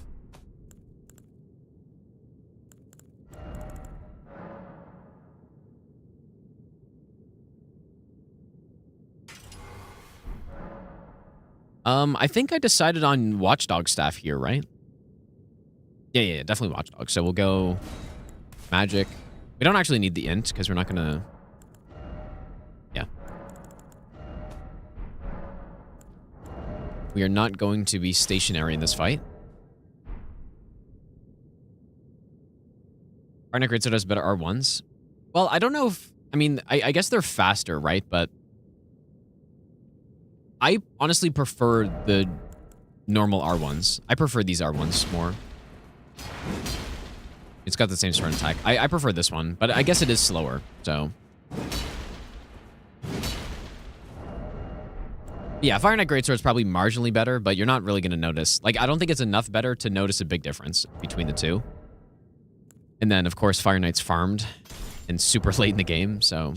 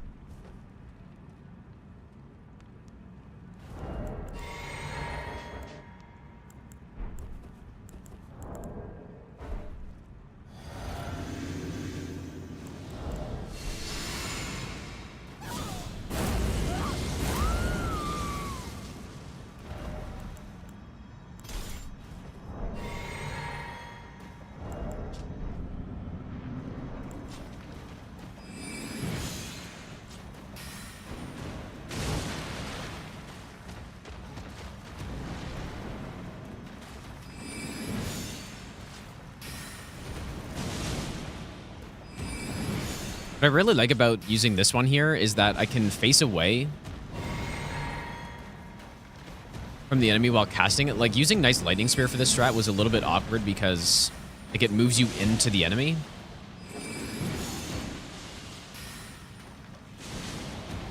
Even though, obviously, the damage of Nice Lightning Spear is significantly better than this, but...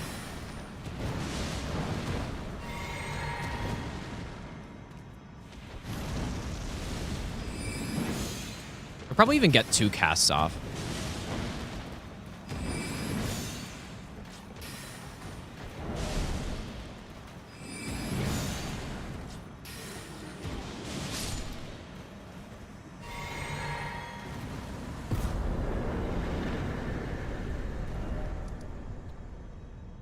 Okay. Now this is something I need to test. And same with the Dragon Man. These fights, I am really not sure about the strat for them because I don't have Wrath from Afar. So I can't just do the normal combo, which probably would work very well on them. And yeah, so I guess right now I'm going to go upgrade Sacred Relic plus 10. Well, actually, I mean, Watchdog should probably be plus 10 by this point too.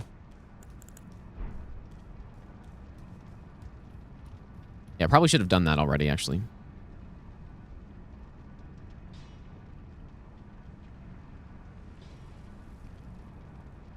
Make that fight go a little bit faster.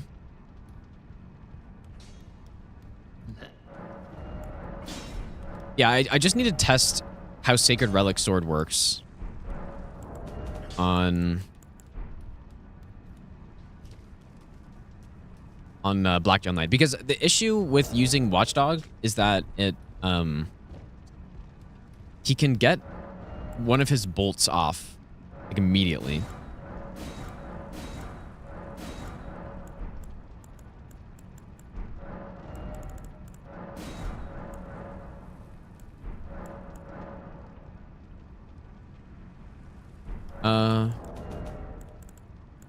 Okay, I guess we don't need it. This scales purely, the Ash of War scales purely off weapon upgrade level, so that's why it's good on a non-intelligence build.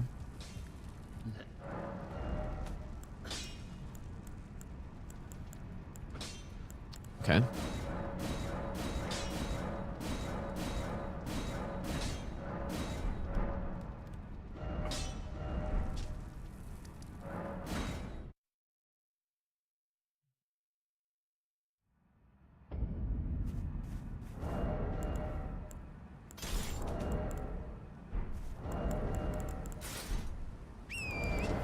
Okay, so let's get to the boss, and then... Oh, yeah, Spellblade. Yeah. Okay, that's another thing I need to write down, too.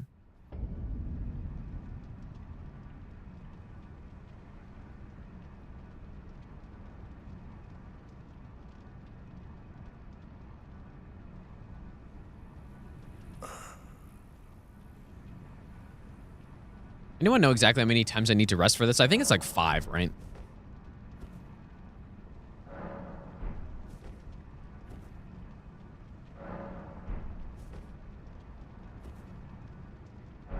Oh, is it 3 times? Okay. Here we go.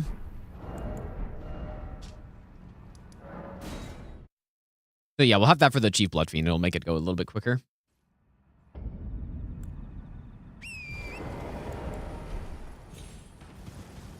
I have no idea what you're saying, Agora, dude. I have no idea what that means. Oh, you're saying I like said something in the Discord, yeah. Yeah, because last night, or maybe was it this morning or last night? I noticed how insane the difference was with the 4K YouTube stream. But yeah, I still need to figure out the audio, though. In fact, I'm going to reset the capture card again. Need to figure out the audio. That's a slight issue. Okay, so...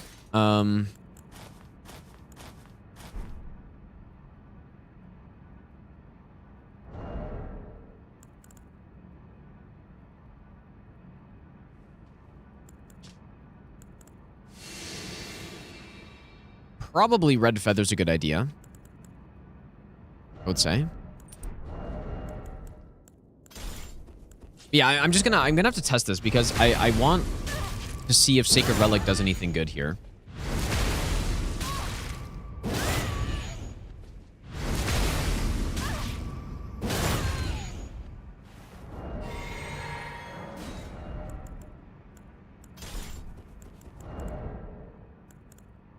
Anyways, let's just do what I thought initially, what the plan is right now. So basically,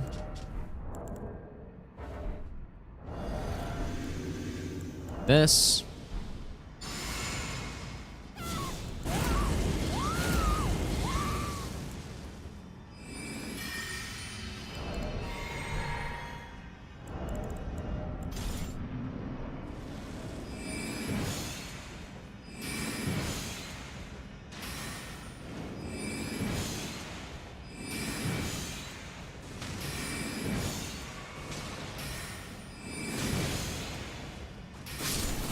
That's what I have right now. So that's like very scuffed. I don't like that at all.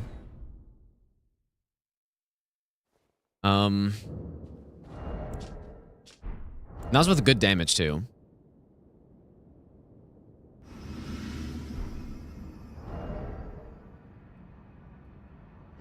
Let's try Sacred Relic. Just on its own, just see how it does. I have no Holy Scorpion yet though, but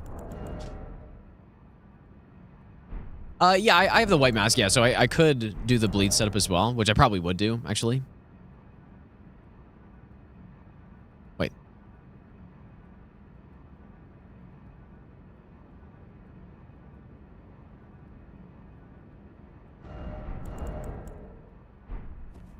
Let's see what Sacred Relic can do. I don't know, maybe there's a world where we just don't even get Watchdog stuff at all. I'd have to change some of the strats on the run, but like if I just immediately cast here, does he have time? Oh, he just poised it, dude. That's a... Oh boy. Yeah, not having Wrath from Afar is such a problem, dude.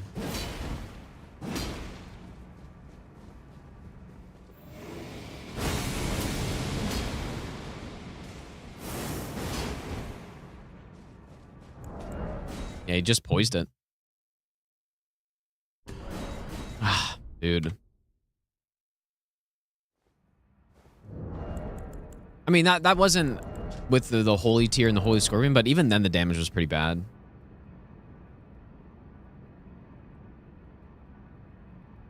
Crouch Poke? Okay, I can try it, I guess.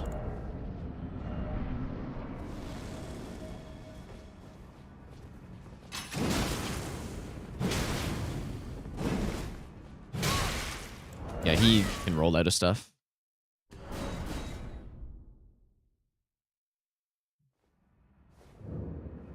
Yeah, and I'm pretty sure he can actually, if he starts up his Ash of War, he just hyper armors through Crouch Poke or something like that.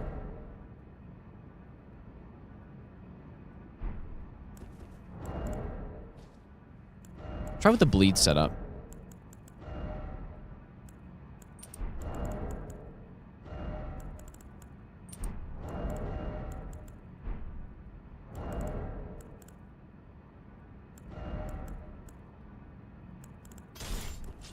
Something like this.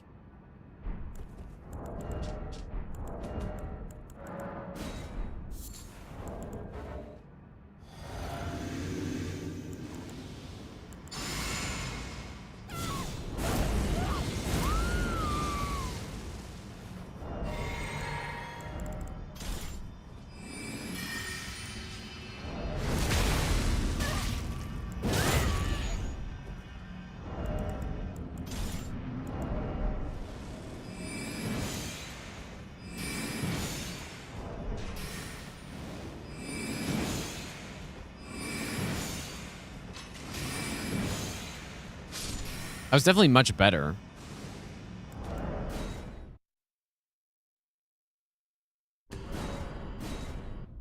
I still don't really like it though, dude.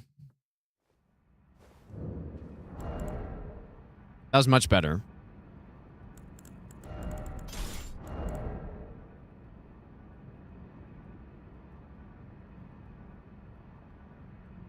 Giant Hunt.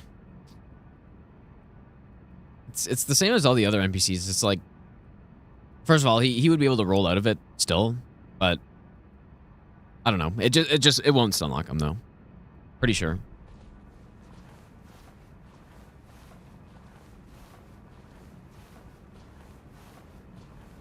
That was pretty good though. So if I do this, we drink here.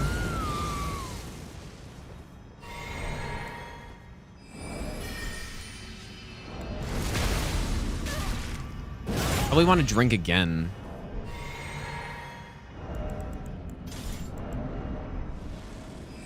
Then we got 2 casts off.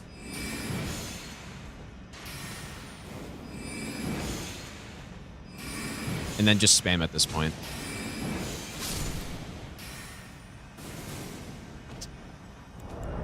I feel like that's the best I've got right now, dude, because Sacred Relic doesn't really work well.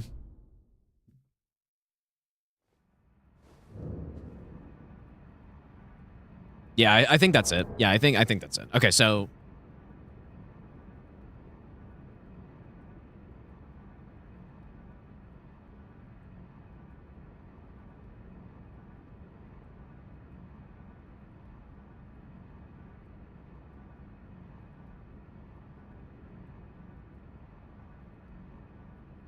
wait, so okay, so Physic, Golden Vow, Howl.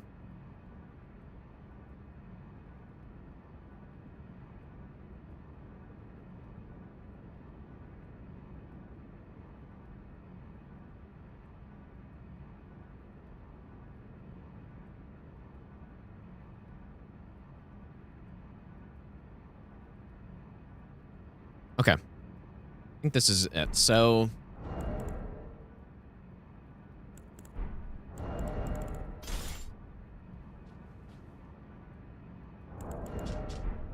Physic.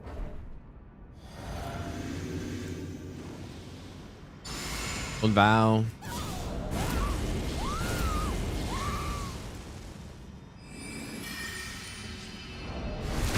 Oh, I did. Yeah, lead drink. And then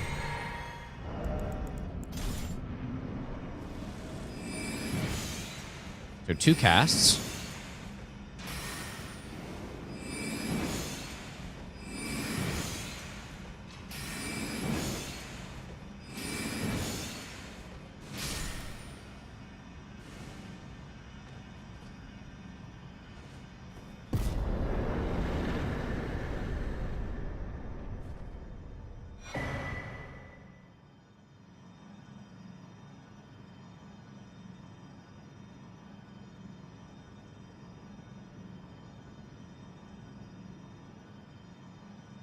Okay.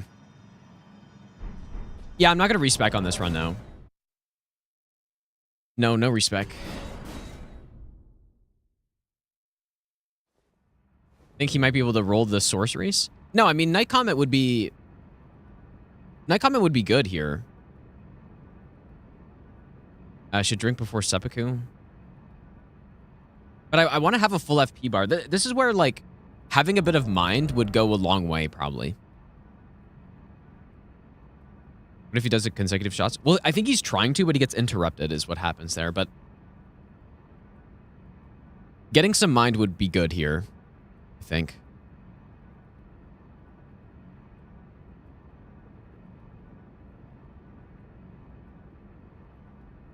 Got some mind. See if this is any cleaner.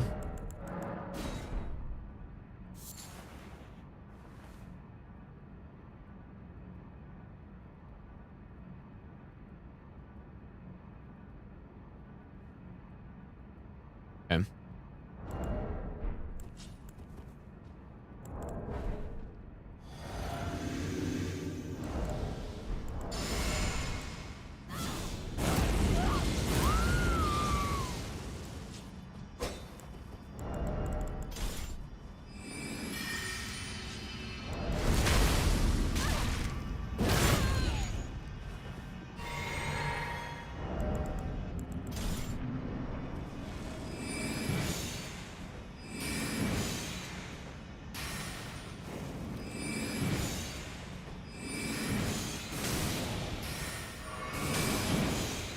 Wow, dude. Like, he can really... I also... Somehow I wasn't locked on for one of those hits, I guess. He can really rush you down quick.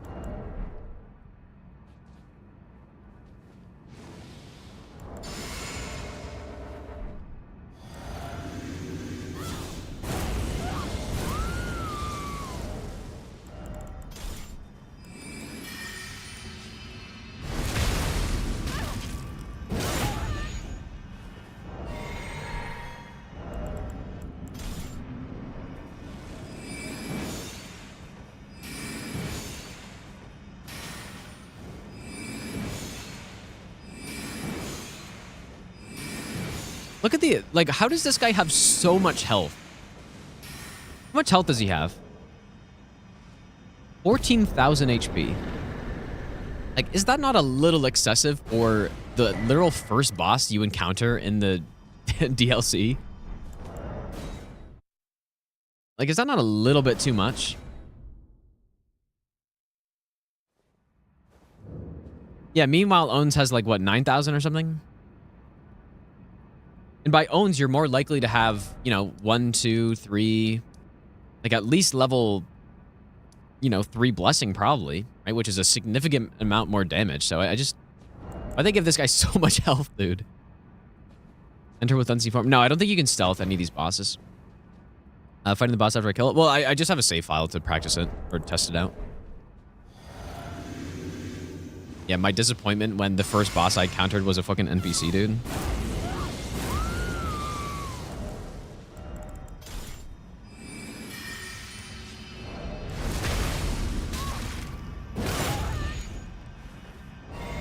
Well, Lamenter's at like 36k or something, but still.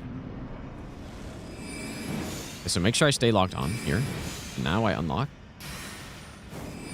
Seems like it usually gets the 1 off. Probably that's partially because I two-hand the weapon. Like when I was initially testing this. Let me try one more thing. Yeah, Letta has, I think Letta has like 19,000 or something plus a heal. Which is disgusting. And then you got to fight potentially 5 NPCs. So, yeah, we've got a nice strat for Gaius, yeah. Okay, well, last time. This should be good. I just want to try two-handing before I enter the fog gate.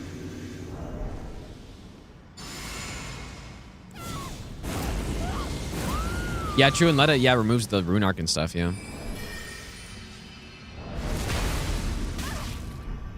Maybe I don't actually need the Kite Shield. Instead, we could maybe swap this one.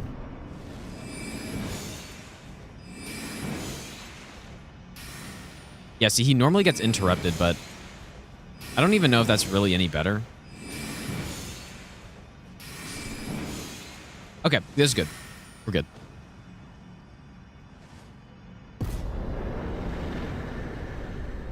All right, now, this Dragon Man strat is so bad, dude. There's no way it's consistent. I mean, there's a slight chance it's consistent, but I don't know.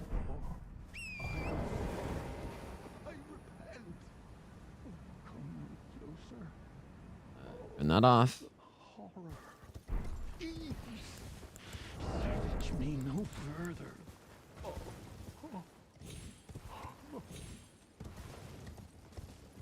Yeah, I guess right-hand weapon actually is a good idea. That'd work out. Oh, her weapon art removes all buffs? Dude, I did not even know that. What the hell? That's really cool, actually. That's sick, dude. I didn't know that. Like, I assume it does the same thing in PvP too, right? And that's actually really sick. I like that.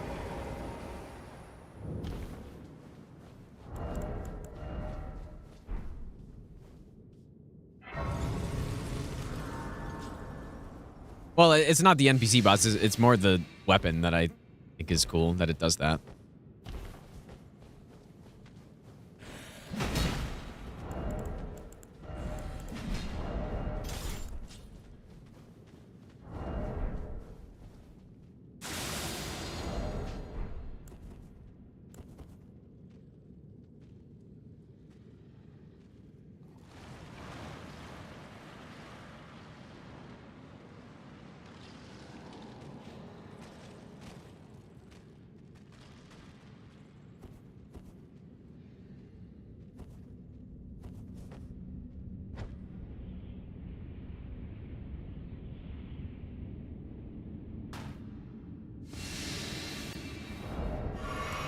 All right, so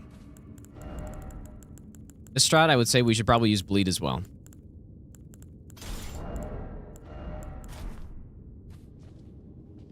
So basically, I just walked in and then spammed the Ash of War, and it just worked every time. So I'm gonna try the exact same thing.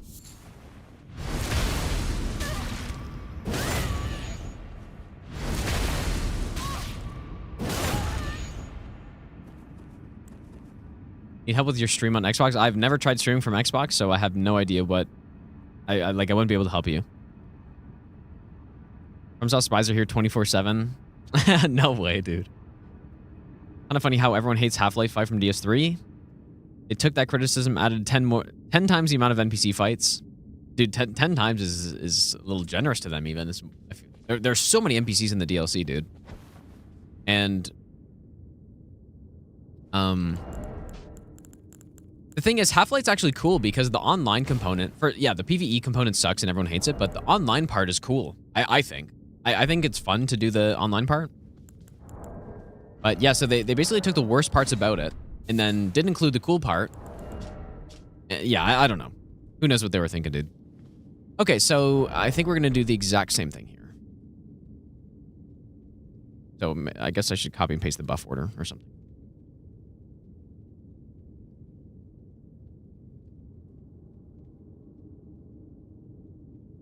Yeah, I'm supposed to cast 4 times here, apparently.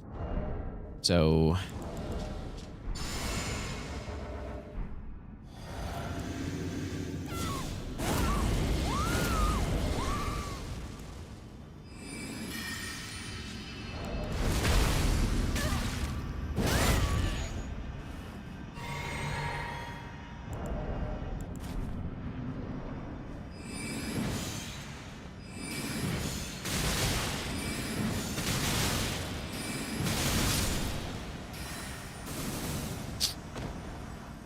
that's what I was doing. I've seen Tom skip for line up for the skip here. I have not seen that. Like just the jump version?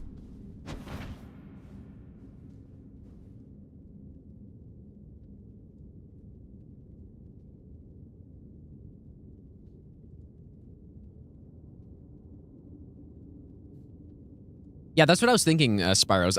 That's what I was suspecting, is that it has something to do with just like running straight in, and then he does the Ash of War every time. Wait, is this the guy? What are you talking about?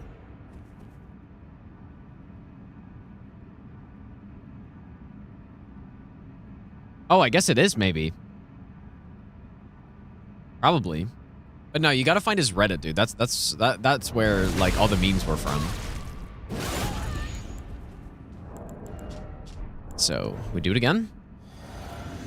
It looks so bad, doesn't it, dude? But you know what? At least Dragon Man has 0 hyper armor. So, well, he has basically no poise, and he can only hyper armor on the Ash of War. Which that's the question: can he do it? I don't know.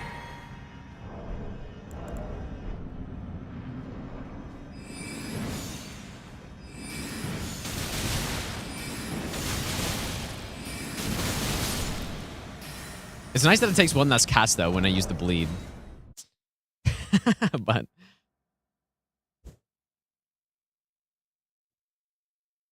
where does Nico Bell come from? Well, it was the name of a guy on YouTube who basically tried to pretend like he got the world's first no-hit of the DLC. With like a clearly faked run. So that's where the meme came from.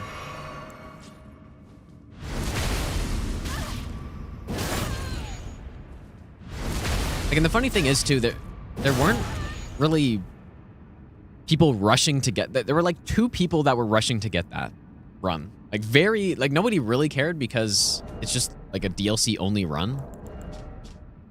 Oh, I must not have loaded a save. Like, so it wasn't some highly contested run. Like, I think a new Souls game, when Elden Ring came out, there were quite a few people who were trying to get it immediately, and in the older Souls games too, after Like Sekiro, for example, and I'm sure when the next Souls game comes out, people are going to try to no-hit it. And same with probably Night Rain. I'm sure someone's going to try that too. But like, this wasn't even really highly contested, dude. But like, so out of all the runs to try to like cheat to get the glory of getting it first, like it was not a good pick. It's just no one cared. And then when people noticed that, it's like, oh yeah, this is like clearly cheated, dude. It was hilarious because like, it was so badly faked, you know?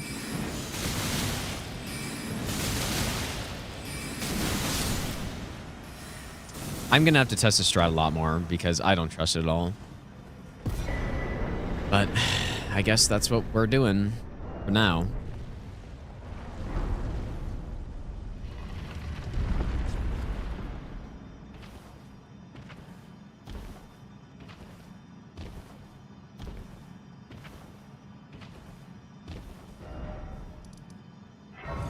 All right, one more boss. In Gravesite Plain. Ash of War on a live run. Yeah, that's what I'm worried about, dude. Yeah. Oh yeah, Soluria's tree. Okay, wait a second. Why did I said to get Soluria's tree for this guy, but obviously I can't. That's funny, dude. We do want to go get the Sacred Scorpion Charm, though.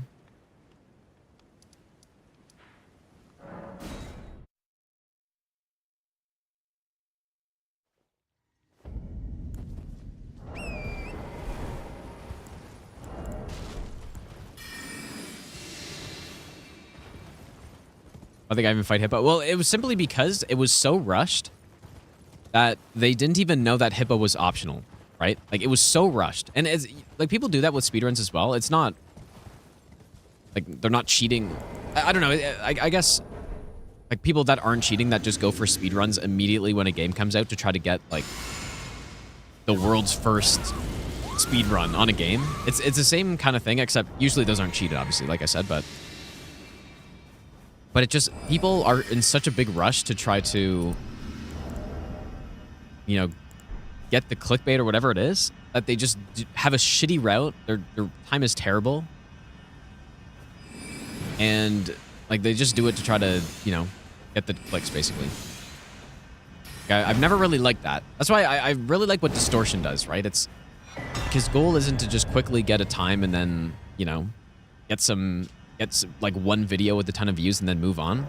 Like, he really practices stuff and routes it properly and then, you know, gets a legitimately decent time, at least for, you know, how long the route's been run for and stuff like that. Yeah, I see lots of people do that. They'll speed run, quote unquote speed run, have like the worst route you've ever seen. And then, you know, say it's fine. They'll do an attempt of it, get a time, and then just post it and then never play the game again. Which, I don't know. That's basically what Nico Bellic was trying to do as well. I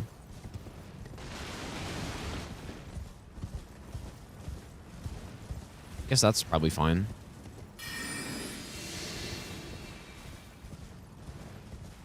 Yeah, spoil your first playthrough just for that, yeah. Oh, like, to be fair, though, I don't think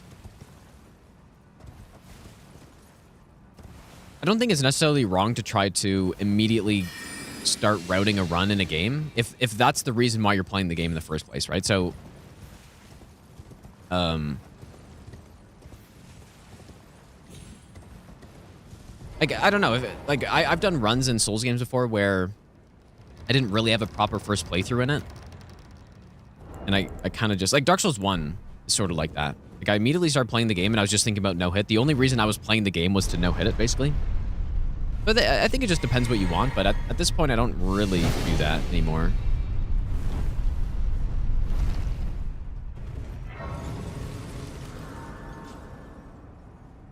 Okay, so obviously we can't go Soluria's tree, which sucks. But I think it's fine regardless. Yeah, no, like, I wrote Soluria's tree here thinking that I would have it by now, but I obviously can't. Do that. How was his run fake? I mean, it was spliced, simply. Like, it was just spliced. Not really much more to it than that. Like, so basically, a spliced run would be where someone does each segment individually, and then, you know, like, let's just say probably the most egregious part was the Letta fight, I would say. So what he would have done is made a save file before the Letta fight, and then just attempted it over and over and over again until he got it no hit successfully, and then, you know, cut that part and added it to the entire run, basically. Right? Yeah, the run up the stairs, yeah. Yeah. Obviously, that's a total opposite of how no-hit runs are meant to go, right? Like, this entire 84 hours we've spent so far on this run has been to completely minimize any RNG and, you know, get everything consistent enough that we could actually do it in a run. Whereas doing something like that, like attempting a split with a garbage strat until it works, it's the exact opposite, right? Exact opposite of what we try to do. So yeah, we'll just go Sacred Blade.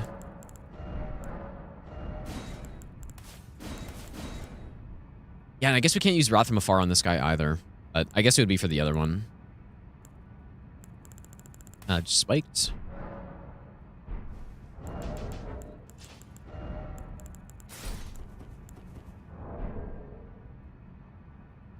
Not knowing the way in Shadow Keep.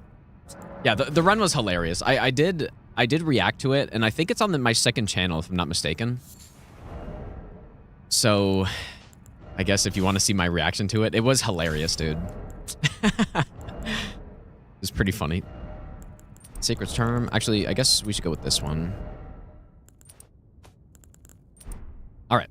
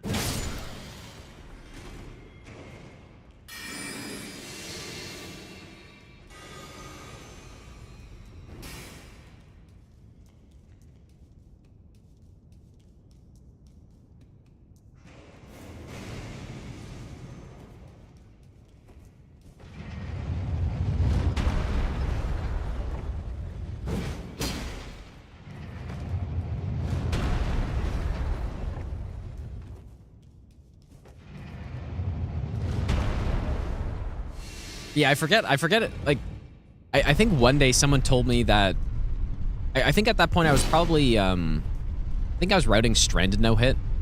All Great Runes.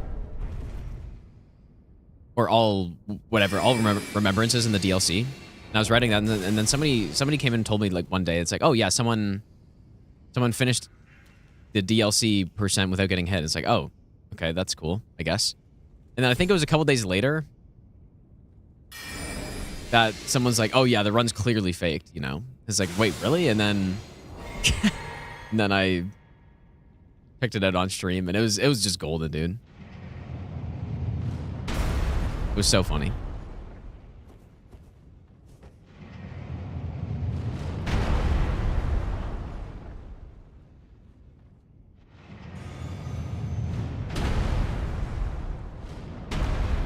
Ever gonna attempt God Run 3 SO1? I don't have any plans to do it, but I won't say that I'll never attempt that. Just maybe eventually I will. The Hob comment on the video was great. I don't really remember what it was, but yeah, I do remember Hob commenting, I guess. Yeah. Okay, so I need to practice this boss more, 100%, dude. Definitely need to practice this guy more, but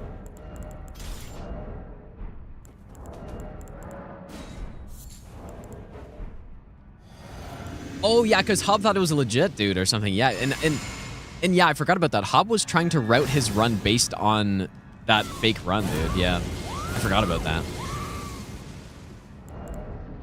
I totally forgot about that, dude. That's so funny.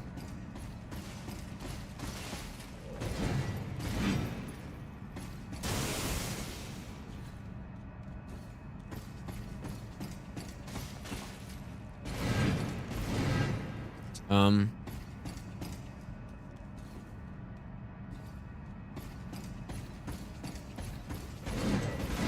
Oh my god, I need to... Gating up the damn follow-up, dude.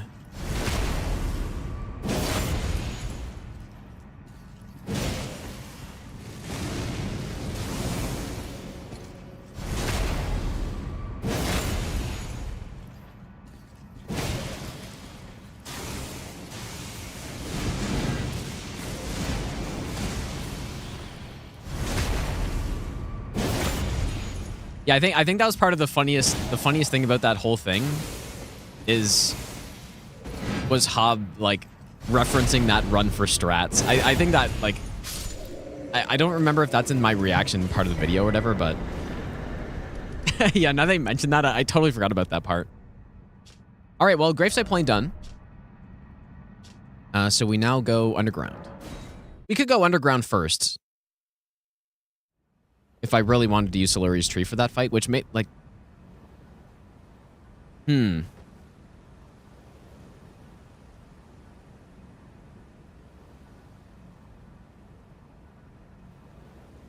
that make more sense? Maybe? Like, what do we get in the DLC that would be good?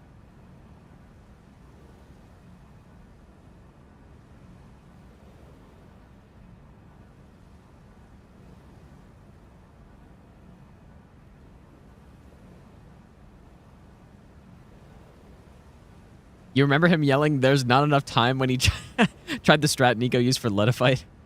Yeah, well, the strat was basically not a strat. It was run in and blast them. Yeah. No, you can't crouch both Death Knights. They get poise or whatever. Backstab also doesn't reset poise timer now. Ah, dude, should we do that? Like, the only reason to do it would be to get Siluria's tree for that Death Knight, which is better. Like, it would script the fight, or not script it, but I would only need one punish instead of what just happened there. Yeah, we get 200 Talisman a bit later. Yeah, I remember that, Caboodle. Yeah, that was funny. Because people in the comments were kind of doing the same thing, but I decided to make it a haiku.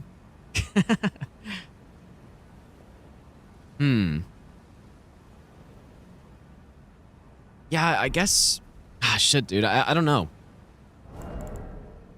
We don't really get anything from the DLC at this point.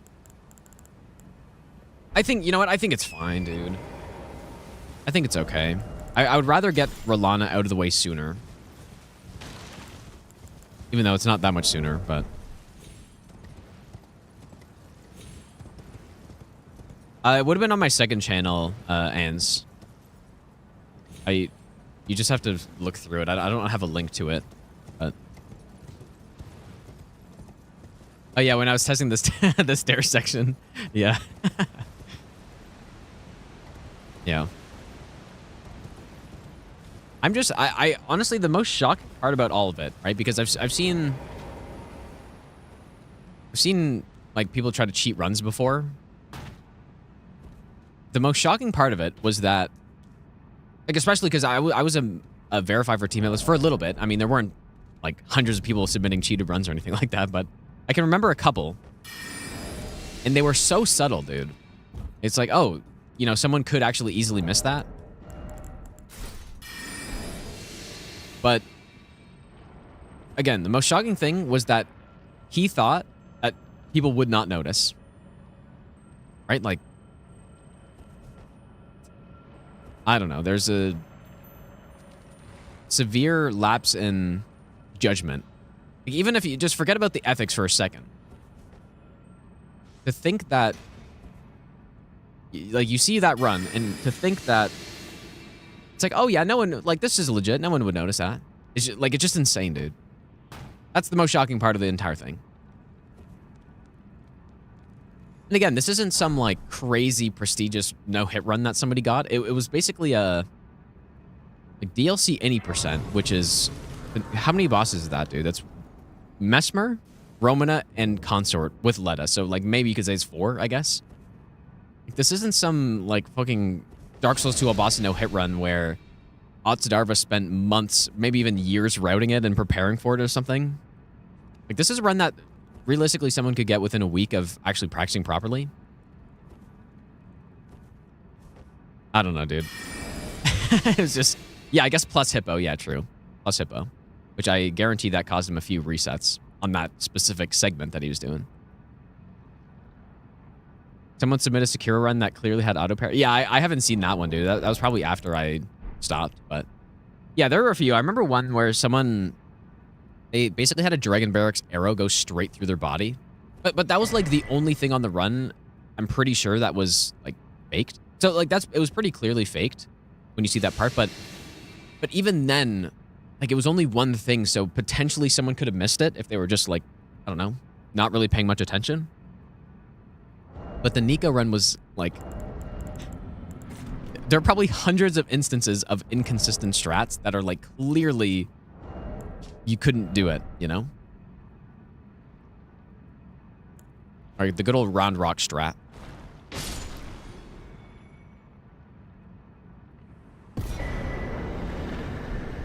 You verified a ESR glitchless run that had no death on?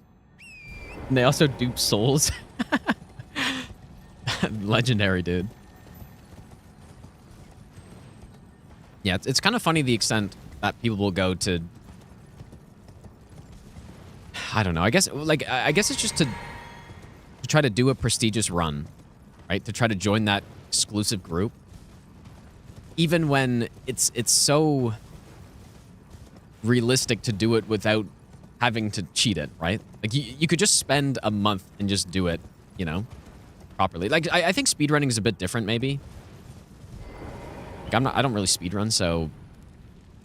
I don't know, but speedrunning, I could see it being harder and more appealing, but for no-hit runs, like, it's not a matter of grinding for years to get a time in a game, right? You just do it. Like, you learn it, and then you do it.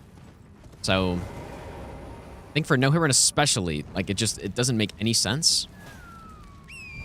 What the...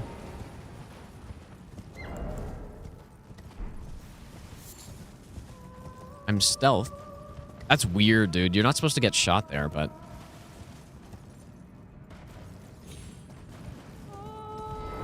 Maybe I need to use Gambit. But I have the code on.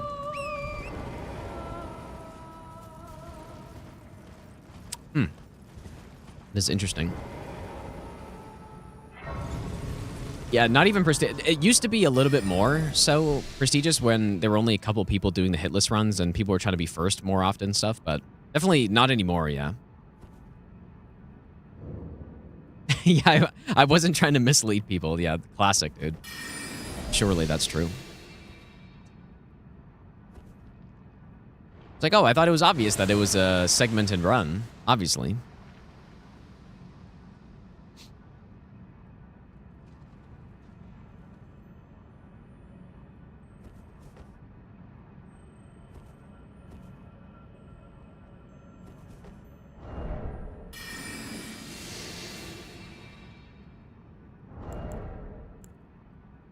We don't really need that anymore. No, it's way more than 1,085 people, dude, that have done no hit.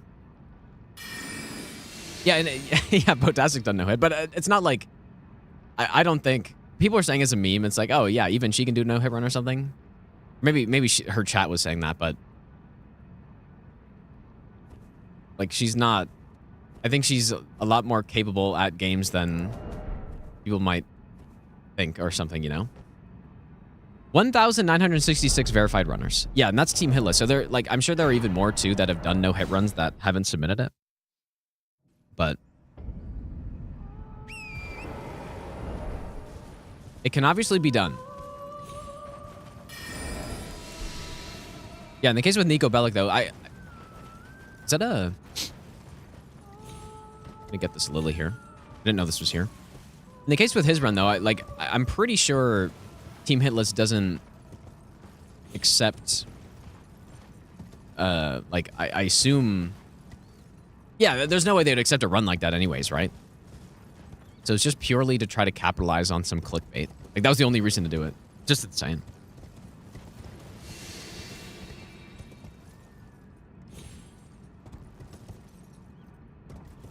course I cheated. It was a charity run. He didn't say that. I that must be from something I don't know. Yeah, I did get a lot of attention. Yeah, that's a good point, I guess. But probably not in the way that... Well, no, I guess before people realized it was fake, there were quite a few views on that video, so I guess it kind of worked. It's true. But was it worth it? Is the real question.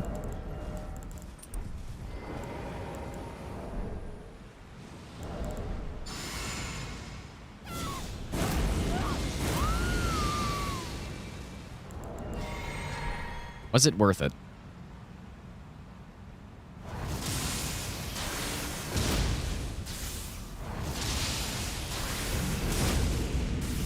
Really?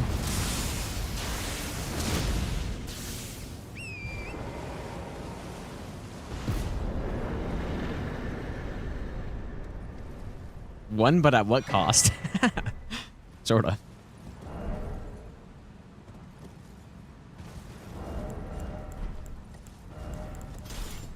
Torch.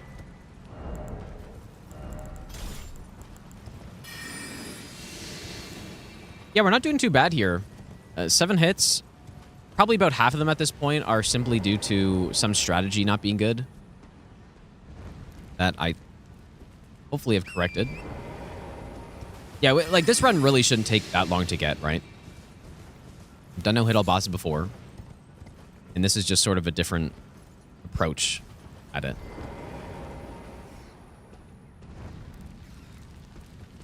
Watch me end with like 45 hits though, and just some like some insane bad strat.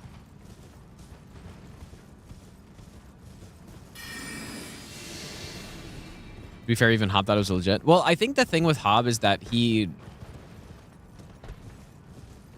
would never assume, or he would just, I don't know what the right word for it is. It's not gullible. Well, it's more just that he would never think that someone could ever do something like that, probably. Probably shouldn't stealth again.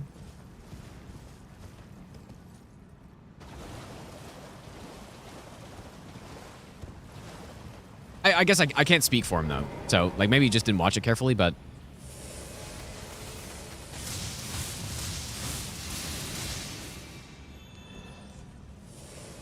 Yeah, I'm sure he had no doubts that it was fake, right? I guess just not critical of it, I guess is what I'm trying to say.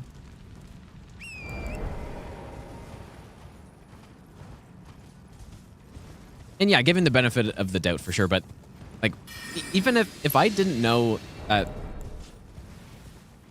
a run was...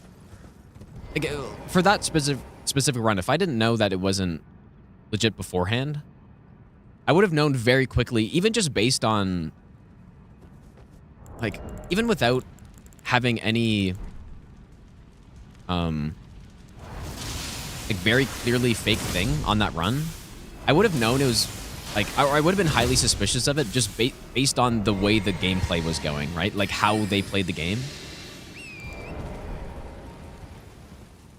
And I don't even mean, like, specific bad strats, but as an example, there was this big controversy when Elden Ring speedruns were first getting to, like, the stupid times, like 2 minutes or whatever. Or, well, not 2 minutes, like 6-7 minutes. And there was one guy who posted a video that was clearly fake, but the thing is, with how wild the Elden Ring any percent speedrun is with the zips, is it really sub 3? That's so stupid, dude. Based on... yeah, how the speedrun was with the zips, people didn't really know what was going on with the glitches, right? And it just looked so insane. And so there's someone who posted a video. I don't know if it was, like, if there's malicious intent to try to, like, capitalize on it or whatever. There probably was. Someone posted a video of, like, a 3-minute world record speedrun where they just clearly used Cheat Engine to do it. But people had no idea, right? Because of how insane the glitches were, so they just kind of assumed it was real. It's like, oh my god, this insane new world record with, it's like...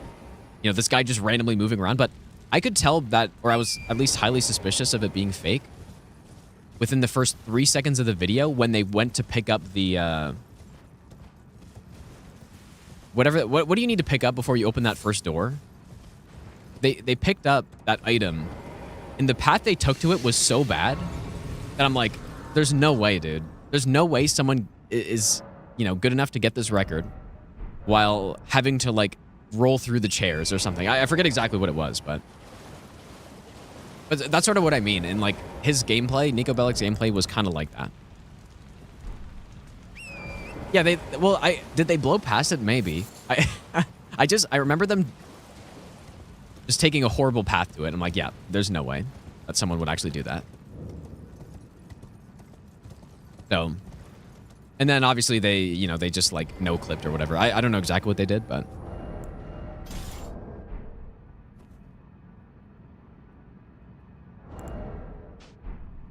Back in the day, you honestly thought I was using some cheat engine table to buff my damage?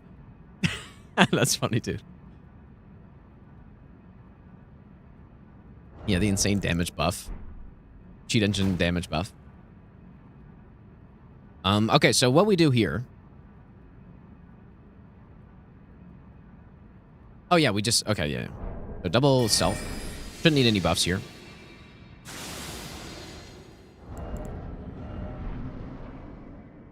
One tick left of east.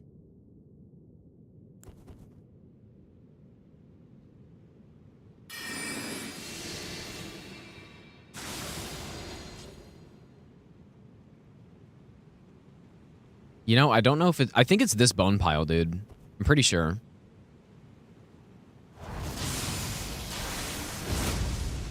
Yeah.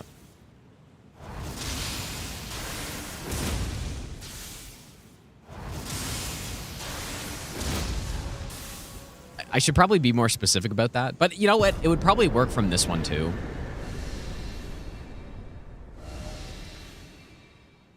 But yeah, I mean, you don't need to feel bad about that. I think... Back in the day, especially before no-hit runs were so common, so many people thought the runs were cheated, dude, because they just couldn't comprehend. I mean, it wasn't the amount of damage they were doing mostly, but like they couldn't comprehend that it was possible, at least when they compare it to their own gameplay. And so I feel like that used to happen a lot more. Not really to me, but to the original no-hit runners like Squilla and Roz and Hob and stuff. I feel like I used to see people think that the runs were faked a lot more than now. So you're not the only one, basically. On my stats, we've got 69 strength and dex. The Mustin aggro, there's some weird cheese where if you hit the boss from that angle, the boss just sits there and does nothing, basically. Don't know how it works, but it does. Get the impression some streamers use modifiers to reduce enemy aggression. I don't believe so. I've seen, like, I guess now that I get more eyes on the runs that I do, I have seen people say stuff like that. Like, oh, you know, he's clearly using a mod that makes the boss less aggressive or something so he can fight it more easily, right? But where it comes from is that when people are playing the game, this goes for a lot of things. When you're playing the game yourself, it looks so much faster and it's so much more confusing than when you're watching someone who knows what's going on, right? Again, and the game will seem slower when you're watching somebody else. And that's what people say. It's like, oh, dude, your game is slower for sure. The bosses are less aggressive or whatever. But it's just when you're watching it and you don't have to control anything else other than you're just watching, then I think that's where it comes from. The game just looks so much slower. And so, yeah, that's probably what is going on.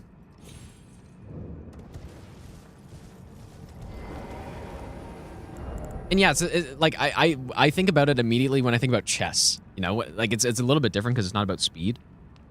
Well, it can be, I guess, but when you're watching someone play chess, it's so much easier to find the moves than when you're playing yourself. You know, I'm not a big chess guy, by the way. That's just the first thing I thought of.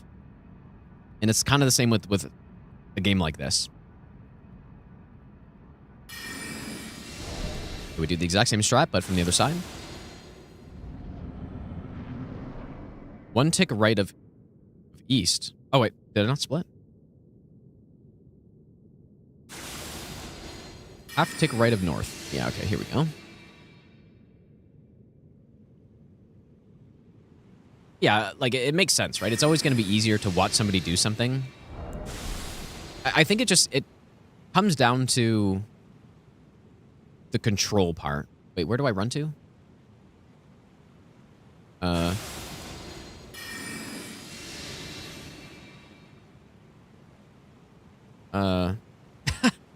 I think here is probably fine.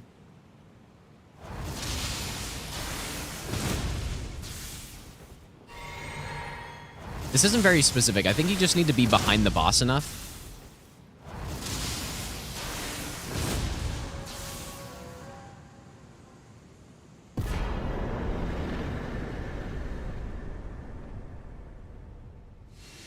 Make sure you don't aggro the boss first.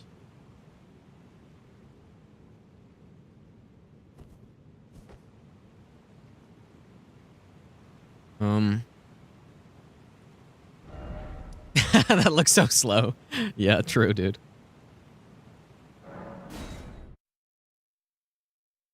But yeah, like I was saying, though, I think it most likely just has to do with the fact that you don't have to control yourself, right? You don't actually have to control the game, so that's part of your brain that's just not having to do anything.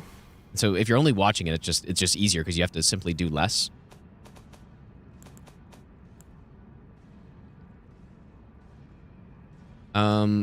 Large club. Nice resolve. Okay. Bryson, thanks, dude. Both of you to assume I have a brain.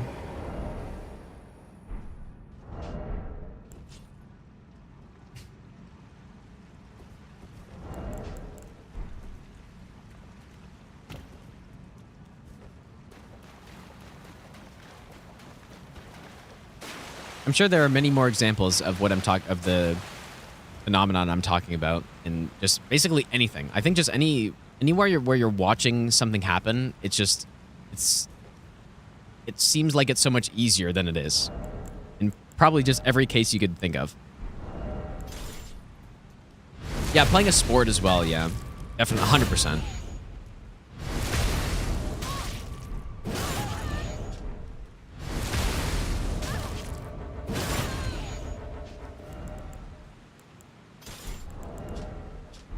Spiked here, and then we go this one. Yes. And go like that too.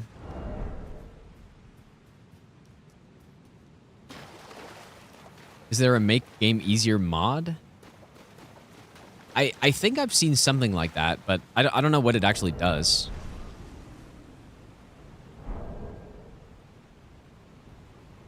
It probably just changes numbers around, I would guess.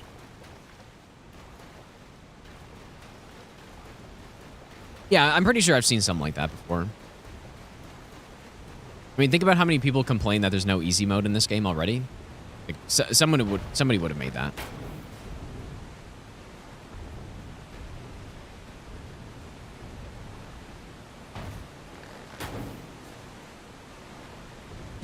ER tool.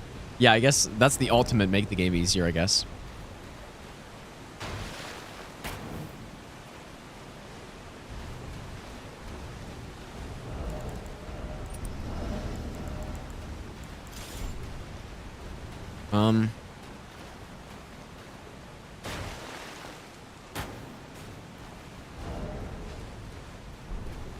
Oh, that's good.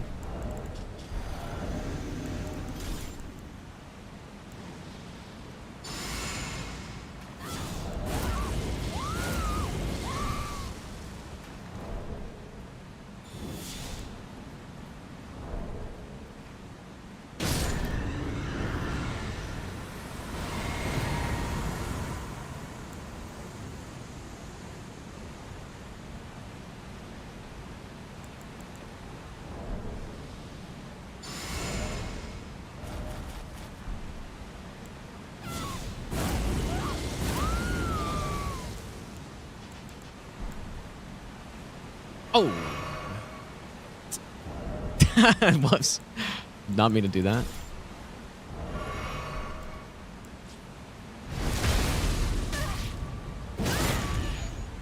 I don't know what I was trying to do. I think I was just trying to swap to the shield, but...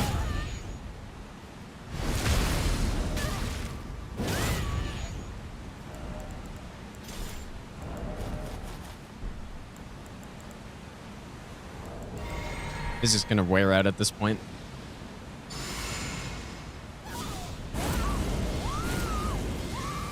And there we go.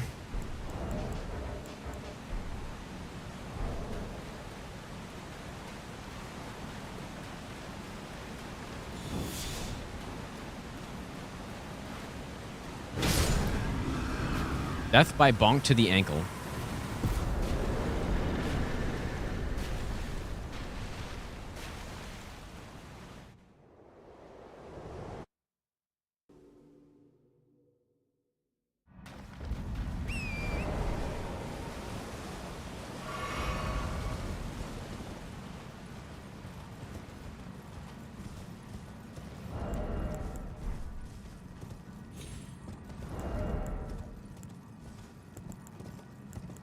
I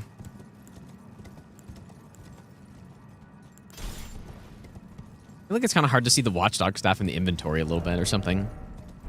Maybe it's not. I don't know. Just blind.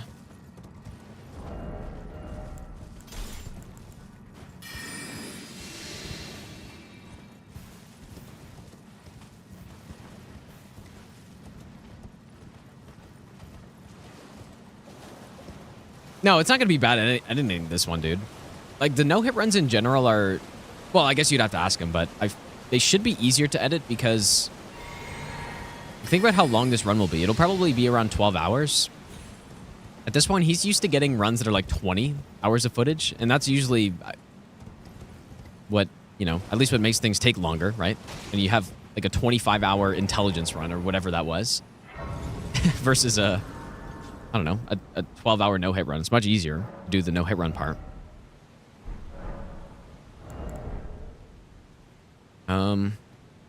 Okay.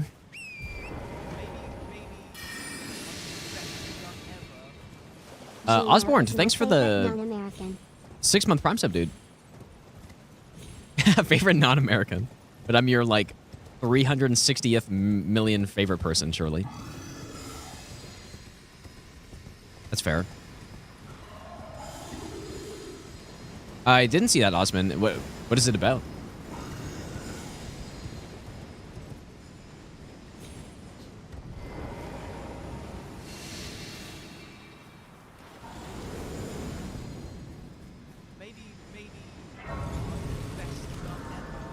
Boris, thanks for the 11-month resub as well, dude.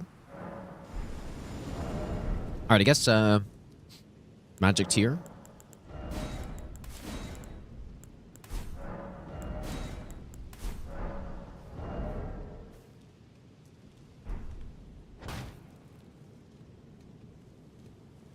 At least he's honest, though, yeah. Yeah, Boris, thanks again, dude.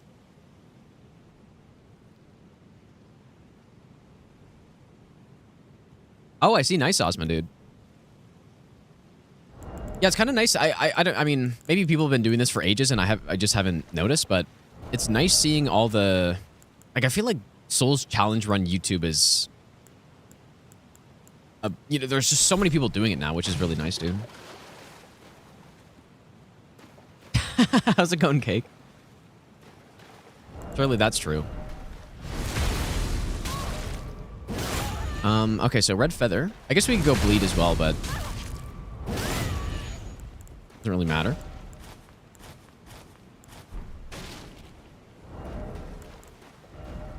This one... I don't think we need Bleed. Damage is good.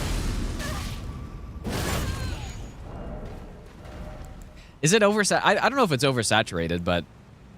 I don't know. I see quite a few... videos recommended to me all the time. But, like, it's... I don't know. It's nice seeing people, like,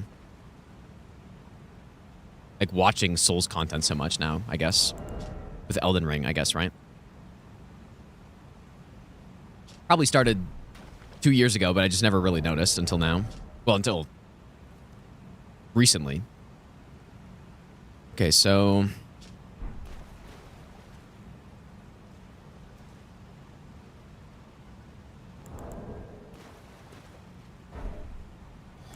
Physic. Let me go kite shield here too.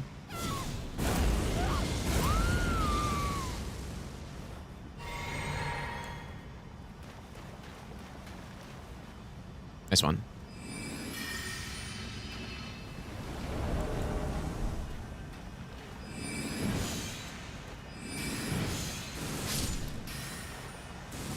Alright, I guess recast Howl.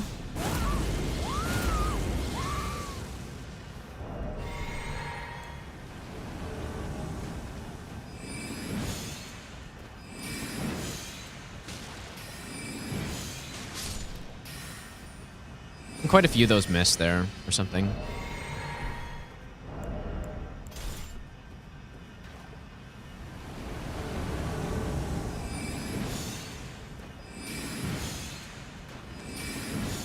That's so fucked. Oh, the second one got him, I guess.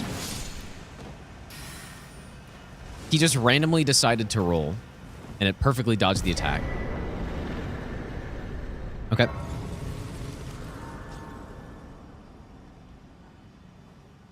Ooh, okay, this is definitely a boss where...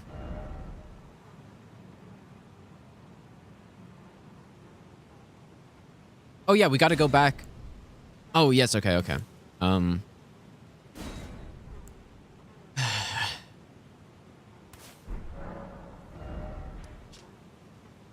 go back to Liurnia here, I kind of forgot.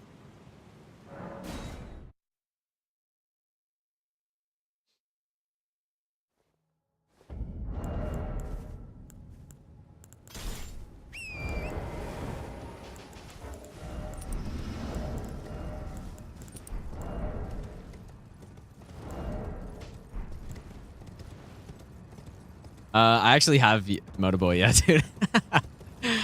Yeah, it's pretty funny. I mean, maybe it's kind of sad at the same time, I guess. It's just going absolutely, like, insane. Last attempt died at 57 bosses because you estimated the range of X6 rot. Yeah, it's pretty nasty.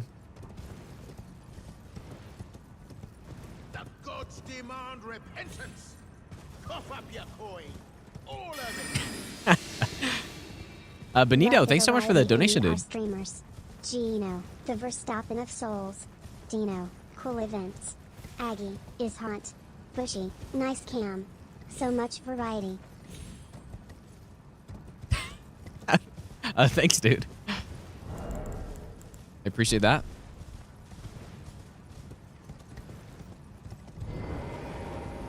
Yeah, surely Kanye tweeted about me, dude. He tweeted about the all bosses no hit run. Surely.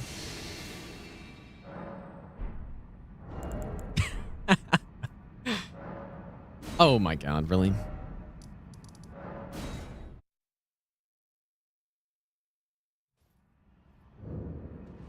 Let's go to Bunny, by the way. Yeah, I got blocked. Yeah.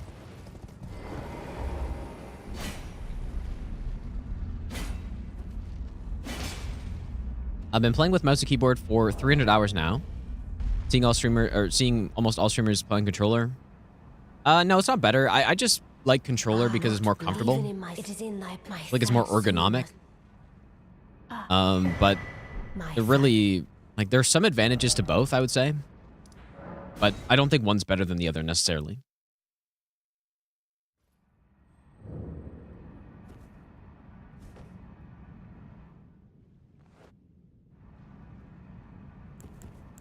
We're gonna use fire pots for the hands.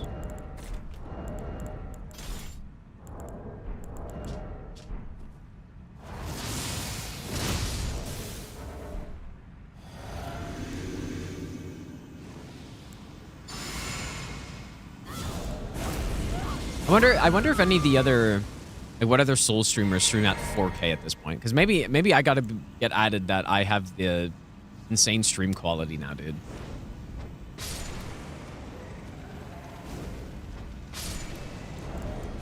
I think that's one thing I've got, maybe.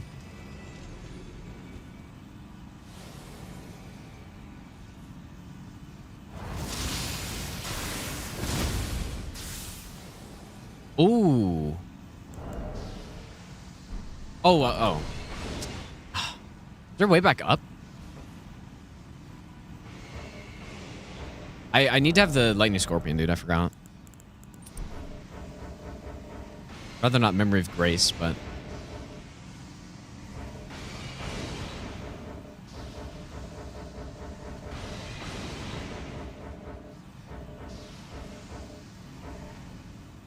All right, check this out. We're going from downtown. Ah, that's disappointing.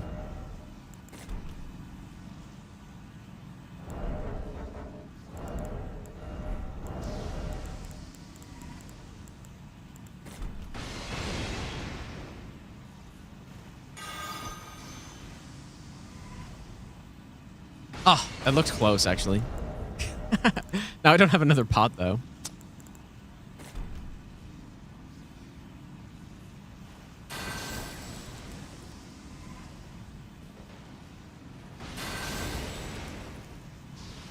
Oh, really?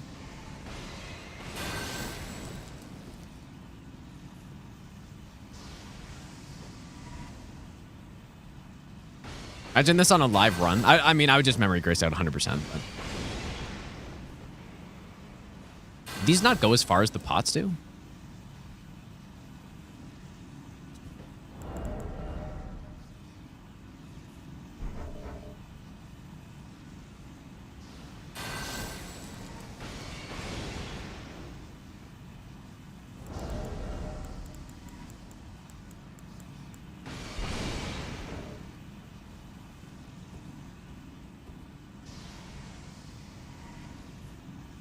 It's fine, dude. Again, I would memory grace out of here normally for sure. But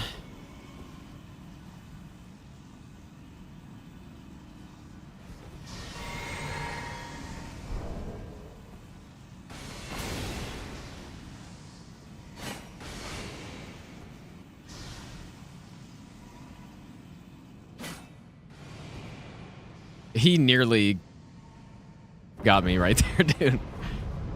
Okay, let me,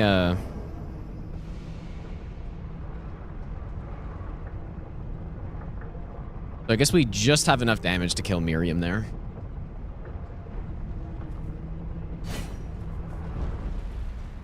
But yeah, with a Scorpion, that would have worked.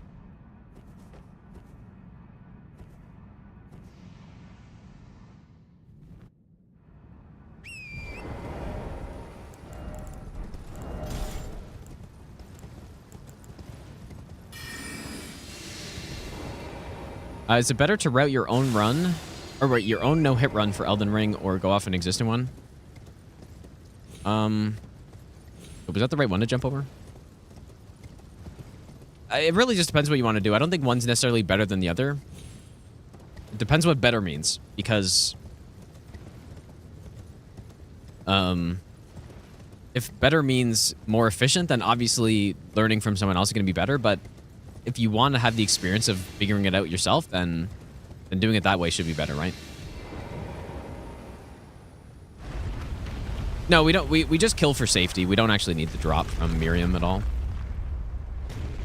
I got hit on Borealis today because I just didn't figure out the strat wasn't figured out before now, but now I think we're good. So have fun and better feeling of accomplishment.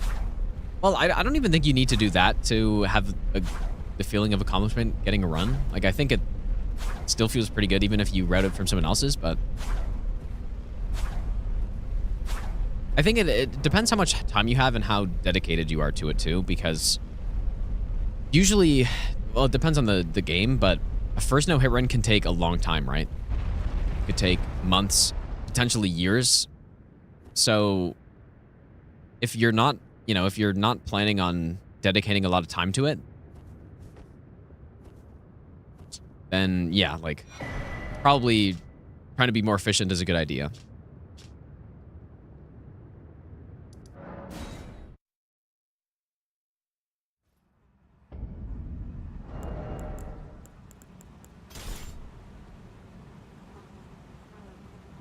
Well, I don't even mean efficiency on like the route itself. I more mean just I am the Gaycon yet Like if you're going into a game completely blind and starting no hit from scratch, it's just going to take you significantly longer to get the run. Like you could still come up with an efficient route, but it's just going to take so long compared to just looking at someone else's route. I just mean the time from start to finish is going to be a lot longer. So if you don't have that much time, or you don't think that you'll be interested if it takes too long, then I mean, probably no hit runs aren't for you in that case then, because no hit runs, even if you are learning from someone else, you still have to dedicate a lot of time to it. So I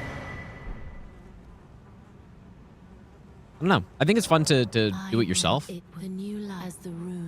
figure things out, but that also doesn't mean that you're like not allowed to use things that people have found, right? Did I talk to her enough?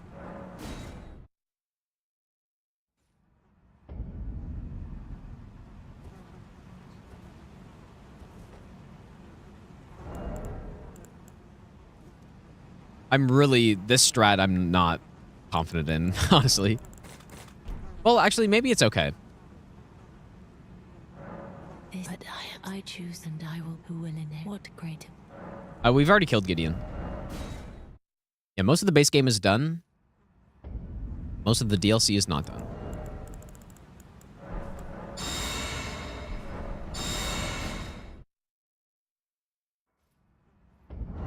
All right, so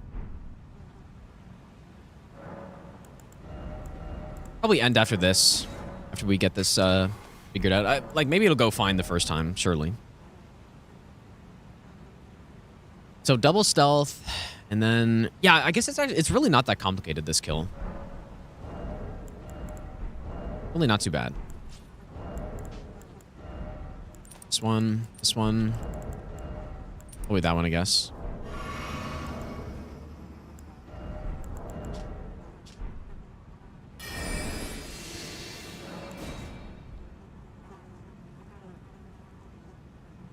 Anyone know what to do if Elden Ring keeps crashing on startup? Do you have like mods installed or something? That'd probably be the first thing to check. Other than that, you could just verify the integrity of the game files is probably a good idea.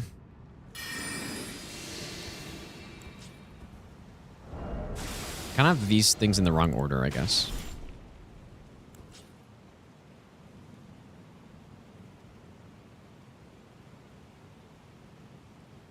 We run around.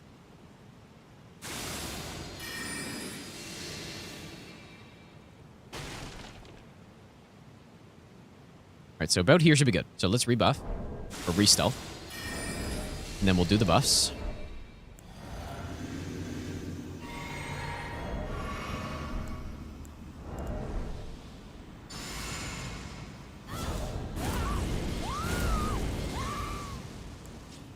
And then you know what? I really don't see the spot I'm supposed to do this at.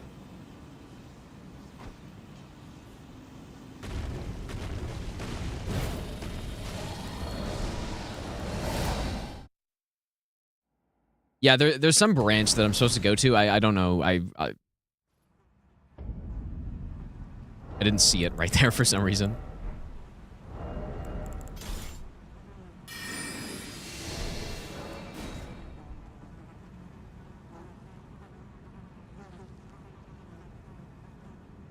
You'll be like, I figured out every single step by myself 2 years from now when everyone is over it.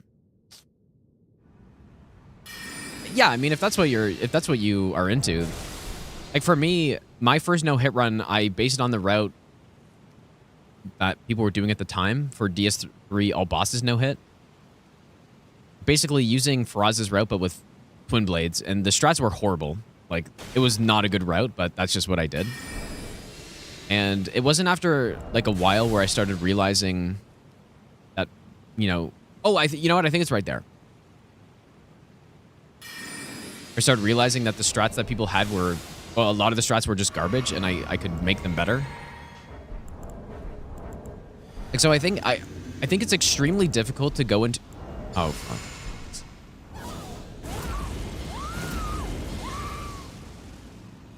It'd be extremely difficult to go into your first no-hit run and figure everything out yourself. Nice resolve here. And then we walk up to this route.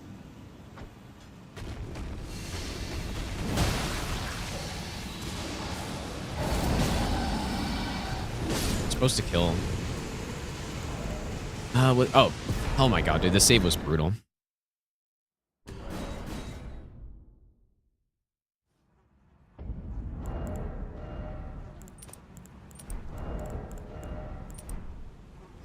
Yeah, so like I would probably recommend learning from someone else at first, probably. Unless you've played Souls games a lot and you know what's going on. In that case, then you definitely do not need to do that. But for me, I just finished my first playthrough of Dark Souls 3, and I saw a no-hit run video, and then I actually saw the video before I finished my playthrough, and then I just decided, like, oh, that seems like that's interesting. I wonder how I could do at it. And so I started learning at that point. But yeah, if you have like thousands of hours in the game, it's like you probably don't need any extra help. You want to do your own unique route.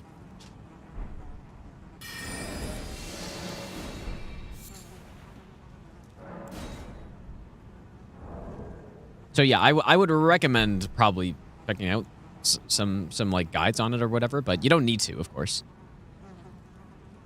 Honestly, couldn't imagine, after my first playthrough of Dark Souls 3, trying to no-hit that game from scratch. Like, I probably would have given up, I think. Pretty sure I would have given up.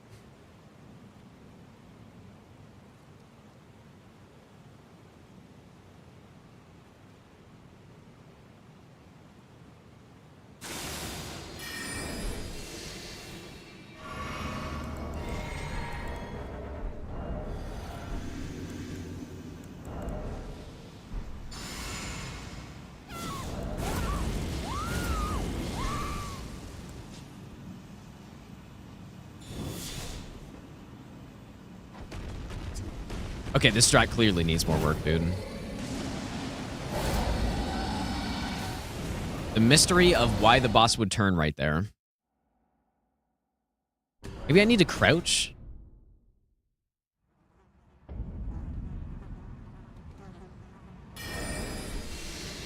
Yeah, I remember this happening last time. What you would give to experience DS3 for the first time again? It's kind of funny. I kind of... At first, I really liked it, and then once I got like halfway through the game, I stopped liking it, and I just stopped playing. Only came back because I saw that no-hit run of the game.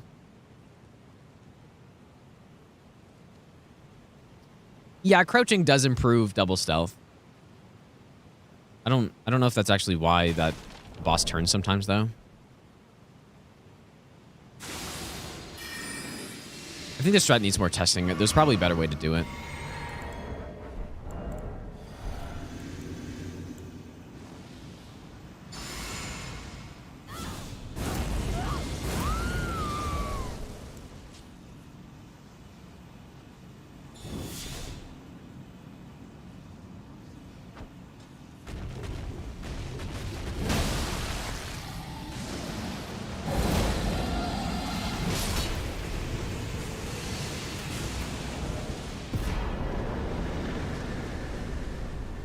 I guess my damage is like a tiny bit lower than before.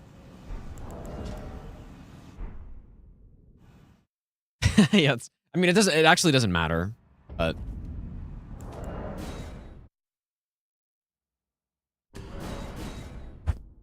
it might just be that I had the dagger and the staff equipped, so Blue Dancer wasn't doing as much. Probably what it was.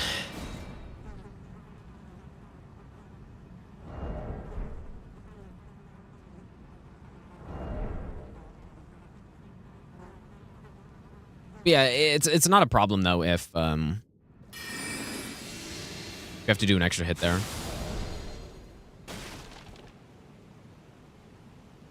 I could also even just Knight's Resolve and then do the final attack.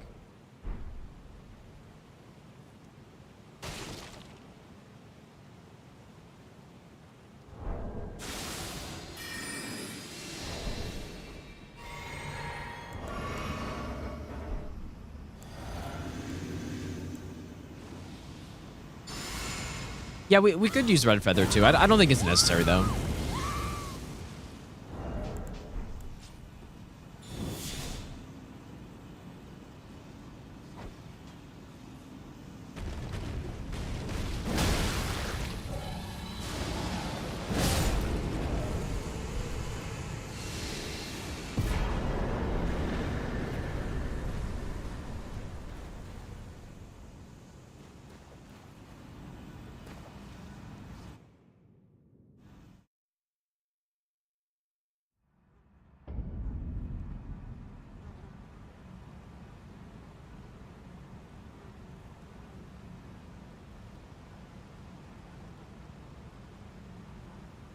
Yeah, that was pretty clean.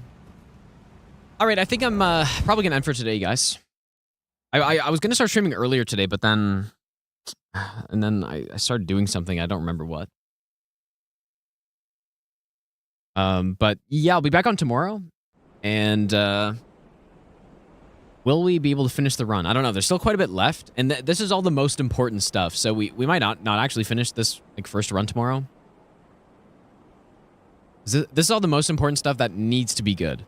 Because I'd rather not reset like 160 plus bosses in.